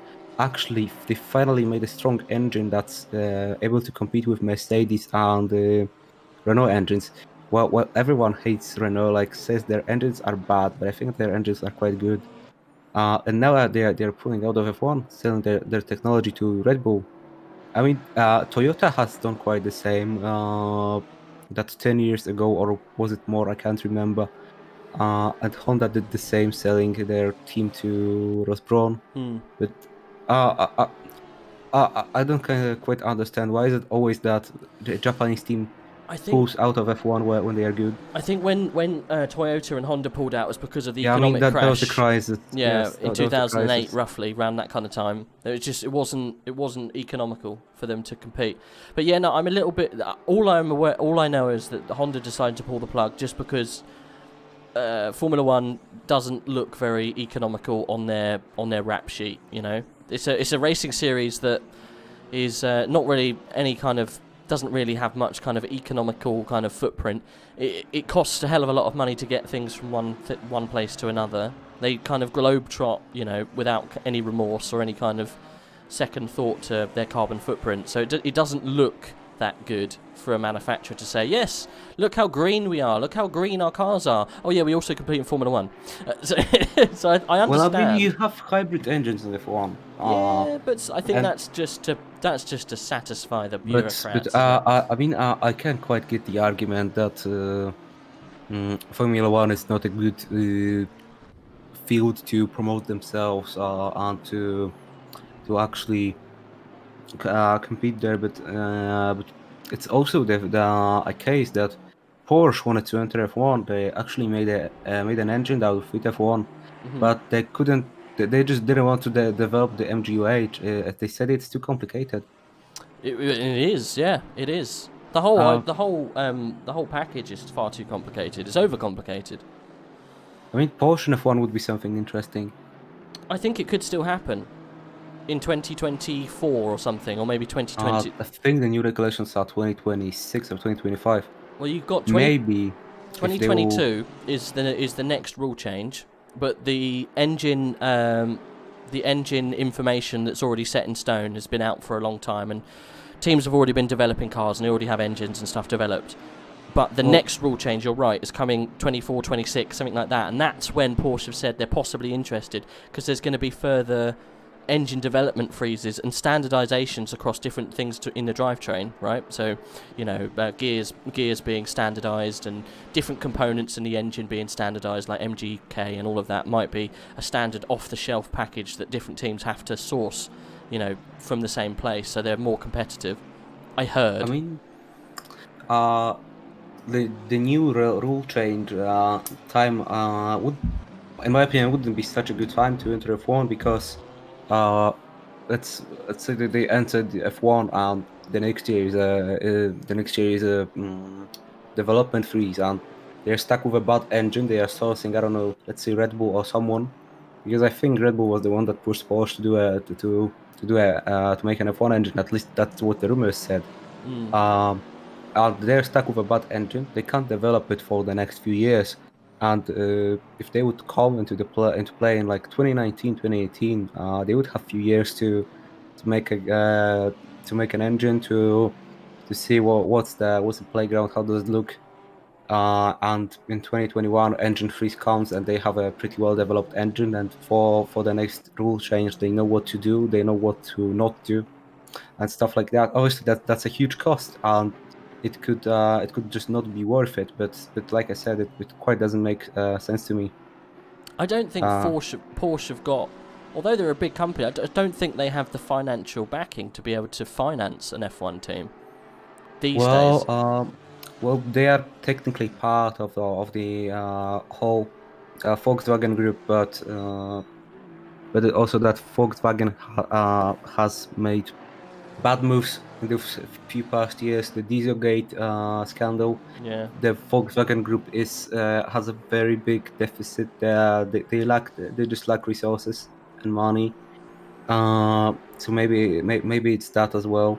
And the whole Volkswagen group, except for I think Porsche going electric soon, Bentley's going electric, Bugatti is still a big question mark for possible selling to Rimac, and Porsche hasn't said anything yet. Porsche, I think, is the most independent out of those marks that are under the Volkswagen group.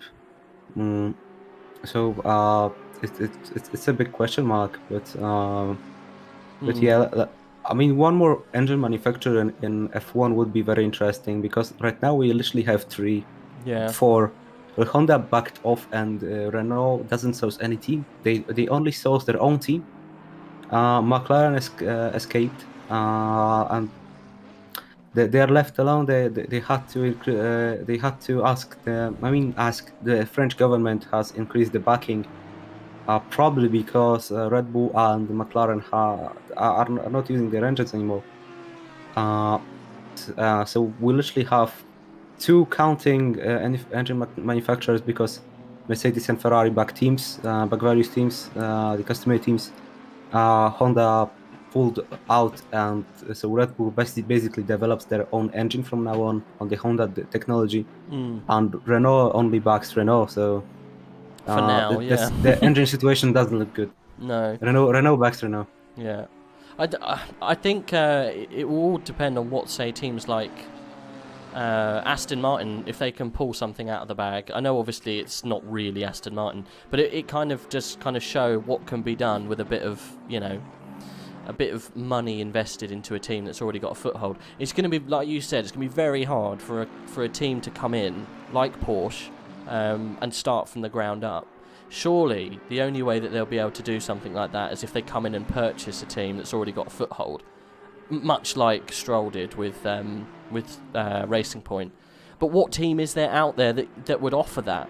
You know, the only team I could see that would be up for sale or Haas. that could is Haas. But Haas, they've got a lot of their development in America. They source all of their parts, or most of them, from Dallara. They don't really have much of a development program. You know, you'll be buying into a very customer-focused team. You'd still have to put in millions, hundreds of millions of pounds into developing your own headquarters that would make your own part. They buy everything Haas, majority of the parts. So you're buying half an outfit, not really a full outfit like Stroll did with Racing Point.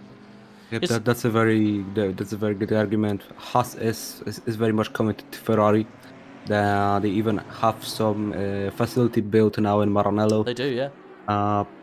And like you said, it's basically a team that buys as much parts as they can from other companies. I mean, they've done well doing it. Yeah, they've done well in their first few years, but They're now hampered by this they're Ferrari kind issue. of at the back of the grid. Not only the bad Ferrari engine, but the chassis is also quite bad. I heard that Roman Grosjean and Kevin Magnussen in the past 2 years have struggled with the car literally changing its camber and toe under race conditions. Like Really? the car was so bad, and the entire tire struggles, which are pretty much fixed for the 2020 season, but the car was still very bad. So let's just hope that Haas makes a return in 2022. But I think they will with the simplified because this cars. year's car is Awful. pretty much just the 2020 car with that has been accustomed to the regulations, so Yeah. it's fighting with no one literally. Mm. But one thing that Haas has is Nikita Mazepin and his father. They're bringing in a lot of money. They literally saved the team from going bankrupt because Haas has literally no sponsors. So even if many people hate Nikita Mazepin and not like him, they have to give it to him that his father saved the team. And we would probably see 9 teams on the grid in a few years, if not someone with financial backing finally investing into Haas, because the whole Rich Energy fiasco definitely didn't help their image. No, you're right. Yeah, very tricky times for Haas. We're watching at the moment a great battle going on between Fitzpatrick and oh God, can you say that name in fifth? Frizovic. Almost. Yeah, that's almost correct. Yeah, they're going toe to toe, these boys. They've been battling for a good couple of laps now. Oh, and I think that's going to be a move right now. Yep. This is a good place to make a move because you can set up the next corner here. We saw this earlier on. Oh, there's a tap! Oh no! And the Aston's out. The Aston is round the corner. Right, well, let's see what happens with Desmond Fitzpatrick. He's back on the track. He's got the 111 car behind him. He has a lapped car behind him, right? No, that's the P7 Lamborghini. Yeah. Oh. Well, and he goes wide, and that's another position lost. Yeah. Well, we're interested to see what happens with the stewards. Do you think that was really? I don't think that was his fault, to be honest. I'm not sure that that was done on purpose. Well, he went around the outside and left enough space for the car passing him. But I think that maybe the car on the inside touch maybe overcooked it a little bit. Maybe we'll see some continuation of this case on some stewards report, if any will be made. But we haven't seen any updates from the stewards in quite a long time. So perhaps safe driving out there, at least so far. Oh, Sebastian just said, didn't Haas have an issue with the Ferrari rear suspension heating up and then changing the rake angle? Possibly. That sounds very... Oh, that's possible, yeah. That sounds very possible. I'm not really sure what the problem was, but it was something with the suspension, yep. I like that the new rules have really hampered the Mercedes low-rake cars and all of the high-raked cars. A little bit like the Ferrari, but mainly the Red Bull cars have really come into... Mercedes almost didn't lose anything because of it. It's Aston Martin who has the biggest problem. Yeah. Well, I think Mercedes have lost a little bit. I just don't think they showed it in Bahrain. I think Bahrain's a very good circuit for Mercedes. I think you'll see much definitely more in Imola. I think you'll definitely see a bigger change. Yeah, Imola is a very good circuit for Red Bull, at least I think so. And Mercedes were quite dominant on Bahrain in those past few years. And yeah, last year Max Verstappen was pretty much going for a win, but his tire blew on Imola. It did, and didn't it? Imola is an aero-focused track pretty much, since it has many technical corners nowadays. And Red Bull obviously has probably the best aero package, even better than Mercedes. They've always been struggling with the engine, also great chassis. So we will see. Hopefully, a great fight will be ahead of us on Imola. And we have Fizzyman waiting for an interview. Ooh! Just before you do that, get him in. I'm just going to pop to the toilet. Okay. Wait, So I will wait. I will wait for Okay, all right. I shouldn't be. for you. So sorry, Fizimon, for waiting, but we want to have the full interview experience. I'm not that really good with interviews.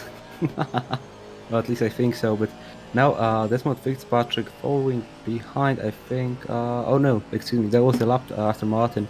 But I love that Aston Martin F1 themed livery. One of the best ones. Maybe not very original, but definitely a great one. Also nicely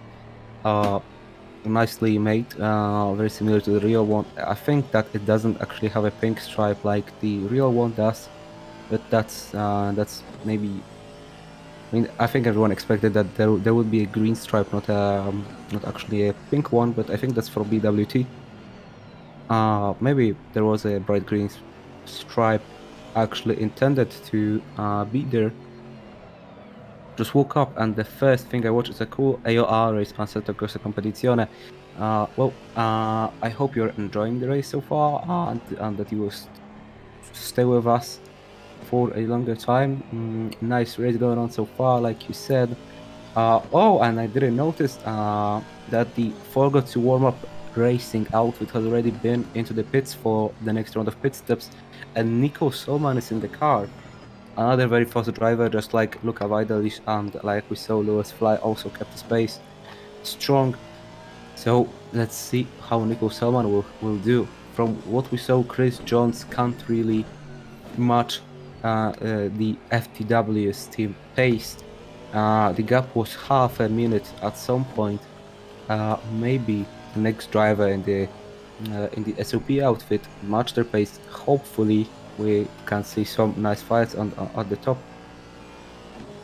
Right, I'm back. Mildred Garcia said, just woke up and the first thing I watch is a cool AOR race on Assetto Corsa Competizione. I'm enjoying the race, thanks for asking. I didn't ask, but I'm glad that you're enjoying the race, Mildred. Welcome. I asked. Oh, you asked? Okay, good. I'm glad that you're enjoying the race, sorry. Shall we get Fizzy in? I'll drag him Yes, down we if you should. want. Let's get him in. Whereabouts is he? There he is. How you doing, bud? Hello. I'm doing great. How are you? It's been a long few hours, I'm not going to lie. We've got quite a few going left. How's the race going for you guys? It's been going pretty good. We started out all the way at the back at P29 and got ourselves up to 20th at one point, but then we made a little bit of a mistake and went spinning off in the first stint. So we dropped down back to around 25th, and then, you know, the stint was going on pretty well, and then our first driver came into pit and then forgot to change drivers, which is important. Yes. Because he forgot, it cost us about 5 seconds, and at the end of his second stint that he did, since might as well just double stint it while we're at it, he was 1 second over on the driver stint time. So not only did he accidentally speed into the pits, but he was too long out on track, and so we got ourselves a nice stop-go. So Oof. Oh. since then, it's been a recovery drive for us. That's pity. annoying. Well, at least you didn't do a U-turn, turn around and go back into the pits. Yeah. Oh, yeah. I saw that and I was just like, oh, goodness Yeah. gracious. At least No. you took the penalty like a man and came in. Yeah. That was basically it. So it's been pretty fun though, I have to say. Even though it's not been the best of races so far for us. I mean, yeah, it's been a lot of fun. Aren't you? Yes, P24. We're trying to hunt down 23rd. I mean, they got plenty of a gap on us right now, but our guy in the car right now, Harrison's been doing a really good job. So pretty happy with this pace. I was going to ask, whose dog is it on the side? So that is actually my dog. So it was funny. So it was originally just supposed to be me and Tudor in the car, and Yeah. I was like, you know, it'd be funny if I just put a huge picture of my dog on the car. And his name is Ozzy, hence Goat Raising Ozzy. Got you. And what And breed so- is that? What was that? What breed is that? He is a Cocklier. It's a King Charles Cavalier Cocker Spaniel Oh. mix. I mean, that's a good Oh. mix. Yeah, he's a wild child. So his head isn't nearly that big. He's a real small guy, but I figured, you know, it'd be cool to have his face just plastered on the front of the car, because why not, you know? I think it's great. I think it's really Yeah. good. We got chat in the people in the chat. Real men take penalties. Yes, they do. What a beautiful puppy. There you go. You're getting some. This is the Thank first you. time I've seen someone's pet on the side of a car in an esports race. This is great stuff. This is good Yeah. quality content that I want to see. Yeah, see, like, it would have been cool to put, like, maybe all of our pets, per se, but, like, it Yes. was kind of just a little last minute. Another, I guess, fun fact you could say was Harrison joined our team late because him and another driver of ours, Richie, were supposed to be a third GOAT racing team in the GT3s. Yeah. But Richie went down with a shoulder injury last week, so we brought in Harrison last minute. And we kind of forced the livery upon him, but he's grown. It's grown on him, so he's sure he liking doesn't he's mind. liking it. Yeah. Yeah. It's not the worst thing to have on the side of a car. Oh, no. Last time out at Snetterton, I had a massive bowl of Bovril on the side of the car. It was great. You might not know what Bovril is, being American. It's like Marmite, right? Okay. Yeah.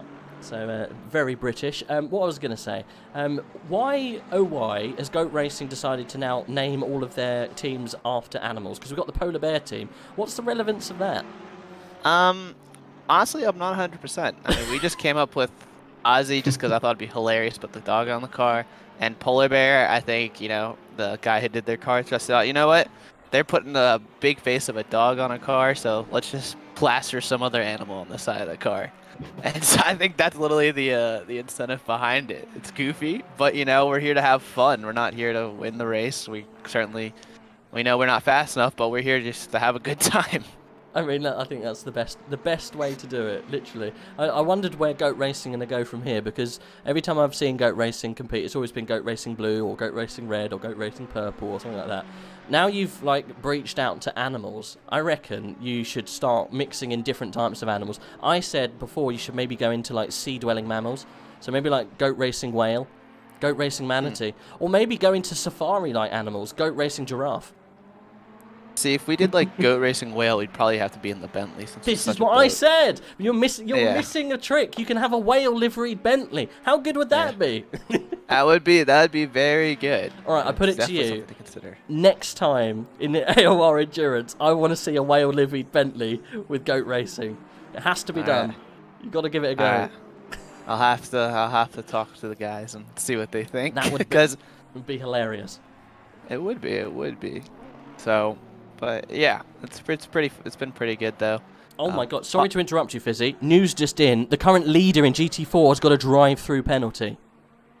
Yep, I didn't want to interrupt the interview, but yes, the 125 car has a drive-through, and the 247 car had a drive-through now turned into a stop-and-go 30 seconds.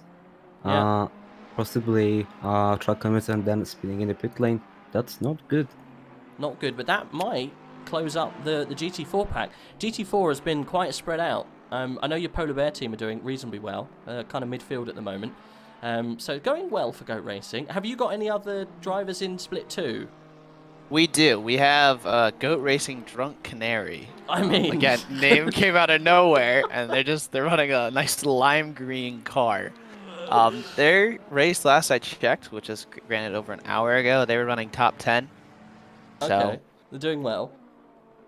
Yeah, I mean, from what I've heard, the two drivers, one of them set like 30th some fastest time overall. I mean, it's a really quick driver, but he paired up with the other guy who's like, you know, on the slower side, because you know he's just in it to have fun. Yeah. And so they put the two of them together, and you get yourself a pretty interesting combo. So I guess Drunk Canary is a pretty accurate name for them. Sorry that I will interrupt you, but this 714 car has just pulled off, I think, spun and stopped on this track, but now they're back underway.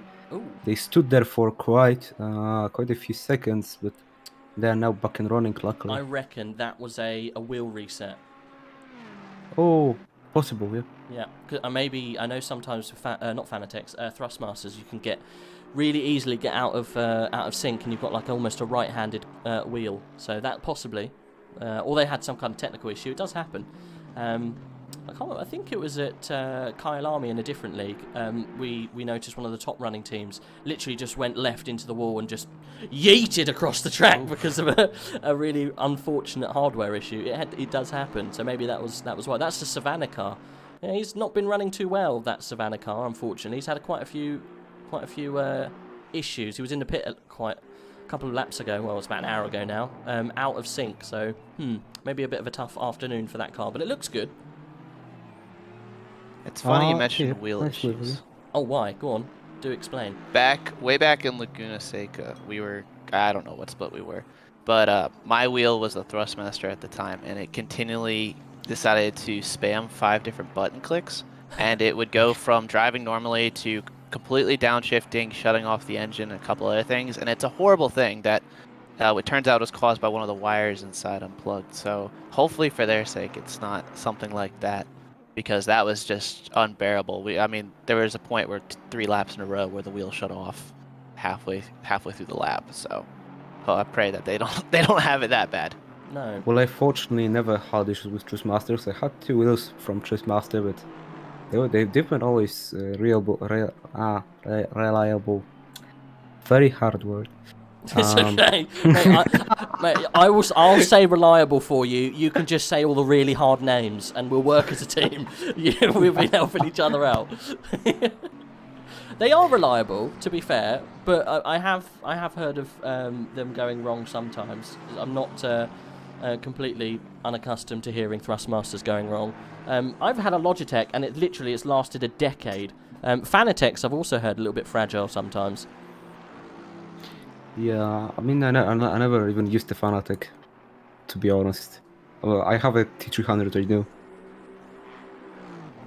What tech are you using, Fizzy? I am using a Fanatec. So before it was a Thrustmaster, which, to confirm what you were saying, it definitely was a good wheel. It's just one of the cables got unplugged. I think it just wear and tear. But I got I think it's the CSL. No, it's the Club Sport V2.5 with the Formula Carbon V2 wheel. So I decided to really go all in when I upgraded my stuff after getting those issues with the Thrustmaster stuff, and just gave that to my buddy. It's the fancy one, I think. It's the fanciest that's not direct drive. That's that's not direct drive, but it's not the cheapest one too. Yeah, so I figured, I definitely didn't have the budget for direct drive, but I love it. It's been really good for me. I mean, yeah, it was definitely pricier. Probably not the best thing for my wallet, but I like it. It's I feel like I can feel the car pretty nicely. So I think when you make that upgrade, don't you? You kind of, obviously it hurts the wallet at first, but do you think it improved your driving, going from say a lesser wheel, then going up to something like a top of the range non-DD Fanatec? I want to say yeah, because for me, when I drove with my Thrustmaster, I usually had the the resistance in it. It was really light, and the fact that this thing's got a lot more torque in it, so it gave me a lot more resistance. I was kind of forced into using it because I paid for it, might as well. And as a result, I definitely feel the car a lot more. I mean, granted, the old wheel could have done the same thing. The problem was I was just being a little bit of a wuss about it, per se. But now I'm like, okay, suck it up, actually really turn that wheel. And yeah, I think it's as a result forced me into driving better.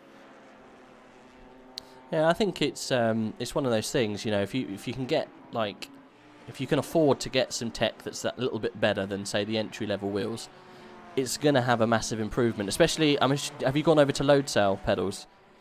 Yes, I do have a load cell pedal, and boy, that thing took a minute to get used to, but I definitely think that's helped my braking, because that was my other main issue, was actually braking properly and fully. Yeah, I know at least on ACC it's not so much of a deficit, but if you go into other sims like iRacing and stuff like that, load cell can save you so much time. What are you lapping on Nurburgring with that load cell and Fanatec? I was doing, well, when I'm in clean air, I should be able to do mid 56s. I know previously, I think the best comparison would go back to that Laguna Seca race, because I actually got these pedals well before the wheel came in, because I ordered the pedals knowing that the wheel was being starting to go and wanted to do a pedal replacement. And I noticed I was getting, once I really got my braking down, I was getting at least half a second a lap, closer to a second as I got used to the whole setup. But it was mainly because with the potentiometer, you're more feathering, while it's just stamp, and then when you let off, it kind of lets off more naturally with the brake, and it just feels more realistic. While potentiometer, you're really feathering it, and long races like this, I don't know about other people, but my ankles and stuff will start to hurt, and it's not enjoyable to really feather it for that long. So it's almost like you get into a knack of using these kind of non-load cell pedals. I've got them. I've got a set of Logitechs. Rubbish. I'll get Trustmasters, yeah. Well, you get used to it, but it's nothing. You go into a real car and it's completely different, or you use something that's a little bit better, it's completely different. Yeah, I think I'm going to make the jump at some point, but just haven't decided on what to get. I think if you're going to spend that kind of money, maybe go and get a DD.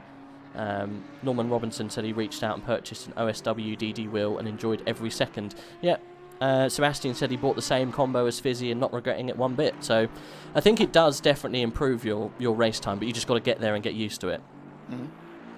Yeah, I'm getting TLCM soon, hopefully too.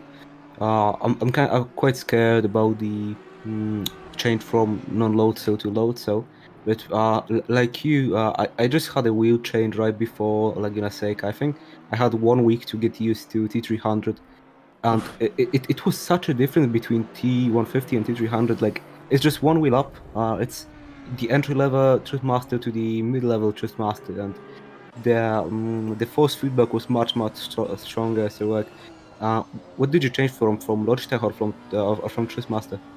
I was doing, I think it might have been the TX wheelbase. I just know I got the wheelbase by itself and then got the Ferrari F1 wheel add-on. And yeah, I enjoyed it a lot. It was a good wheel. But I feel like when I made the upgrade to the Fanatec stuff, another thing that was a perk was it kind of just made it more enjoyable because it felt more realistic. And I think you could say that about any wheel upgrade period. Anything that improves it makes it just makes it more fun. Yeah. Yeah, true. It also makes it more costly. Yeah. Yeah. Micah Sumner saying, me with my Logitech clamped on a desk low.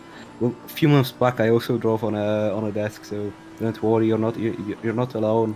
I hope there are probably still some desk drivers out there as well.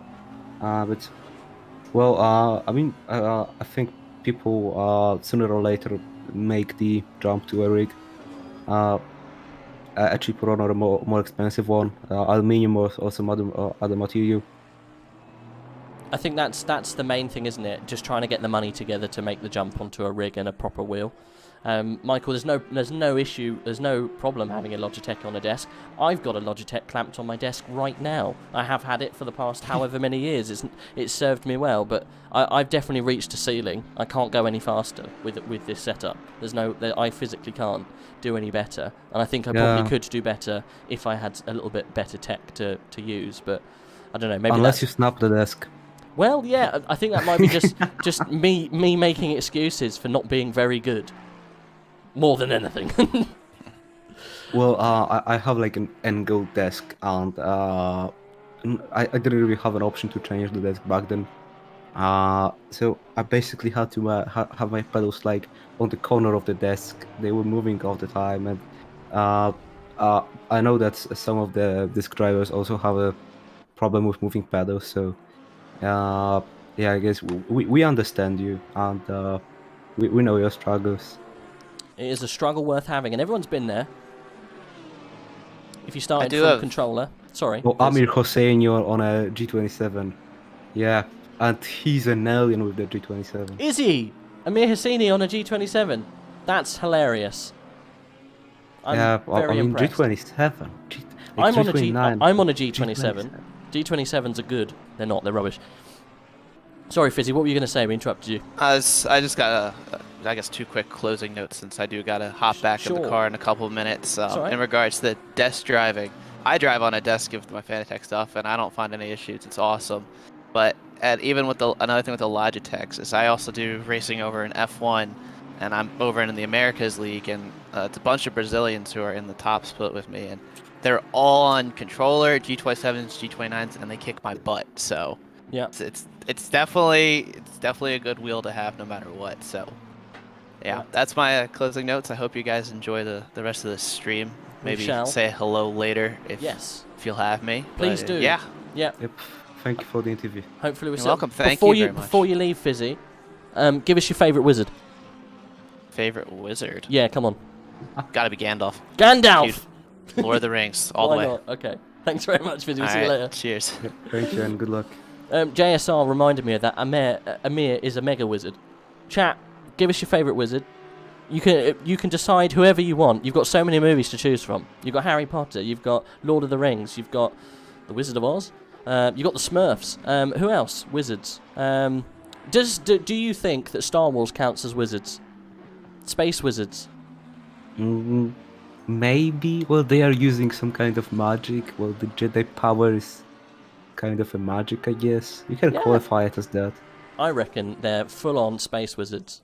Prove me wrong, chat. I want to know. Star Wars wizards Oh. or not? Wait, Sebastian Arens just said that the news now York's community have raised money for Amir to get a direct drive wheel. Oh wow, that's cool. If only I could be so fast on a G27. I would have got a wheel for free. That is actually quite good. No, that I'm joking. his community put some money together to get him a wheel. Well, that supposedly happened. I mean, I heard a rumor about that, about some fundraiser starting for him, but I didn't get any information that it actually happened. But what happened is that we have another person waiting for an interview. Oh Jesus! Right, who have we got? We've got Zimniako. I don't know which driver is that. Let me check on our entry list real quick. Gimnaco. Yep. Tortellini uses a Thrustmaster T300 and standard pedals as one of the best in ACC.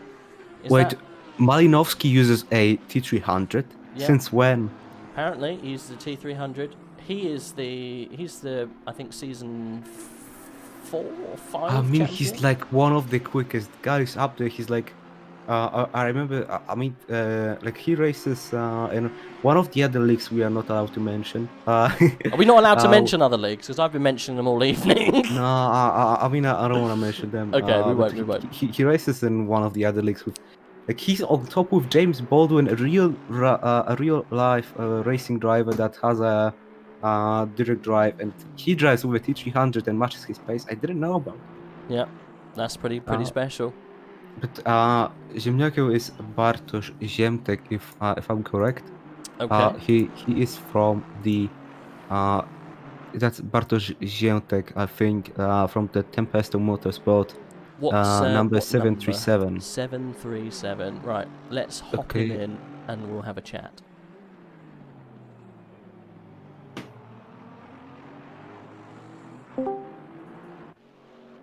Hello. Hello, Bartosz. Hello. How are you doing? After the first stint, quite well, not well, but So you're in the Sherry, the blue Sherry that had the incident in the first stint. yeah, actually I was driving that stint, so Oh, what happened? We saw you in the pit for a long time, and we saw your front nose just hanging off. actually when the GT3s came in the train, Yeah. I tried to move to the outside before turn 5, I think, or turn 6. And after that I tried to straighten the car, so I just make a little point to the left, and the Ferrari didn't manage to go that far to the left and hit us. My fault actually, because I changed the line, but Yeah. we got like 40-50 seconds damage, and the car was nearly undrivable. So I was gonna say Yep, we saw that. you paid the price quite heavily. yep, actually we don't get any issue with it, so Well, currently we know it's our fault. So Well, you know, I think it's a tricky discussion, that, because I think that especially on the first lap we noticed that the GT3s were taking out GT4s left, right, and centre on that first lap round. So I think people needed to be very, very mindful that they were not used to passing yet. I think people have settled into a bit more of a rhythm now. But you know, that's to your detriment now. You're all the way back, just below middle of the pack in GT4, which is.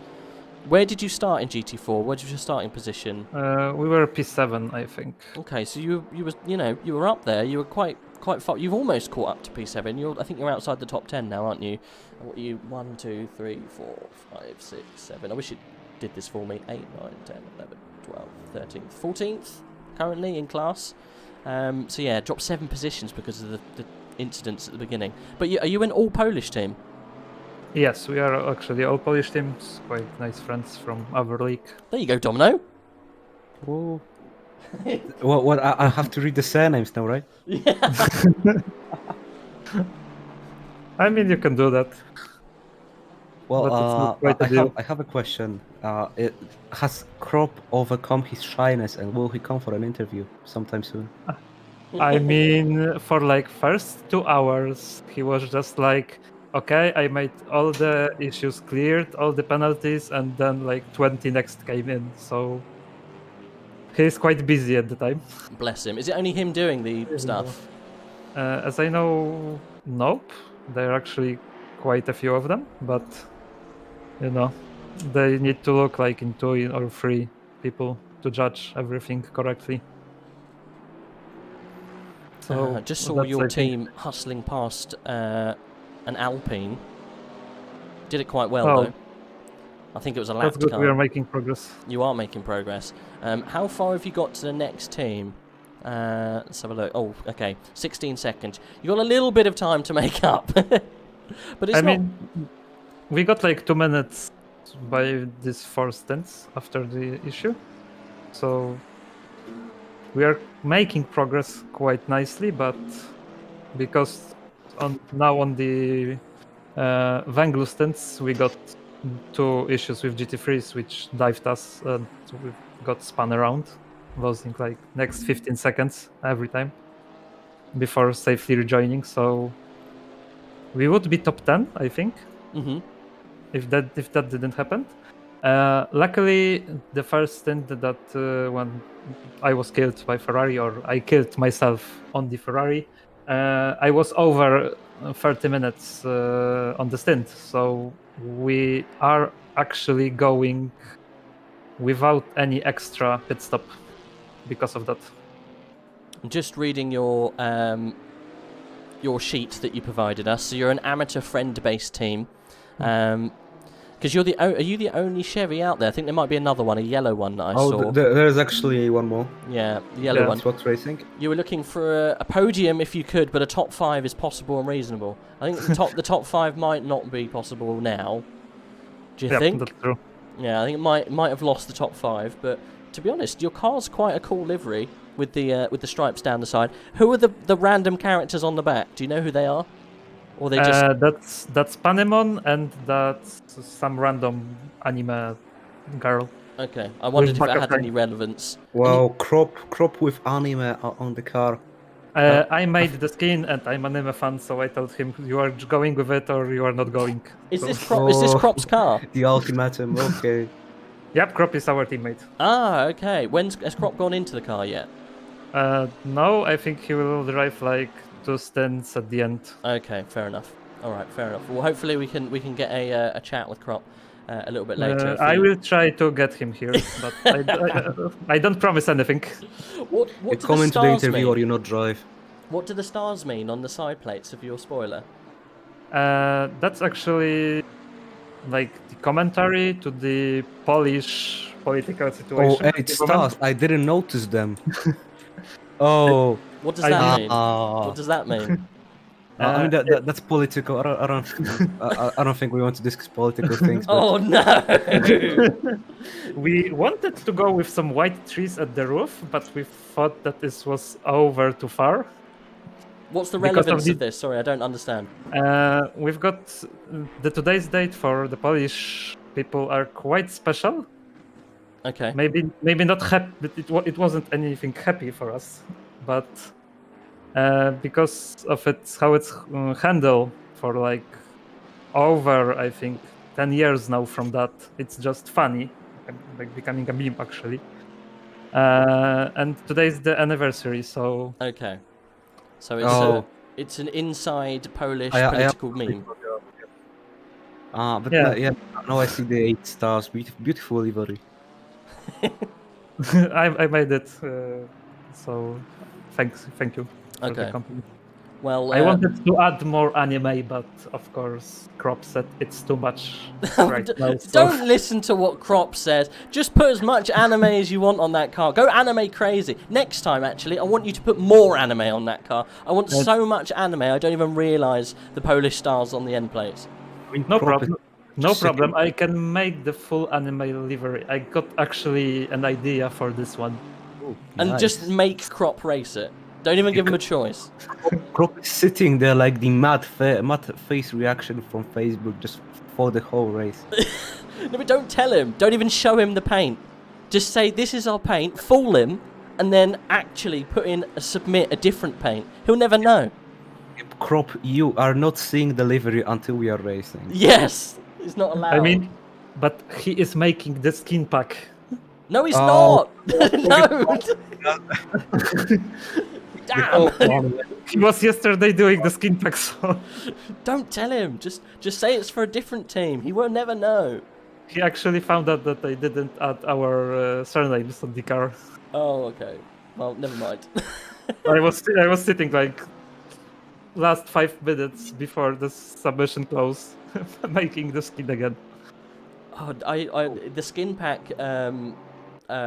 conundrum when you come to submitting it. Why does everyone leave it to like an hour before it needs to be submitted? By the time you actually get it finished, I mean, the skin was made 2 weeks ago. Okay. And I submitted like 4 days before the race.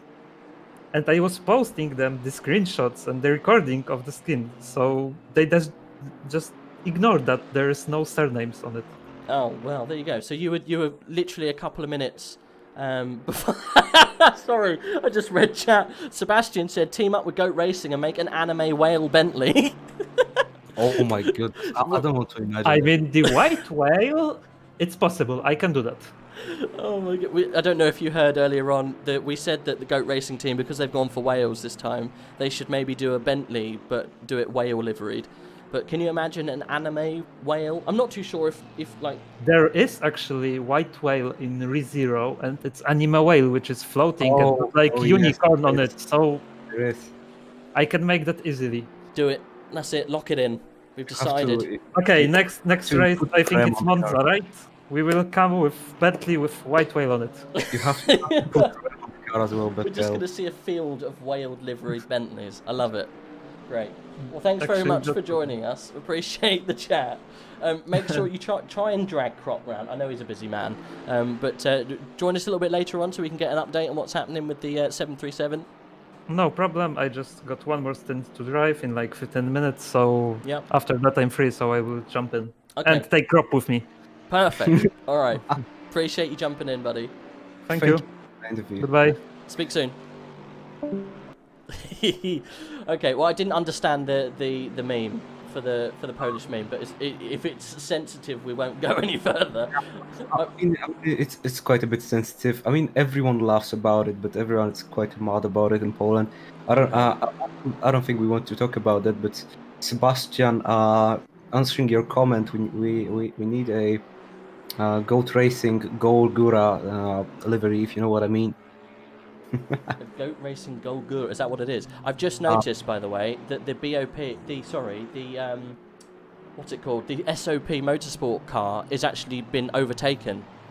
We have had a change towards the top.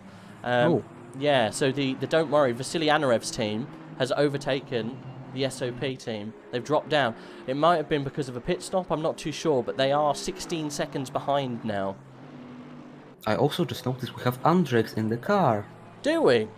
Yes, Andrex running in P2 right now in the number 80 car, the BMW. In the number 80? Yep, with teamed up with Dakuza. And by the way, in the meantime, we had reports from the stewards.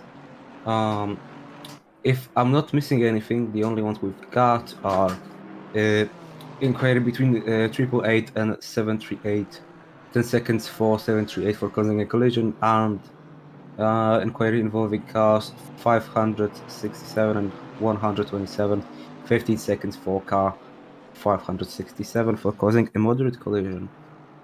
Okay, nothing disastrous then. What's the biggest penalty out of all of those? Is it just 10 seconds? 15. 15 seconds, okay. I can see a 10-second penalty being applied to the 738. At this point, I'm not surprised. He's been involved in a fair bit, hasn't he? Bless him, 738 Aston.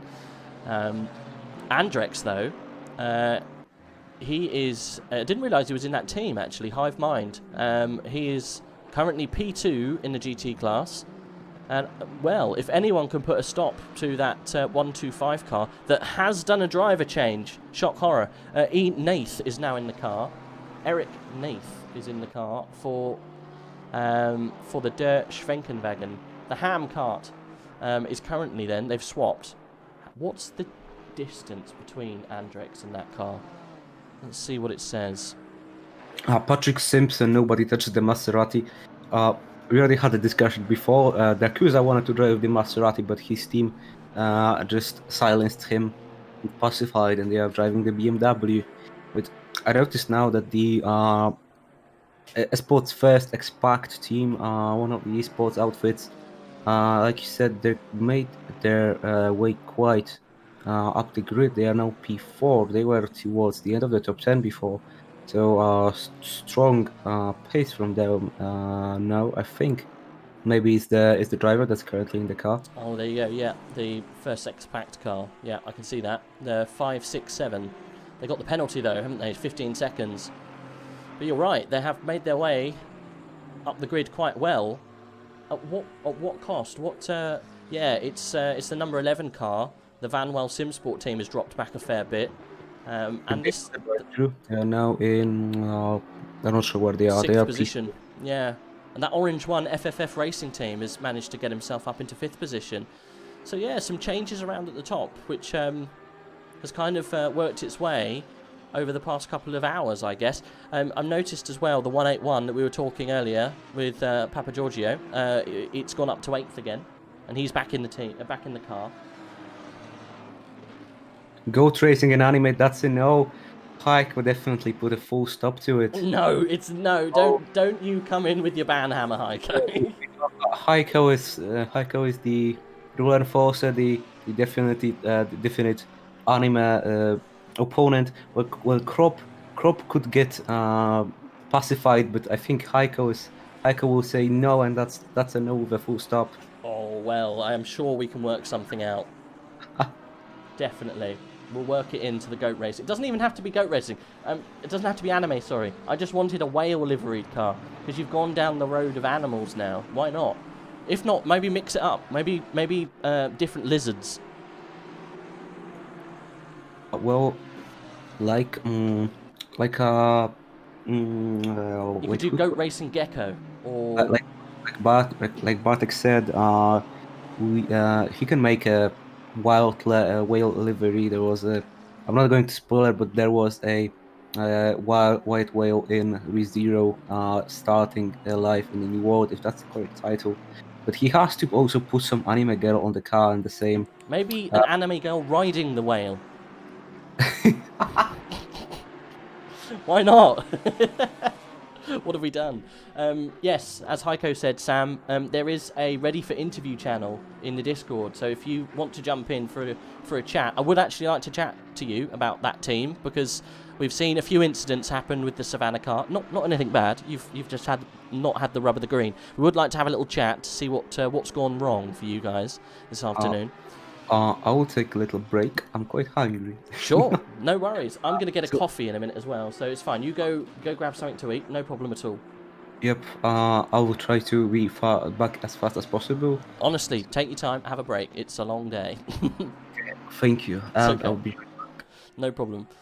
Right, we do have Kiro in ready for interview. Oh, we've got quite a few people ready to interview. Let's get Kiro in first, just because he seems to be there and ready. Kiro. Hello. Hello, welcome. What team are you part of, buddy? Savannah Racing. Oh, okay, it is you. GT4. Good. Right, let's. What's the number? Can't remember off the top of my head. 714. 714. We've seen a couple of incidents with the 714. You didn't have a good start. Had a little bit of an incident, I think, in the middle kind of area that we've been playing, and then you pulled off earlier. And was it a technical issue? Yeah, I think his button box disconnected or something like that. We thought it was a technical. There we go. We're on board. So you're currently towards the back end middle of the GT4 pack, right? 13th in class, yeah. Yeah, okay. So just outside the top 10. What happened at the beginning? Because you had an early pit that seemed a little bit off kind of strategy. Am I missing something? I was the first driver. My first stint went okay. Mm-hmm. I think the second stint, I got hit from behind about 25 minutes in, and then it was only 2 seconds of damage, but I was losing like half a second a lap. So I had to pit a bit early for that. And then I'm not too sure what happened in the second driver's stint because I was away getting a vaccine actually. Oh, nice. Which one did you get? It's like top trumps, isn't it? Second dose of Pfizer. Second Pfizer dose. Oh, you're right up the list then. I've got my second dose in 2 weeks' time, I think. Oh, nice. Yeah. So you got it today? That's right. Yeah. That's gonna hurt tomorrow, I bet. Apparently the Pfizer's meant to be pretty nasty. Oh, your car's off in the gravel. It's okay. You're back on. It was a good place to go off. I mean, I like the livery. What's it from? Is it the beer? I have no idea. Okay. Filippo made the livery, I think. Right. Got it, so. So it's called the Savannah team. You got no idea why. Nope. Really? There's no reason. It's just Savannah. I thought Savannah used to be a beer. Savannah beer. It's a different type of Savannah. It's spelt differently. But yes, there was a beer called Savannah Dry. There you go. It's a cider. So it's not Could be after that the then. cider. I mean, it's very similar kind of livery. Let's just quickly do the old switcheroo. There you go. There's Savannah. The other beers are available, of course. So it's not after that. It's something different because the Savannah is spelt differently as well. I joined the team late. So Okay. All right. I'm not entirely sure. So you came to the interview. You don't have any information around it. I'm joking. So how do you think the race is going for your team so far? What are your aspirations for the next 7.5 hours? I think. Well, on the start, I wanted like anything in the top 10 would be decent. Yeah. I think we still get it if we stop getting so many crashes and things. I think It's been a lot. I think it's possible. You're 10 seconds away from the next guy. He's 4 seconds away from the next guy.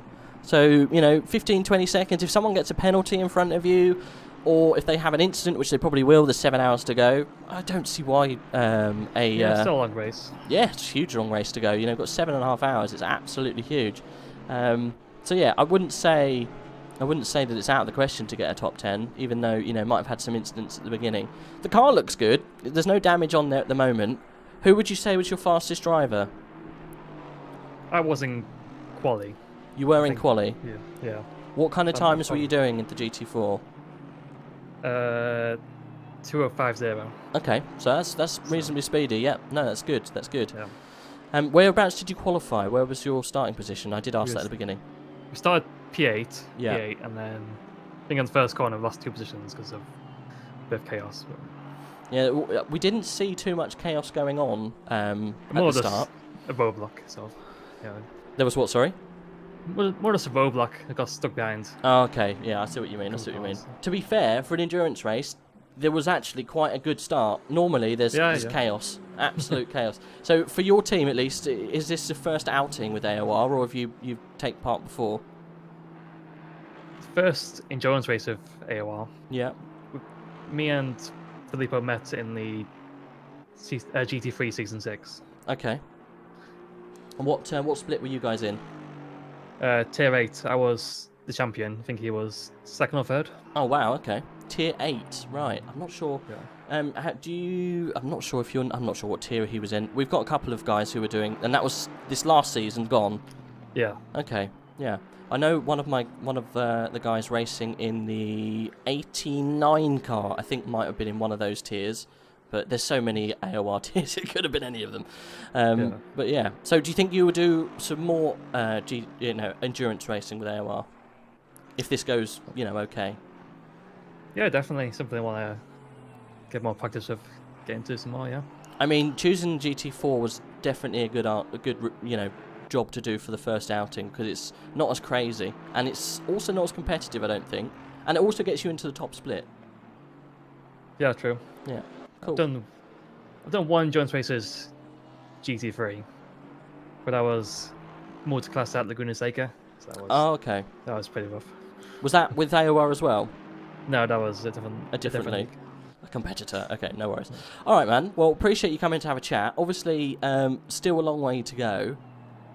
Feel free to jump back in, and we want to get a bit of an update to see how far you guys can get up the grid. It would be nice to see if you can get into the top 10. I'll keep our eyes peeled. That's the aim, yeah. You've got a very distinctive livery, so we'll keep our eyes peeled. Hopefully we don't see you jumping across the grass like we did a couple of laps ago. Hope not. No worries. Thanks for jumping in, buddy. We'll speak soon. Right, thanks. All See right. you. See you in a bit. Right, we've got a couple of other people that want to come in for chats. They're in the same interview together. I don't know if they want to come in. Oh, this is the old leader for GT4. Definitely want to get him in. Hello. Hey! Hey. Now, are you two together, or were you just waiting together? Oh, we are together in a team. Okay, I'll pull you both in then. That's good. You guys are currently leading GT4, no? That is true. And you were in the car for a grand total of 3 hours, no? It was a Yeah, huge stint. I was doing the start. That was an absolutely mighty stint. And you're in the, I'm going to butcher it, I'm assuming it's a German team, Der Schwenkenwagen team? It's actually not a German team, it's like... I've got German drivers driving with us, so it's a bit of a mock. Yeah, it's the Schinkenwagen. It's translated as bacon car. Okay, right, because it's Rate My Bacon Racing is the property. I love it. Yes. It's really good. Okay, well, you guys we were fighting with you at the beginning. I say we. I raced with the Brexit boys. I'm just not racing today. With the Aunt Bessie's livery that were behind you at the beginning. But you guys have just driven off, and you're in a race on your own now, aren't you? Really? You're the number 89, yes? Oh, I'm not, but I'm raced with them, yeah. Yes, that was a great fight we had at the start, to be honest with you, but we just got lucky, really, since then. Titus drove amazing. He wasn't supposed to drive for 3 stints, but yeah, he's driven for 3 stints, and he's done a great job.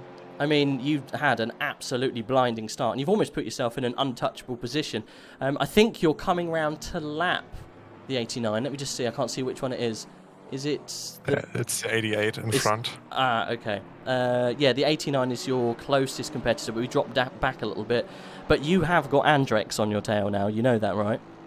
You know what that man can do. Oh, yes, I was actually just telling Titus about that the last time. Well, not the last time I've driven in AOR, but the last time I can remember driving in a similar event to Andrex was Laguna 8 hours, and I think he drove solo in split 2 and won it by himself. He did. So yeah, it's just insane. Really, it's quite impressive. An absolute animal. And yeah, he's chasing you down. I think you've got quite a gap. I don't know. I think because you're on a different lap, I can't actually see the split. Yeah, I think the gap at the moment is somewhere around 80 to 90 seconds. Not too sure on the gap, but because we had a drive through there that set us back 30 seconds. So. I haven't timed the gap since then, but it's just somewhere between a minute and a half, something like that. Yeah, well, to be fair, that's that. I know there's 7 hours to go. We were shocked to see the drive-through. What was the drive-through for? Oh, it was like I had a warning in my first stint because at the exit of Mercedes Arena I went a bit wide. I lost some time, but still got a warning, and James did the exact same thing 2 times in his last stint. And then when I got back in the car in my last stint, I fucked up my braking point for the chicane, the last chicane, and drove right over the curb, which sent me off track, and I lost like half a second to a second, but still the game thinks that I wanted to make some profit there. Okay. And we got the drive-through. That wasn't really fair, to be honest, because to be fair, the last warning and then the one that gave the drive-through, the last warning was a time loss of maybe about half a second because it's a complete lift off the throttle for a considerable period of time. And the last one, which gave the drive-through, was just a mistake. Titus lost at least a second, maybe a second and a half. And yeah, it was drive-through, so it was a bit inconsistent. And when you consider there's been some times where we've been run off the road by the GT3, kept the throttle pinned and maybe gained half a second and not even got a time gained or a warning from it, so it's been the track limits are quite inconsistent, I've found today on Nurburgring. Yeah, but it's the same for everyone, so it should be okay. Of course, yeah. No, it is the same. It's the same for everyone. It's just tricky though, you know. Some people, I was talking to the guys actually leading GT3 at the moment, and they have managed to keep their rap sheet a little bit clean. No warnings at all so far. I think it is just like almost like a war of attrition. But you guys have got yourself into such a good position, you can kind of afford a little slip like that at the moment, but no more. We have to say though, our car is pretty unstable, to say the least. Oh, It's yeah. kind of tricky setup to drive, so it is quick, but it can go wrong really quickly. I did read your sheet that you popped in. Let me just get it up again, because it did make me giggle. What was it? We picked the worst car for drivability, deliberately made the most dry setup as possible, made it horrible to drive, and suddenly it's GT3 pace with NASCAR handling, but it's funny to look at. Plus, we're try-harders, so why not? Yeah, basically, yeah. It's such a broken car. It's just, it doesn't really make any sense. I'll tell you the truth. We have the car as stiff as possible. And it's a car with no aero, so it should have, in theory, no mechanical grip. But it's just insane how fast it is when you do such a stupid setup. And yeah, I mean, of course, it's probably going to rain, considering we've 7 hours left, and it's looking like it's almost dusk, even though it's not. It's just really clouded. So, I mean, we have something like 90 seconds gap right now, but when the rain falls, I think that's going to come down really quite quickly. Do you think that could happen? Do you think there might be rain later on? Oh, most certainly. I think it's going to a 100% chance. We're going to have rain in the next 7 hours, and it's clouding over considerably now. The wind is stable, so I mean, I don't think we might have rain. You know, I don't think we're going to see rain in the next immediate hour or two, but I would, place money on there being rain by the end of the race. Yeah.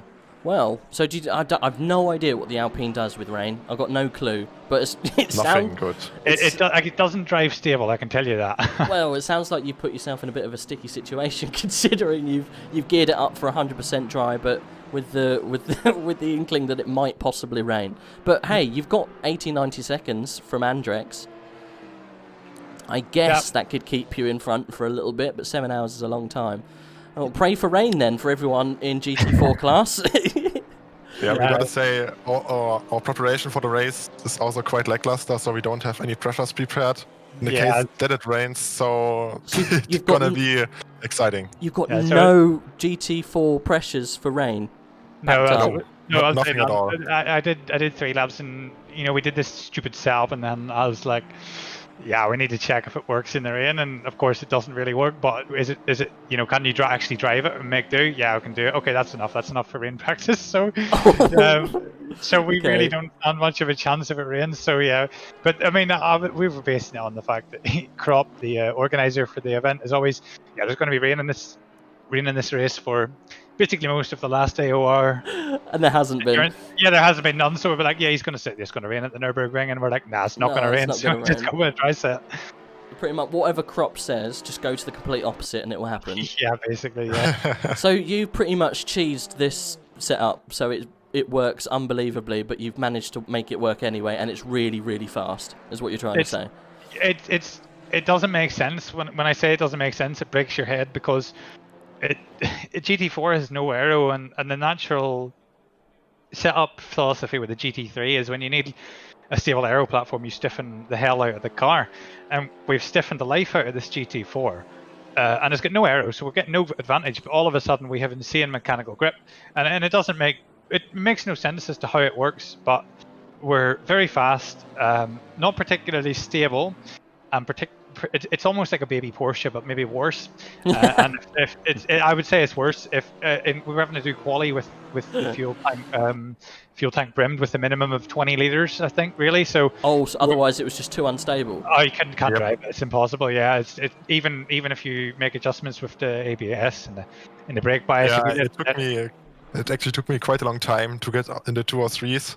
Yeah, the guys were mocking me because of it, and I just had no confidence with low fuel. Just mocking you because you couldn't get into the 203s? Yeah, I mean, what kind of team are you racing with? It's a team of tryhards. I'm just a noob here,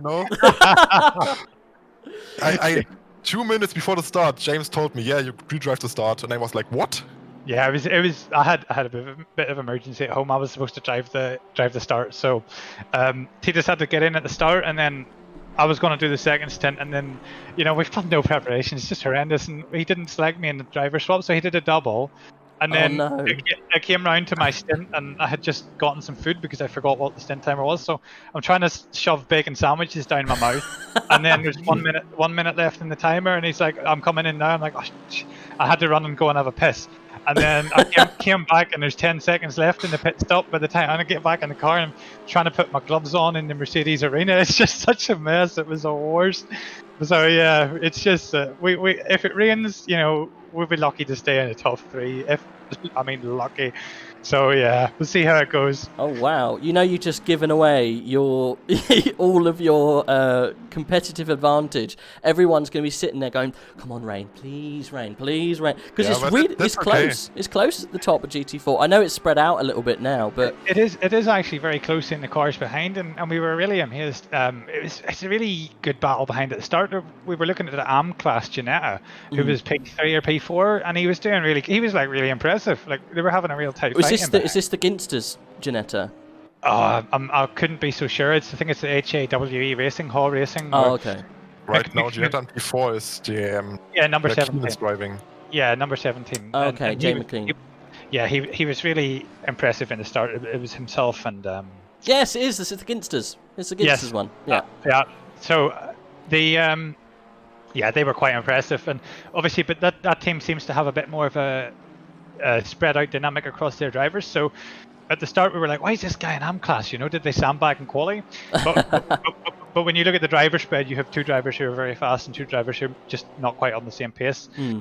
And so it's really quite an interesting dynamic, I think, in the GT4 class with lots of different pace variables between the cars, and excuse me, for a lot of people it might be their first experience of endurance multi-class, and some people are more efficient at moving through the traffic than others, and some people are very good at it, and so that's why you see gaps spreading out quite a lot, as you saw. The number 89 was behind us at the start, and it was a 2-second gap, but once the GT3 started catching, he started losing time. It's just Titus is someone who's very good in traffic, except for when I'm racing against him, and he's not so great.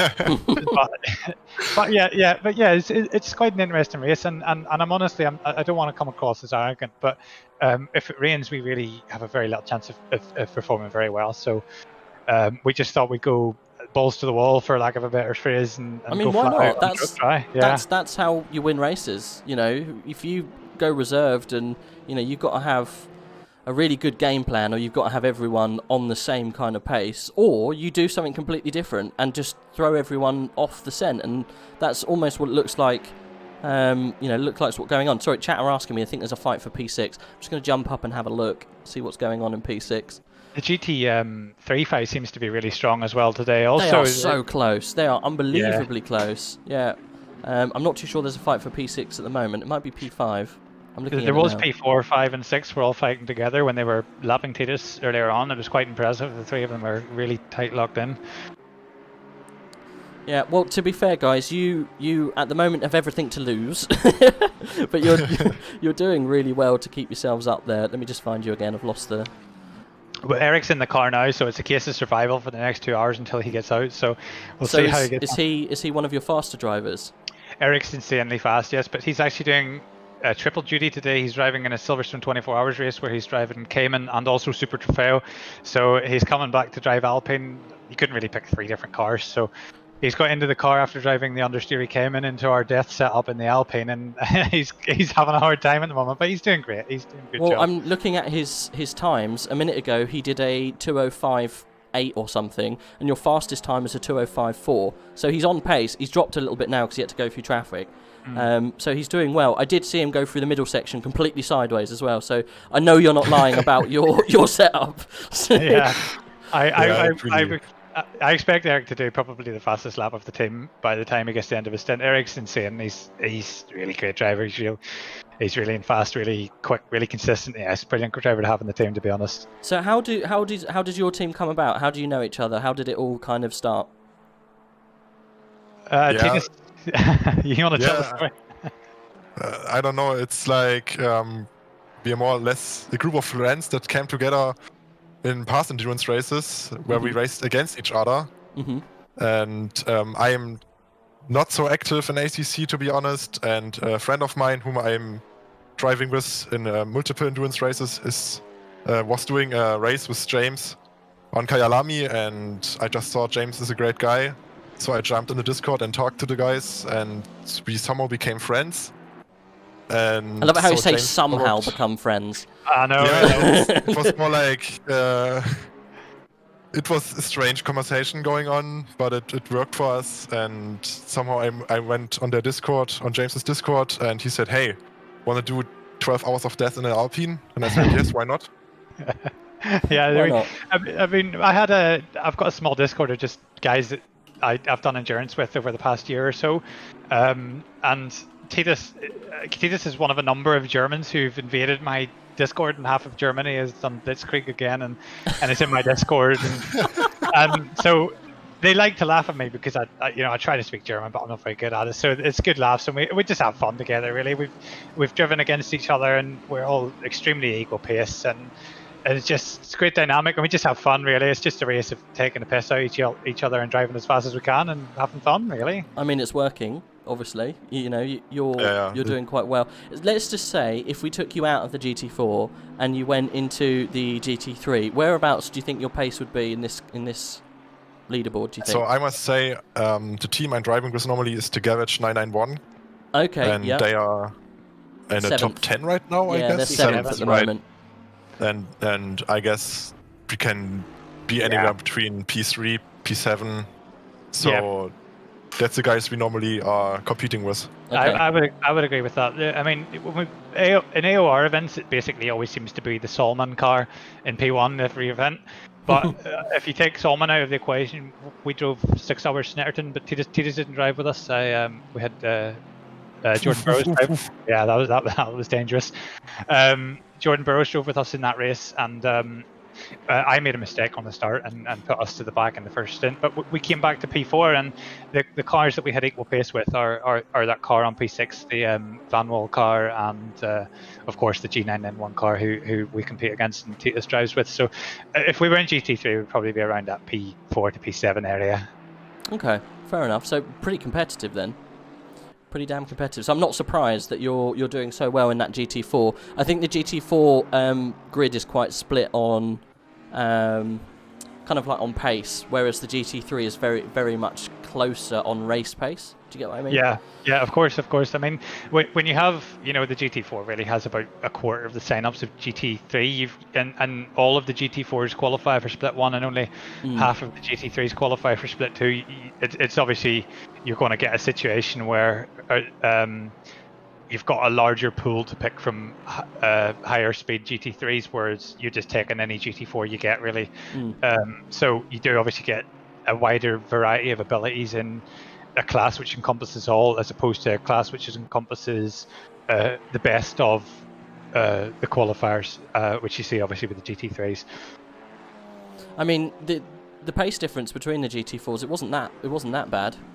What was your final qualifying average time, your aggregate? It was 3.8. 23.8. Yeah. That's pretty quick though, still. Yeah, it was a good time. I mean, I'm quite proud of it. I mean, we did a bit of preparation for quali, but we haven't done anything for the race, and it's just because we're tryharders and we care about hot lap times, and that's all we care about. But the quali pace, it's just a bragging rights contest between the three of us who can go the fastest. And I mean, it wasn't. We just pushed hard, and the Alpine has really strong BOP here. It's something we didn't discover until we tested it.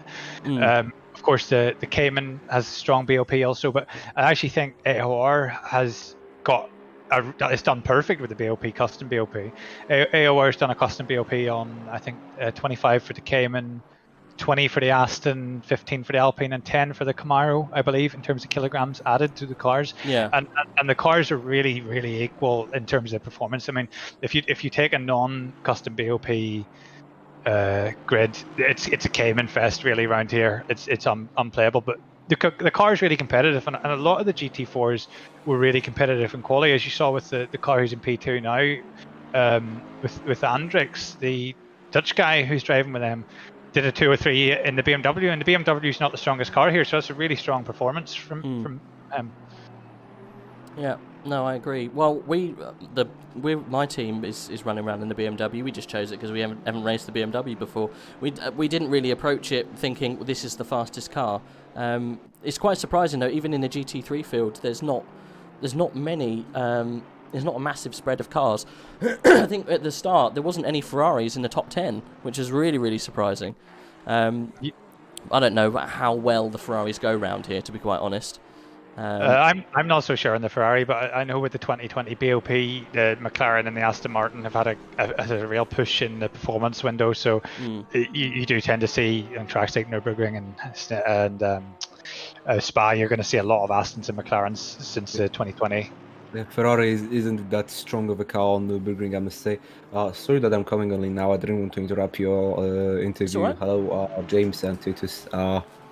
Yeah, I was sitting there for quite a long time. I just didn't want to interrupt. It's all right. No worries. There was a huge crash we just saw actually with one of the front running cars.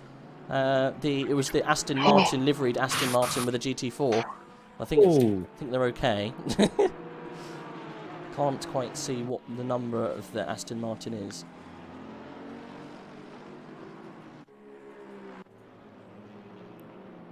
It's one of them. There's so many Astons here. Yeah, a lot of them. A lot of them. There you go. It's 127 that had the incident. We were having this discussion earlier, actually, amongst our team.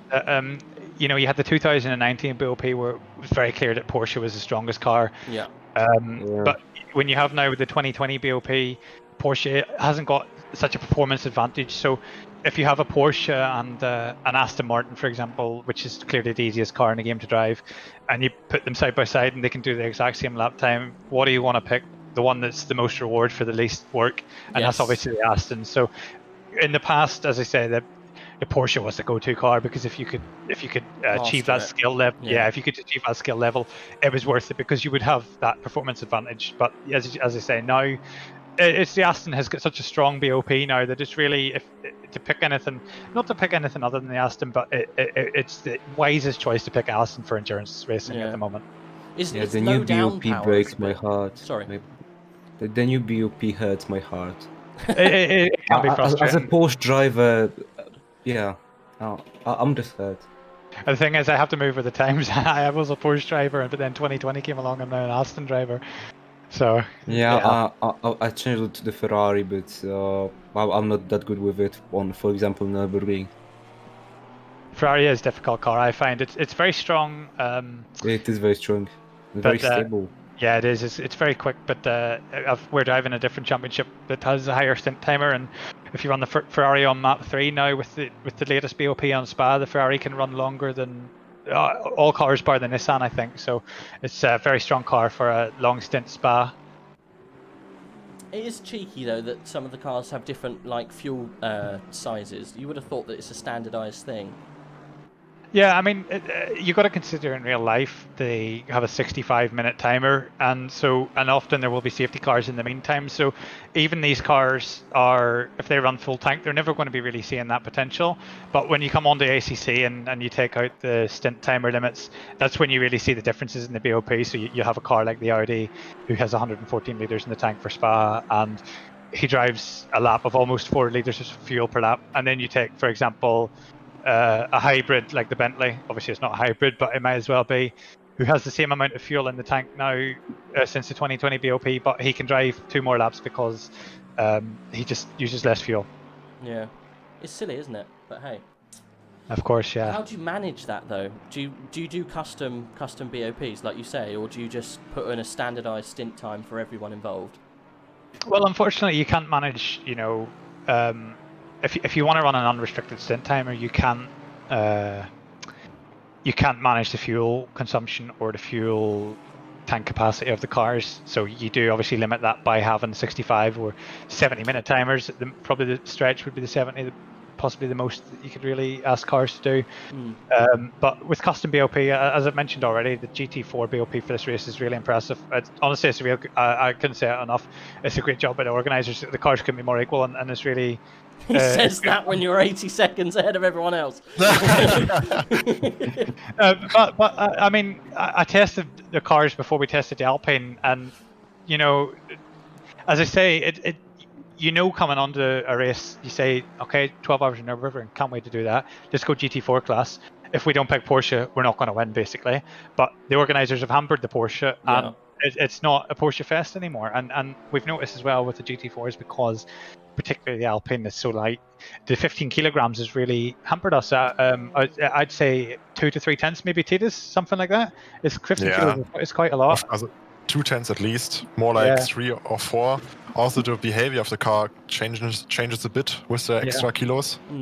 So, but I would say the other Alpines didn't do that great in qualifying. So I would say you're the only one Alpine in the top 10. Oh, really? Right now, of course, It's because the car's hard to drive. It's the same as the Porsche last season, last BOP, I should say, where you get high risk, high reward.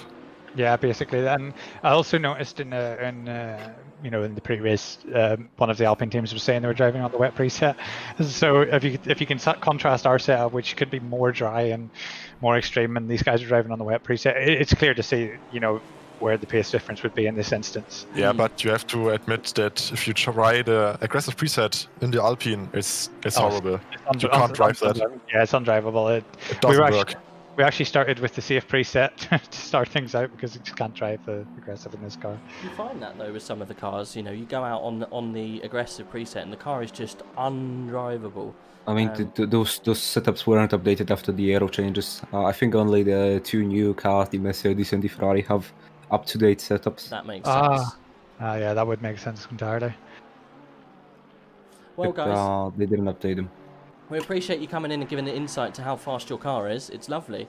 Everyone else, everyone else take notes because that's how they did it. I will be very interested to see what happens as the race unfolds. Like I say, you got Andrex on your tail. He's doing roughly about the same kind of lap times, actually a little bit slower. So I think you are actually eking out the gap as you go sideways through that corner. You are doing very well at the moment. Eric's in the car right now, so that's probably why he's eking out the gap, because Eric is he's insane. He's just put him in the car and he's just like rage mode engaged. Yeah, off you go. Do your best. Always doing that. Well, do drop by later on when we get towards the end. If it does rain, please do come in and have a chat. Because it will be fun. Okay, boys. Thanks very much for jumping in. We appreciate it. Yeah. Thank you too. Have a good day. Best of luck. Best of luck. We'll speak to you later. Thank you very much. Take care. Thanks, man. Bye-bye. Bye. That was very good. Having a good chat with those. That team is obviously in a world of their own. They seem to have found a little loophole in the setup of that Alpine, which has given them pace that the other guys just can't compete with, which is very interesting. It seems so. Yeah, Andrex is probably the closest car on pace to those guys, roughly, as I can see, in the top 5 or 6. Possibly the 420 car. As he's on the grass, he did a 206 last time round.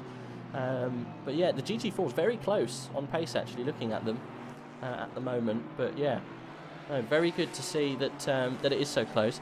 But yeah, praying for rain maybe for the GT4s. As I said, look, it is coming over quite grey. What are the chances, do you think, of getting some rain later?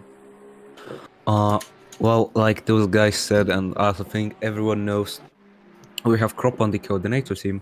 And he is obviously in love with those little droplets dropping from the sky.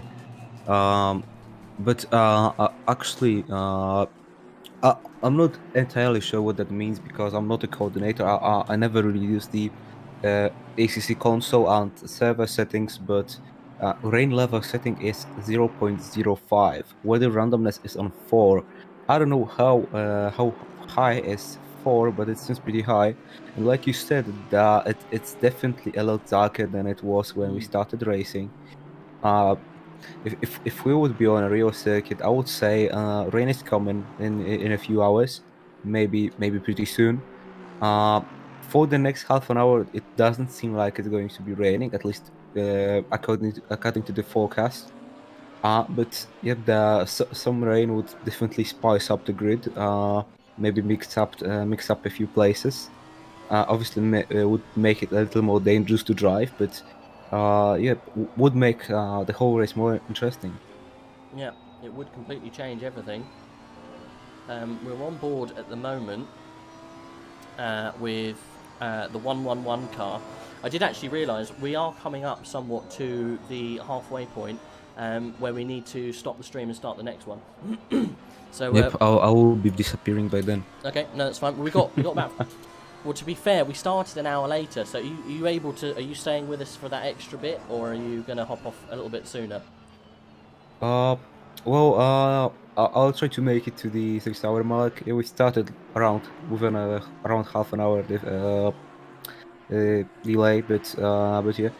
I must say my head hurts a little bit, but I'm fine. I'll make it through. It's okay. It's all good. Right. Well, what I'm going to do, I'm just going to actually just change over some of this stuff. Yeah, we're going to have to swap over to the next server in a minute. The next thingy. We have the man himself, Black God So, waiting for an interview. Yes, we're very interested to have a chat with the purple team. Definitely. The big shark here, from the 99 Aston. Whoa. What can I say? We already had an interview from Mr. Vidalish. Now his direct rival is coming in for an interview as well. Obviously some time passed since we had that interview with Luca, but still comparing their insights could be very interesting, and we are waiting for that little interview with him.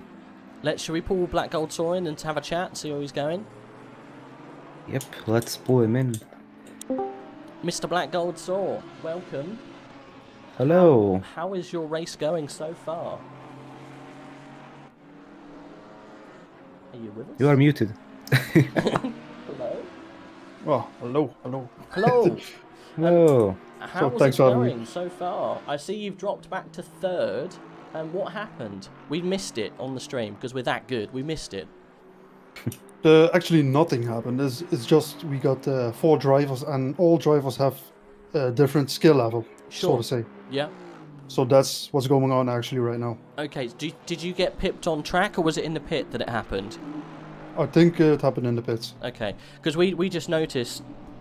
Sorry about that. We just noticed that at one point, you guys were just trailing that the 56 car. Because what an amazing fight you had with Anarev at the first bit. That was a great race to see with you guys battling, neck and neck for a good couple of laps. It took you a little while to work your way past, though. Yeah, it's because it's a 12-hour race. You don't want to push anyone off or stuff like that. We had a little bit of door rubbing, but that's racing, right? Yeah, exactly. Well, to be fair, you and Anarev, you probably had somewhat of past history because you raced in season 6 together and season 5 in the GT3, right? Yeah, that's right. Yeah, and you won this year, didn't you? GT3 season 6. Yes, I did. Yeah, so you're current reigning champion. So yeah, how do you think the skill level ranges with your drivers? What is the difference? Because we were talking about this earlier. You've got teams like, the FTW currently leading with Nico in, with Luca in, and Lewis in. We know that those guys are very, very fast. They've almost got an A team together. But you guys have got a slightly different approach. You started 11th, you've worked your way up. You're still in 3rd at the moment, so you're still in a podium position. But like you say, you've mixed your grid up a little bit, so you don't have the same kind of talent level. Why did you go for that approach? It's not a reason why we pick 4 different skills. It's just because this team is very new, sure. SOP Motorsport. So we got 4 drivers available for this race, and that's what we got. Like the Porsche and the lead, those 3 drivers are similar in pace almost. So it's actually their race to lose right now. Sure. So Chris Jones in our team. I believe he's a tier 2 driver in AOR as well, so still pretty quick. Yeah, still pretty quick. We got our current guy. I personally don't know him. I've never seen him before, but he's our 4th guy, so to say. And Alex Phillip, I drove with him before in an event. I think his pace is around tier 2 as well. So okay. All right. So your team, at least, you have had some success in endurance with AOR before. But so on the paper, a little bit slower than the FTW. On the paper. Yeah, a little bit. I'd say our current guy is about a second a lap slower. It's not too bad. I mean, it's like you say, it's a new team.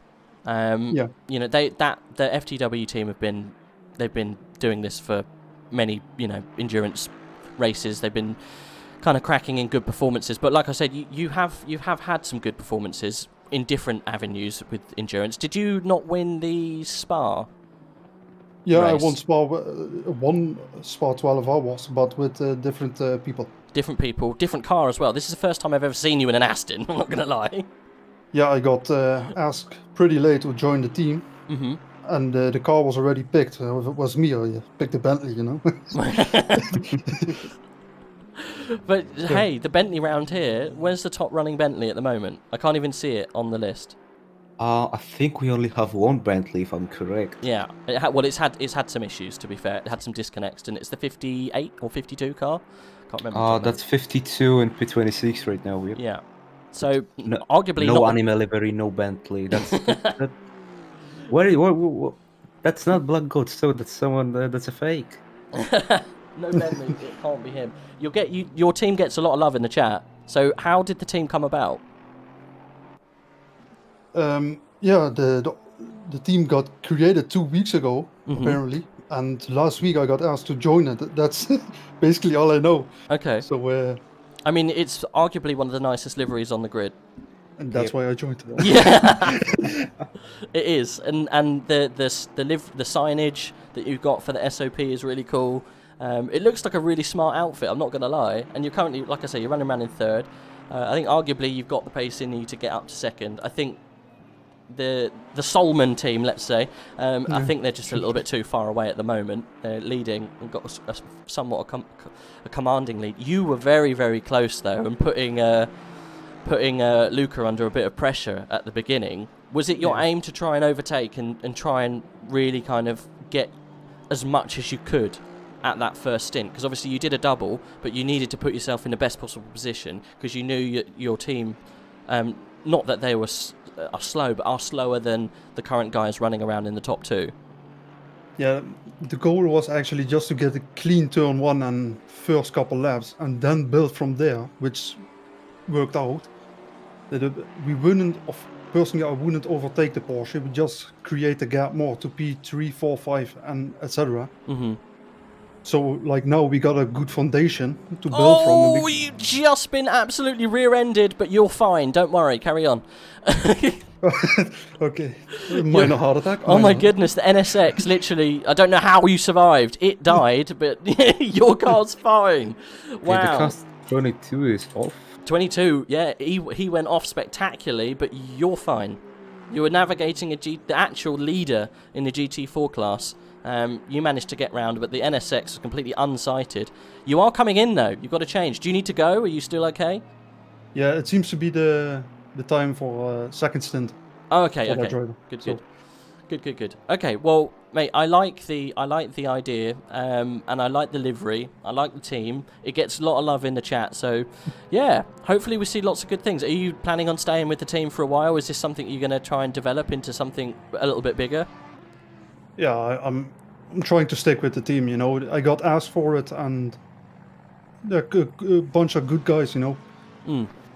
Cool. Well, mate, I wish you the best of luck. Hopefully you can keep up in the top three, and to be honest, I hope you can actually make your way up into the into second position, because I think on pace, you had it obviously when you were in the car, and I'm sure when you change around a little bit later. But I like it, the fact that you're driving with people who aren't always at the top of the top of the leaderboard, which is what endurance racing is all about. You don't, in real life, endurance races aren't the fastest guys. You have people who are slightly slower, you have people that are better at night time, you have people who are better doing long stints. It's a complete mix. That's the whole idea of getting that team that works together.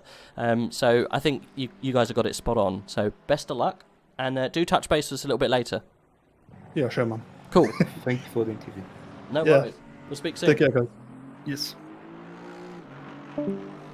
Well, that was good to get an insight. So obviously, losing a little bit of pace, but also encompassing a wide range of drivers, which is good to see.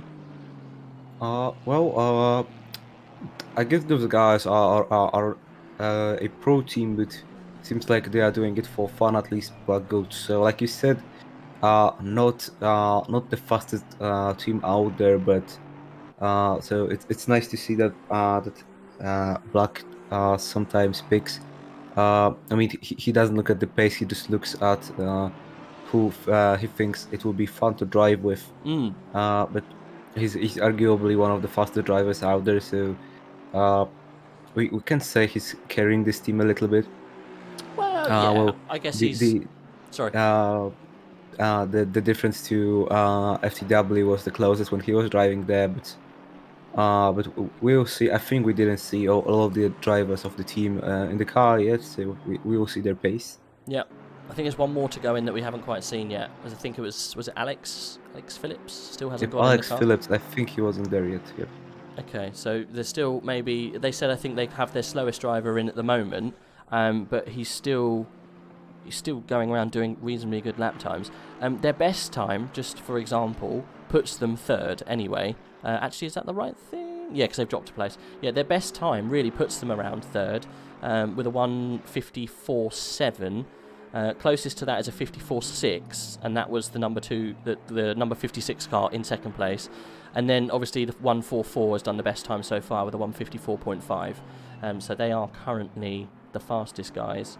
Actually, we do have some other people doing 54s a little bit further down. We've got 54.25, the number 59 car. It's such a mix, you know. When you do endurance, you take a real mix of different drivers, and I think that's what makes it fun. So yeah, maybe they're developing a new team, and they'll find out what's best for them, I guess. I'm glad Black Gold Source joined a team like that, and you can elevate them to get a really good performance on their first outing, which is, you know, what you want at the end of the day. Yep, great debut so far. I think they are aiming for a podium. Well, the chances of winning aren't that big, but it's definitely an active fight for the podium. Yep. Yep, I think so. We're on board at the moment with the 991 car, the Aston Martin. He's chasing the 181 Lexus that we were talking to earlier, who's had an absolute blinder. They're up in 5th position now, that Lexus. Papa Giorgio, as we kindly may him. Oh, he's hit a GT4. That's not what you want to do. That was a bit aggressive. Might get a slap on the wrist for that one. We have got some more penalties come in. I just saw one get applied to the 888. That was Kieran Prendergast, is it? No, it's not. That's the Goat Racing car. We have 3 new penalties. Yep. Inquiry between 6 and 888. 10 seconds penalty for the 888 car for a moderate collision. 737 and 63, 15 seconds time penalty for the 63 car for the same reason, and the 969 car will get the same 15 seconds penalty for an incident with 155. So 3 new penalties, no drive-throughs, no stop and goes, luckily. Well, pretty clean racing so far. Well, we got those slight touches there, and 15 seconds is quite a harsh penalty, but over the course of a 12-hour race, maybe it's not that much. No. But hey, you know, if it grossly affects the other car, then 15 seconds it's quite a big penalty, isn't it? We'll have to see how much that affects these cars. It's 15 seconds in the worst possible place as well, because you have to take it standing still. There's no other way that you can take a penalty like that. You literally have to pull into the pit and sit still for 15 extra seconds, and that can drop you so much further down the list. Because if you look, say you look at the 63 car that's currently got 15 seconds. It's 15 seconds behind Matt Kennedy. It's 6 seconds in front of the 411. It's probably only a couple of seconds, actually it's maybe a lap before, so he would only drop a place. But still, you know, if you're running closer to a pack, you can drop like a massive amount. And if that happened at the beginning of the race, as we saw with some of the other cars, you can almost drop like 20 places. Do you remember that guy that did that stop at the very beginning and dropped almost to the back of the pack just because he had to do a drive-through? It can be quite a heavy penalty for just a bit of rubbing. Seems a bit silly. But in a sprint race, you're pretty much bunched up the whole race. Maybe if sometimes you have leagues that have actually quite a pace difference because they lack drivers, so they could have one tier that has guys doing alien laps and guys doing being new to the game, but and here it's kind of like that. You have guys that are doing this for fun, but guys that are actual esports drivers are here as well. But the pack's pretty close. But still, it's a 12-hour race. The pack, even if close matched, it spreads out. We can see it now. Also, the lapping cars and stuff, it loses you time. So maybe a 15 seconds penalty over a course of a 12-hour race isn't that much. At least I think so. Yeah, over a larger period of time, it's not that bad, but still, penalties are never good at any time of the race. GT4s, I'm trying to have a little look through to see if we've got anyone close on track. It doesn't look like we do. I think 42nd might be the closest. The 714 car, he's 3 seconds away. Now gone, yeah. He, I think, is probably the closest on track. I'm on board at the moment with the 969 Ginetta. How far away is he from the guy in front? Oh, he's coming in for the pit. Yeah. Pit stops now. Seems a little bit off, almost off strategy slightly. Is there a possible way that you could save yourself a pit with these conditions? Because what is the limit? 65, wasn't it? Minutes 65, maximum? yeah. So well, we are almost 6 hours into the race, so people could have literally maxed out their stint doing 65 minutes. We had a penalty for going over the speed, the stint limit for over 1 second. So you can notice that people are maxing out their stints, and over that 6 hours, you can probably collect almost half an hour to pit in literally the middle of a normal stint that takes 60 minutes. So yeah, maybe that's the case with the Ginetta. I don't know how is the Ginetta on the fuel, but it seems like it's very good if they are in literally would be what would be a just literally the middle of a stint for a car that's doing 60 minutes.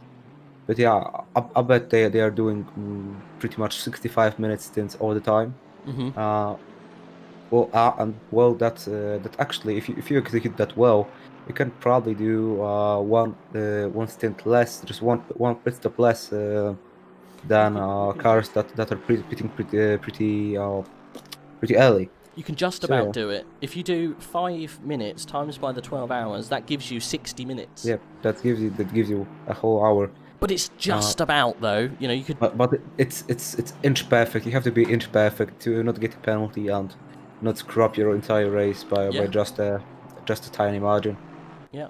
If you step 1 foot wrong, then that's it. You've scuppered your whole setup, which is, you know, is it worth doing? We're on board at the moment with the 714. We spoke to him a little bit earlier, the Savannah team. He's 2.5 seconds away from the next car. I think it's the closest GT4 that we can see on track. I'm just going to double check how close we are for any of the GT3s. I don't want to miss anything. It's quite hard to keep a track of all of these cars at one time. That's probably the hardest thing to do, isn't it? Well, I've got a track map on all the time, looking if there is not an incident or anything. But we have Dan Robertson ready for an interview again. Now, we'd definitely talk to Dan Robertson because he's part of the Brexit boys, so I know him well. Let's drag him in and have a chat because I want to know what went wrong because we were currently in 2nd, but now we're in 5th. So let's have a little chat. Okay, let's bring him. Dan, the man, the pit lane flipper. How are you doing? Badly. No, don't say that. You were doing really well at one point. You were 2nd. What happened? So driver swap. I'm getting in the car, and we get a stop-go penalty. So that right. started off the 2 stints very, very well. Okay. I then picked up a couple of off tracks. Okay. And got a drive-through, and one of them was me being a bit over-aggressive, trying to get some time back, and the other one was I was pushed offline by a GT3, and it was like, oh no, you're cutting the corner. You can have a warning for that. So we also had a drive-through, and then I was crashed into by a maraudering GT3, which gave us some damage as well. So speaking of drive-throughs, we've got a drive-through for the car number 420, and we don't have any stewarding reports, so I bet they have exceeded the track limits too much. I mean, it happens. And it's one of the top-running GT4s actually. So. Oh, that's good news. Now, not that we're in the habit of divulging insider secrets, but just so you're aware, the current leader in GT4 has told us that if it rains, they are screwed completely. Oh, okay, right. They are absolutely completely screwed. Their setup that they've got on there, apparently they found a ridiculous loophole that makes that car really fast but incredibly unstable. So apparently if it rains, they are done for. So you never know. Things could come back to you. Apparently the Alpine is not very good in rain at all. And I think you've got, have you got any Alpines in front of you? I don't think you have, actually. Looking at the just times. the race leader, I think. Just the race leader, yeah. I mean, you've been overtaken by Andrex's team, I think. Yeah, they're really quick, so I think that was somewhat inevitable. Currently, are you running around in 5th in class? I know, I think we're 7th at the moment, I think. Let's have a little look. Jay's in the car. Jay Ellis. Yep. Just jumping on board with him now. You dropped back a little bit, haven't you? So 1, 2, 3, 4, 5, 6, 7th. Yeah, 7th in class. Oh, it's a shame. James started off very well. Had a really good stint, didn't he, at the beginning? He did, yeah. Jay capitalised on that afterwards, and then I threw it all in the bin and go. We got to start again. I mean, it's an endurance race. It's what happens. You play as a team, and if something goes wrong, it's not one person's fault. Yeah, I mean, we're halfway there. We, back in Imola a few months ago, we were last at the end of the first lap, and we came 3rd by the end of the race. So, it's all to play for. I mean, the car looks great. Aunt Bessie looks really dirty. I'm sure some people like that kind of thing. I, for one, have never seen her so dirty. But no, the car looks good. It looks like it's reasonably fast. You've got Jamie in the car at the moment, who's, arguably one of your fastest drivers. So it's gonna be good. You should be going forward. I can't see what the gap is to the guy in front. I'm trying to look. You are being hustled actually at the moment by the AMG. That team they're very good at the moment.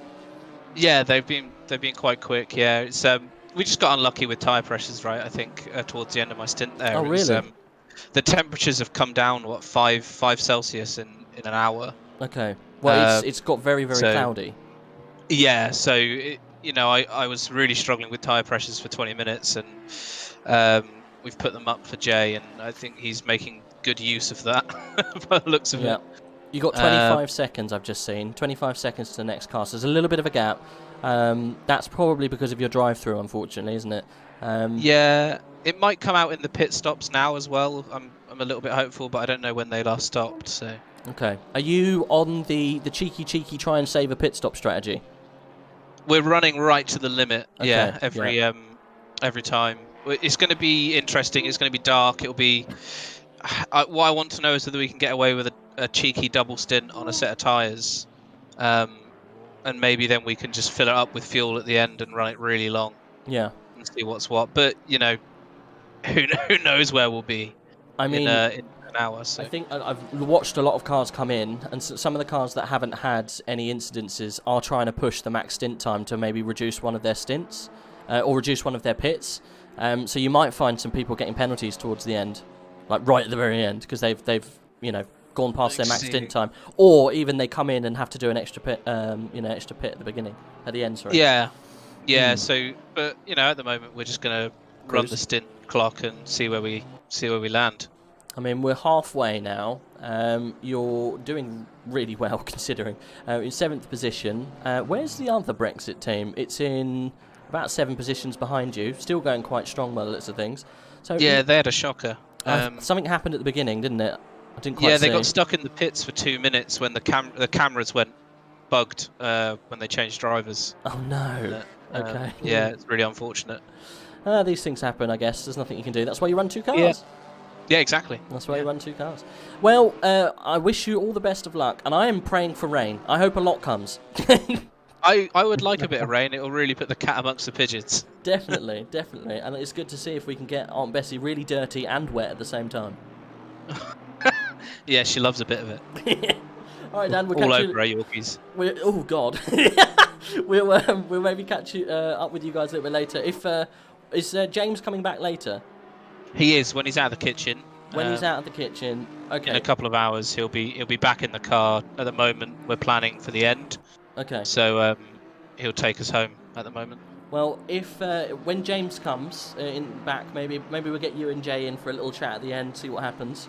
Yeah, that'll be good fun. When James is in the car, I want to hear the noises that you guys make when he's trying to navigate traffic. It's always good fun. Yeah. It's been a wild ride so far. So. I mean, you guys are still doing really well, so don't get too disheartened. The guy in front of you just got drive-through as well, so. Oh, that's always helpful. That's very helpful. Yeah. Best of luck, mate. Thanks, guys. No worries. We'll speak soon. Yep, thank you for the interview. So there you go. I know Dan very well. We've been racing together for a long time, bless him. So I know he probably took the pit instance probably to heart, bless him. I know once we were doing a race on iRacing. I think it was Daytona 24, and he managed to flip the car in the pit lane. So he's oh my God. He's got a habit of pit lane incidents, bless him. It's nicknamed him the pit lane flipper. So gosh, he's got previous, bless him. But okay. They're doing well. They're doing well at the moment in 7th position. Are we missing any action? Shall we see if we can get any changes of position? 155 in 25th place looks pretty damn close. Let's have a look at what's happening there. We are missing Crop. He still didn't come for an interview. We will have to. We'll have to knock on the door and get him to come in. Oh, blimey, we're getting some action here. That is the 155 versus the 728 with Aunt Bessie in the way. Okay, they've navigated the GT4 car. We've now got to get onto the back of the Audi again. Who have we got in the car? V. Limarenko and Jay Gixer. Never heard of those guys. John Gixer and Vitaly Limarenko. Vitaly going for a move up the inside. Oh, gets right out of the way then. The Audi didn't want any fight in that. Wanted to run his own race. That was the Audi that we saw sideways in the pit lane a couple of hours ago. Oh, that's an Audi of the coordinators. We got Shooter in there and one of the other coordinators. Let me check really fast because I don't remember. Who's in that car? Let me check really fast. Let's hop up to the top. See if we've got Shooter, Claudio Voodoo, and John Gixer OSG. Also so Marcus Deck in there. It's Voodoo's car. Yep, that's Voodoo's car. Yeah. Okay. I can't believe it was stuck halfway in the pit lane. Is there any memes in the Discord? I'm sure there will be later. Well, AOR has got their own evergreen today, so. Yes, they did, literally. I want to see some evergreen memes going for whatever happened back there. We're on board at the moment with the number 42, C-Box. So this is the same car as the Schumacher. Everyone's saying, is it Mick? No, it's not. Let's jump on board with him because he is chasing down, I think, Matt Kennedy. He's got 2 seconds away. We'll see if he can make any moves into the top 10. That car, Matt Kennedy's car, the 127, has dropped back a fair bit, hasn't it?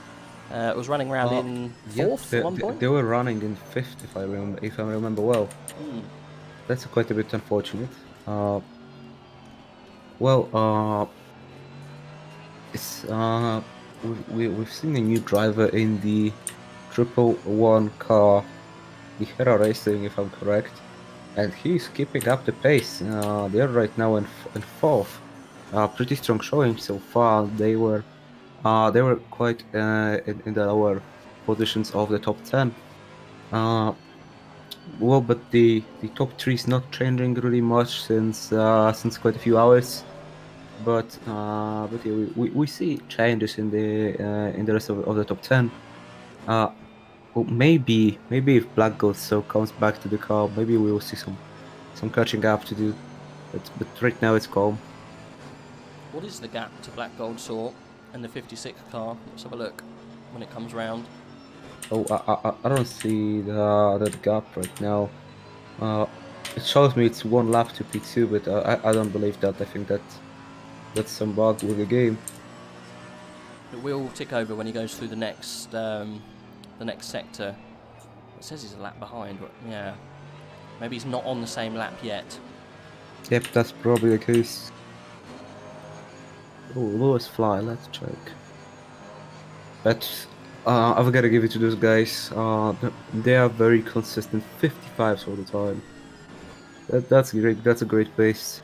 They've got it dialed in, haven't they? That team, the FTW, and the car looks amazing as well. It looks like a professional team. It looks like a professional car. I noticed the same. It looks like an in-game livery. You pick another in-game livery and you've got the same level of detail. Yeah, it's a very professional looking outfit that are doing very well, unsurprisingly, to be fair. We are nearing halfway, and at the halfway point we do actually have to stop the stream and restart it because unfortunately there is a limit on YouTube and it's 8 hours, so we're going to split it literally down the middle, do 6 hours and do 6 hours. We have got another stream scheduled. There'll be probably about a 5-minute delay in getting things set up and changed over, as it unfortunately it's not instant, so you'll have to bear with us. So it will go dark, and I will post the link in the chat for the new stream. I'll do it now, actually, so everyone's ready. So you can literally just click over as and when we go over. Unfortunately, there's nothing we can do about that. We're stuck because YouTube have got some funny rules when it comes to setting up the live streams. So I will put that link in the chat for everyone now. What's the pace of the leader? I'll check for you in a minute, Paul, just so you can have a look. Currently, it's 55.8 the last lap. But they are keeping consistent 55. The previous lap was the 55.6, if I'm correct. So, yes, you're right, yeah, 55 mid, so 55.8 is what they did last time. Their best is a 54.5. How consistent is that? Look, they're still running around in 55s. But saying that, P2 is running around in 55.8, so they're matching pace at the moment. And we have another steward in Grepet. Inquiry of cars 738 and 12, no further action, and 738 and 714, there is a stop and go penalty of 30 seconds for car 714 for causing a dangerous situation on the track. I wonder what was that. 714, let's see what car that is. And there is a drive-through for the 22 Honda, and I'm pretty sure that's not a penalty put on by the stewards. That must be violating track limits. Okay, yep, 714 is the Sahara GT4 Aston that we talked about earlier. So, oh my goodness, Lewis Fly with a 54.6. That's almost their best lap. Yeah, he's really putting the hammer down, isn't he? He must be coming up towards the end of his... I thought he's only just gone into that car. So that's a heavy car as well. Yep. That is pretty good pace right there. That's surprising. I mean, surprising. Maybe not surprising because we know those guys are pretty quick, but this pace is alien-like so far. Valentine Chorus in the chat, yes. Saying, my FTW boys doing well, some rain could help.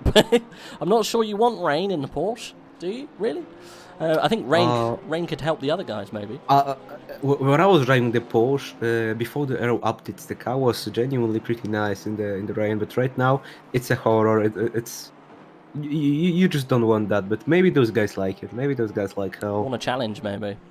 Yeah, and Voodoo waving to us. Voodoo, come for an interview. Yeah, I want to laugh at you because your car was sideways in the pit. We want to talk about this evergreen incident. Yeah, the 714 car ran out of fuel in the middle of the track.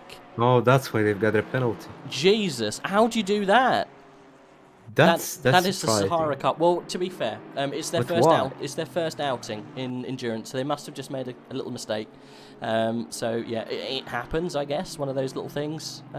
Just miscalculated the fuel, got something slightly wrong, and yeah, accidents happen. Unfortunately, we are actually watching some real action on track at the moment.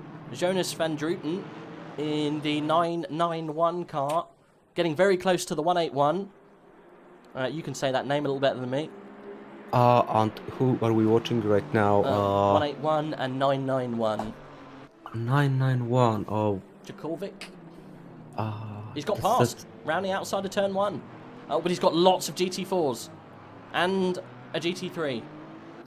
In the meantime, we have another drive-through. That's 182, the XPG Invicta outfit.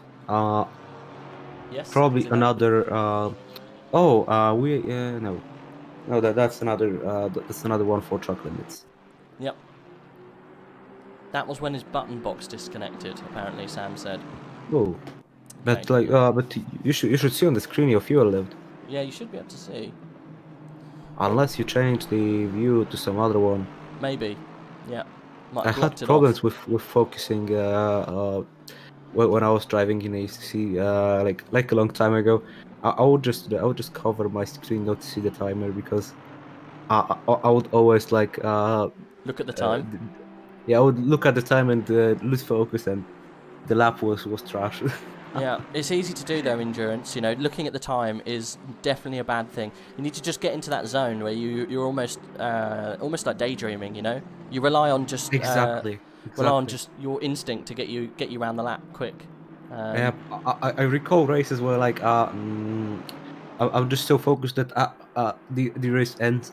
I come out of that focus and I was like, wait, what happened? Yeah, Where am I? Yes, exactly. And the 182 now now into the pits with the drive-through, and same with the 22 Honda. Well, we are heading towards another round of pit stops, obviously for those runners that do around 60 minutes per stint. But we also have the Savannah car in. But yeah, around maybe 5-10 minutes until people will start coming in. Well, actually pretty surprising to see drive-thrus, at least for myself, because I don't know where can you get like a warning on Nurburgring really and in ACC. Maybe in the RTL curves, the 90 degrees corners after the Schumacher S's, maybe there, but I'm not sure where else. I think Really. the exit of what is it? So 1, 2, 3, 4. The exit of 4 and 5. You can run wide. I forgot about that. Really easily, and get yourself some track limits there. Yeah, you can very easily get a penalty there. Where else? I guess getting the chicane wrong after the fast right-hander, you could get yourself into problems. But yeah, you are right. It's hard to get track limits around here. It's one of those circuits. The track limits is a bit tricky. I guess just getting things slightly wrong, and getting out of that kind of concentration can cause little things like that to happen. But yeah. On the Suzuka race, actually, my team, like 3 of us got a warning in the same place, literally. Like every single one of us got a warning, and we had the drive-through because of that. 3 of us got a warning in Spoon, in literally the same spot on the track. Going wide after the entrance of Spoon, right in the middle. On the leaving of Spoon, literally the last curb of Spoon. Oh, okay, on the exit, yeah, running too much curb. It's strange because like it's a normal curb, but if you run wide there, you can get a warning. I don't know why, I don't know if they fixed that. Running wide off Spoon isn't exactly the fastest way around that corner. I mean, yes, but Spoon is a little bit of a tricky corner. But that curb that we were running wide on was actually like a normal curb. I don't know if that was intended or was it some bug involved with that with the track. But our fourth teammate actually got a warning under the bridge, and that was a drive-through, and he was blaming himself because of that, despite all of us got one warning. Just like a train crossing, everyone got one. Yeah. Yeah, there's nothing you can do if you're in a team and everyone's getting warnings, and then you're the one who picks up the actual, the actual penalty. It's not exactly your fault. It's just, it's part of playing with a team. Unfortunately, exactly. We're on board at the moment with. We were talking about this car a minute ago. The 728, the John Gixxer, the yellow Audi.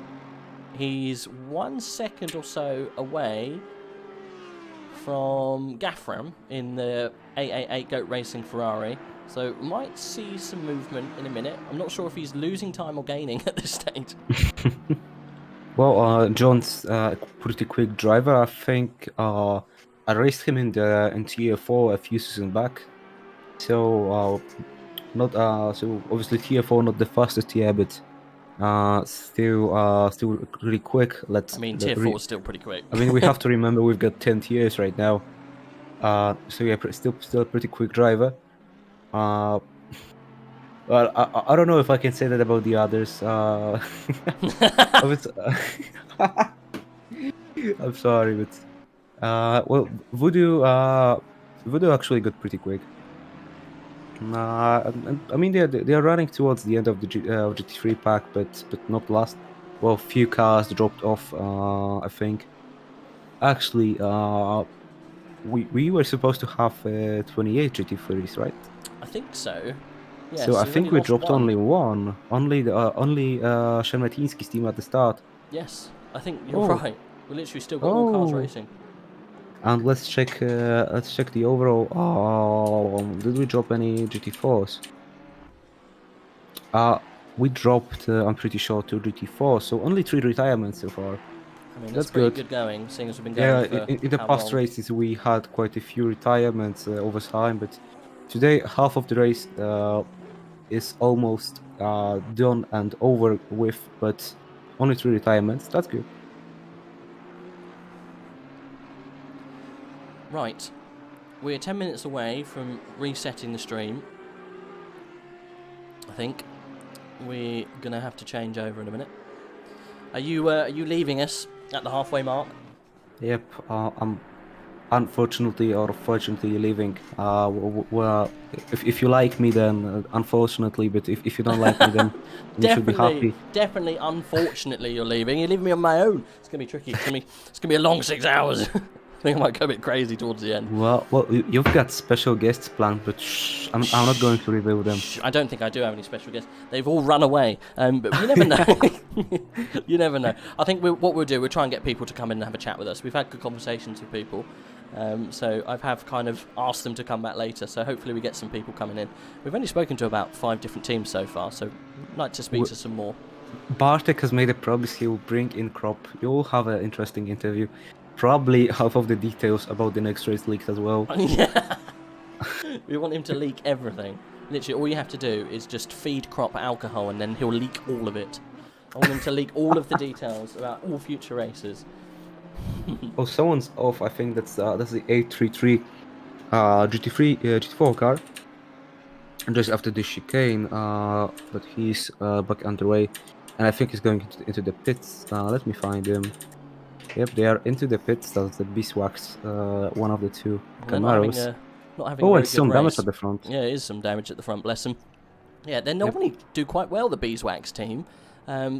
Bit surprising that they've slowed down a little bit and maybe just not had a very good session. P44 out of 47 cars. So towards the end of the GT4 pack now, quite a bit of damage at the front. Yeah. Quite a few spins as well, and going wide before. So not a very good race, at least I think so. But we wish the best of luck for the next 6 hours. Obviously, it's only halfway into the race, so maybe some good luck ahead of them. A long way to go yet. Who knows? Yeah. We're on board at the moment with the number 21 of B. Crowter, I think, in the AMG Mercedes.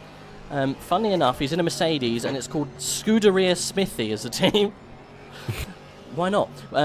Hey, so they are closing on the back of the 89 car. Currently, they are 1.5 seconds away. So I think this is going to be the next battle on track. So let's stay with this. Well, the livery is very interesting. British Racing Green and that little light green lime accents that you usually see on the Astons. Pretty interesting livery. Maybe they've gone for like an Aston Martin / AMG safety car style thing. I mean, Aston Martin is pretty much Mercedes right now, so... Well, we've got the Mercedes engine and some of the tech from Mercedes too. It is, yeah, it's the Mercedes engine, you're right, actually. I remember. In F1 it's the same, also I'm pretty sure Aston Martin, Mercedes has some stake in Aston Martin, bought during the buyout by Lawrence Stroll and the rest of the consortium responsible for that. I mean, how much does Stroll actually own? There's got to be a fair amount, because I heard that he took a real big stake of Aston Martin. I mean, he's technically the CEO, or a chairman, I'm not sure.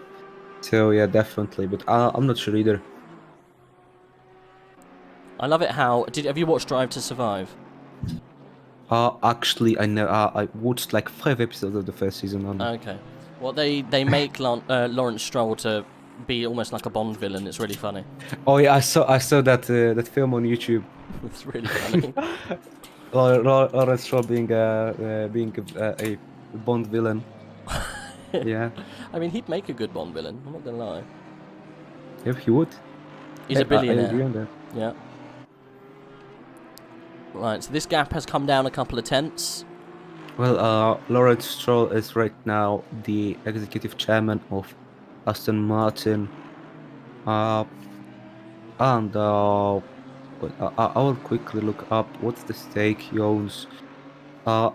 Mercedes owns a 3.4% stake, and the CEO of the F1 team, Toto Wolff, has 4.8% in the team.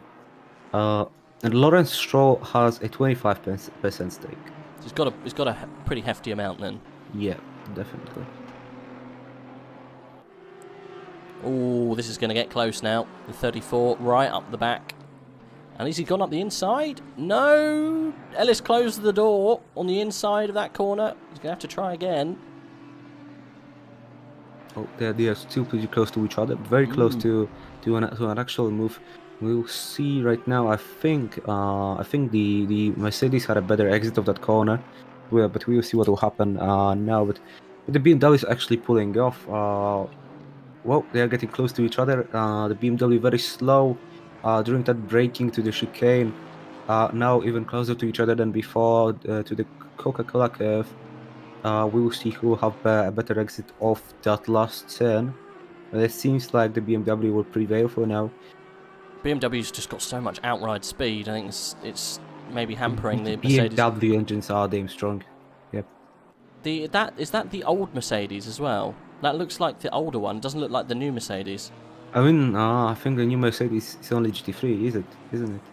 Oh, of course, yeah. You're right. Sorry, my mistake. Yeah. So this is there isn't two types, is there? Yeah, you're right. I'm wondering why would they make a new GT3 Mercedes but not a new GT4 one? Yeah, no, you're right. So there's only one GT4 Mercedes, but there's two GT3 Mercedes, right? Yeah, there's two GT3 Mercedes. There's the 2015 one and 2021. Well, the 2021 is very stable. I must say it's not my type of a car, but it's very stable, and I saw a few people really liking it, getting really fast with it. I remember when it came out, and like you would go to a Monza race, and it would be only Mercedes. Yeah. And like me, I was a victim of those Mercedes in a Porsche, so even more funny. But it's also good to see that. I mean, it's not good to see that we almost have no Mercedes. Do we have? We have GT3 Mercedes, but it's a very low number. But it's also good that it's not only Mercedes, I guess. But how many is there? Is it one or two? I can't see at this stage. I think there is one GT3 Mercedes right now. There's normally a couple more GT3 Mercedes knocking about, isn't there? Yeah, that's quite strange because the car is strong, the car is stable. I don't know, maybe it's not that good on Nurburgring. I can't speak for myself because I don't have that much experience in the Mercedes. Literally did one 20-minute race in it, but and a few laps and training. But maybe it's not strong on the Nurburgring. I told you it's a very fast, stable, and actually, let's say down to earth car because it has much downforce. Ooh, that was close. Ooh. So the Mercedes got past the BMW, but the BMW tried to make a move back on him, and there was a GT3 on the outside, so he had to really pull out of it, and he's getting mugged off by loads of GT3s trying to pass. So yeah, not the best position for that BMW, but might be able to climb back when this Mercedes has to get out of the way. He's going to be offline for this corner. That was nice and fair though, no problems. No dramas. Did cut the corner there. Might have got himself a slight warning. I'm trying to find those two cars because I lost them. It's alright. It's the number 21 and the 89. Oh, there's a touch! Oh, he's managed to hold on to it. What an absolute brilliant bit of driving there from that Mercedes. Jesus. Oh no, Dixon catching up to them. Oh, and just in the middle of this fight, he's going through. What a catch. That's like ridiculous reactions. That Mercedes managed to hold a full-on slide. But am I correct that Kubica got past them, or was he in front of them all the time? Whereabouts? What number is that? That's the Audi just in front of them. Marin Kubica. Oh yeah, he's a little bit further 121. back though. He's 41st, I think. Oh, okay. I'm wondering if Kubica is his real name, because we've got Kubica, we've got Schumacher in AOR. Yeah. Oh my God, such famous people. I we mean, are missing on Hamilton. We've got Dixon. Wasn't there a Scott Dixon in IndyCar? Oh yes, yes there was. I think he's still racing.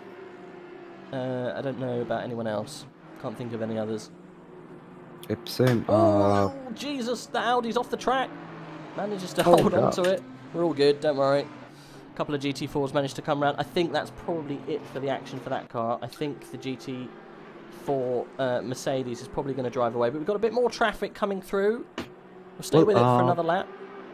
Marin Kubica, if he's the Kubica I'm thinking of, there was a driver named Mr. Kubica in the Paul Ricard race. Oh my goodness, what a dive from Grzonka! And they touched. They touched. What the a dive GT4. from the Mercedes. Yeah, that was. But he get past. Little slide. Did he get past? That's a little bit very impatient, aggressive though. dive. Yeah, a little very bit impatient. Very aggressive dive. But speaking of Kubica, he finished, I'm pretty sure, in the top 10 in the Paul Ricard race in GT3, despite having problems with his wheel. From what I heard, literally his clamp of his wheel was coming off towards the end of the race, but he managed to pull it through. But not such a good race today in the GT4 category. He's towards the end of the pack. I think that's around P12, P13, not sure, but we don't have that many GT4s, so not a very great performance from them. But yeah, maybe his GT4 place isn't as good as GT3. And another car going to lap Krauter here, excuse me. That's right. That's Voodoo's car, isn't it? Yep. That's the 728 Gixxer. Yep, Krauter blocked them a little bit in the S's, but I think he's been a bit of a problem, to be fair. That Mercedes has been getting in the way a little bit of GT3s. That's why he's been hit so many times. Bless him. He's been hit twice in 3 laps. We got another car, a fast car, coming through in a minute. That might put the pressure on him. So we'll stay just as we get through this traffic, just to see if anything else happens with this Mercedes. But it looks like he's got well out of the way for that one. No harm done. And he's got a couple of GT4s behind him for good measure. And they're actually quite close, those GT4s. I'll take a quick look at the front of the pack. How is it going there? So nothing changing in the top 3. Nothing really changing in the actually top 6. But we see Marlon Andrade pitting now in number 11 car and P6 Vanderwall Racing. Is that the McLaren? Yes, that's the McLaren. I think the rest of the top 10 didn't pit yet. So early stop for them. I think actually quite a bit of the grid is running this strategy of going to the last second of the stint timer, and maybe it's worth it. Well, the FTW Racing, of course, the team that's actually pulling it. I think they are pitting as late as they can. The latest team to pit almost every pit window, and it's working for them. But they also have a phenomenal pace. Maybe they look phenomenal. We're on board with H. Kloppelman in the 420. The Harold Kloppelman in their... Oh, they had a drive-through before. Kirambimba racing team. He is next up to take Jay Ellis in the 89. That Giannetta's been pretty good, to be fair. So let's see if he makes short work, or if the 89 can hold on to the position. Doesn't want to drop any further down. But we don't know what's happening with stint times at the moment. That BMW might be running out of tyres because he's lost a position. We unfortunately don't know what's going on with those stint timers, but I bet there are people who have half an hour left on their stint time and people who have literally 2 minutes left. So Yep. A real another mix. pit stop battle unfolds soon, and we are 5 hours 55 minutes and 55 seconds left to go. Yep, officially halfway. Officially halfway, yeah.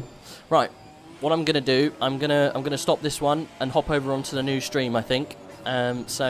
Okay, geez. so it's time to for me to say goodbye. Yep. Well, thank you for the 6 hours. It was very fun. Great commentating alongside you. Yep. Also great race, great fun to see and commentate this race. I wish everyone watching to have fun for those next 6 hours. Everyone racing, have fun, good luck, stay safe. Hopefully no incidents and accidents between you. And see you in the next one. Goodbye. Thanks very much for joining us. Appreciate it. Thank you. No problem at all. Right. Well, I'm going to just, as I said before, I posted the link in the chat, but I'll post it again so everyone's got it. We're going to start that stream, okay, guys? We're going to start it over on the new stream, so I'm going to post it a good few times so you know what I'm doing. If you want to continue watching, you have to click on that link. You have to go over to the next one, because this one, unfortunately, is going to stop, and we're going to restart on the new one. Unfortunately, there's nothing I can do about that.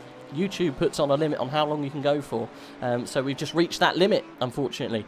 So what I'm going to do, I'm going to stop it now. If you give us 2-3 minutes, we'll have the next one up and ready. So jump on over onto that link, and we'll be quickly over onto the new race session, and we'll go for the next 5 hours and 54 minutes. We'll catch you then, guys. See you in a bit.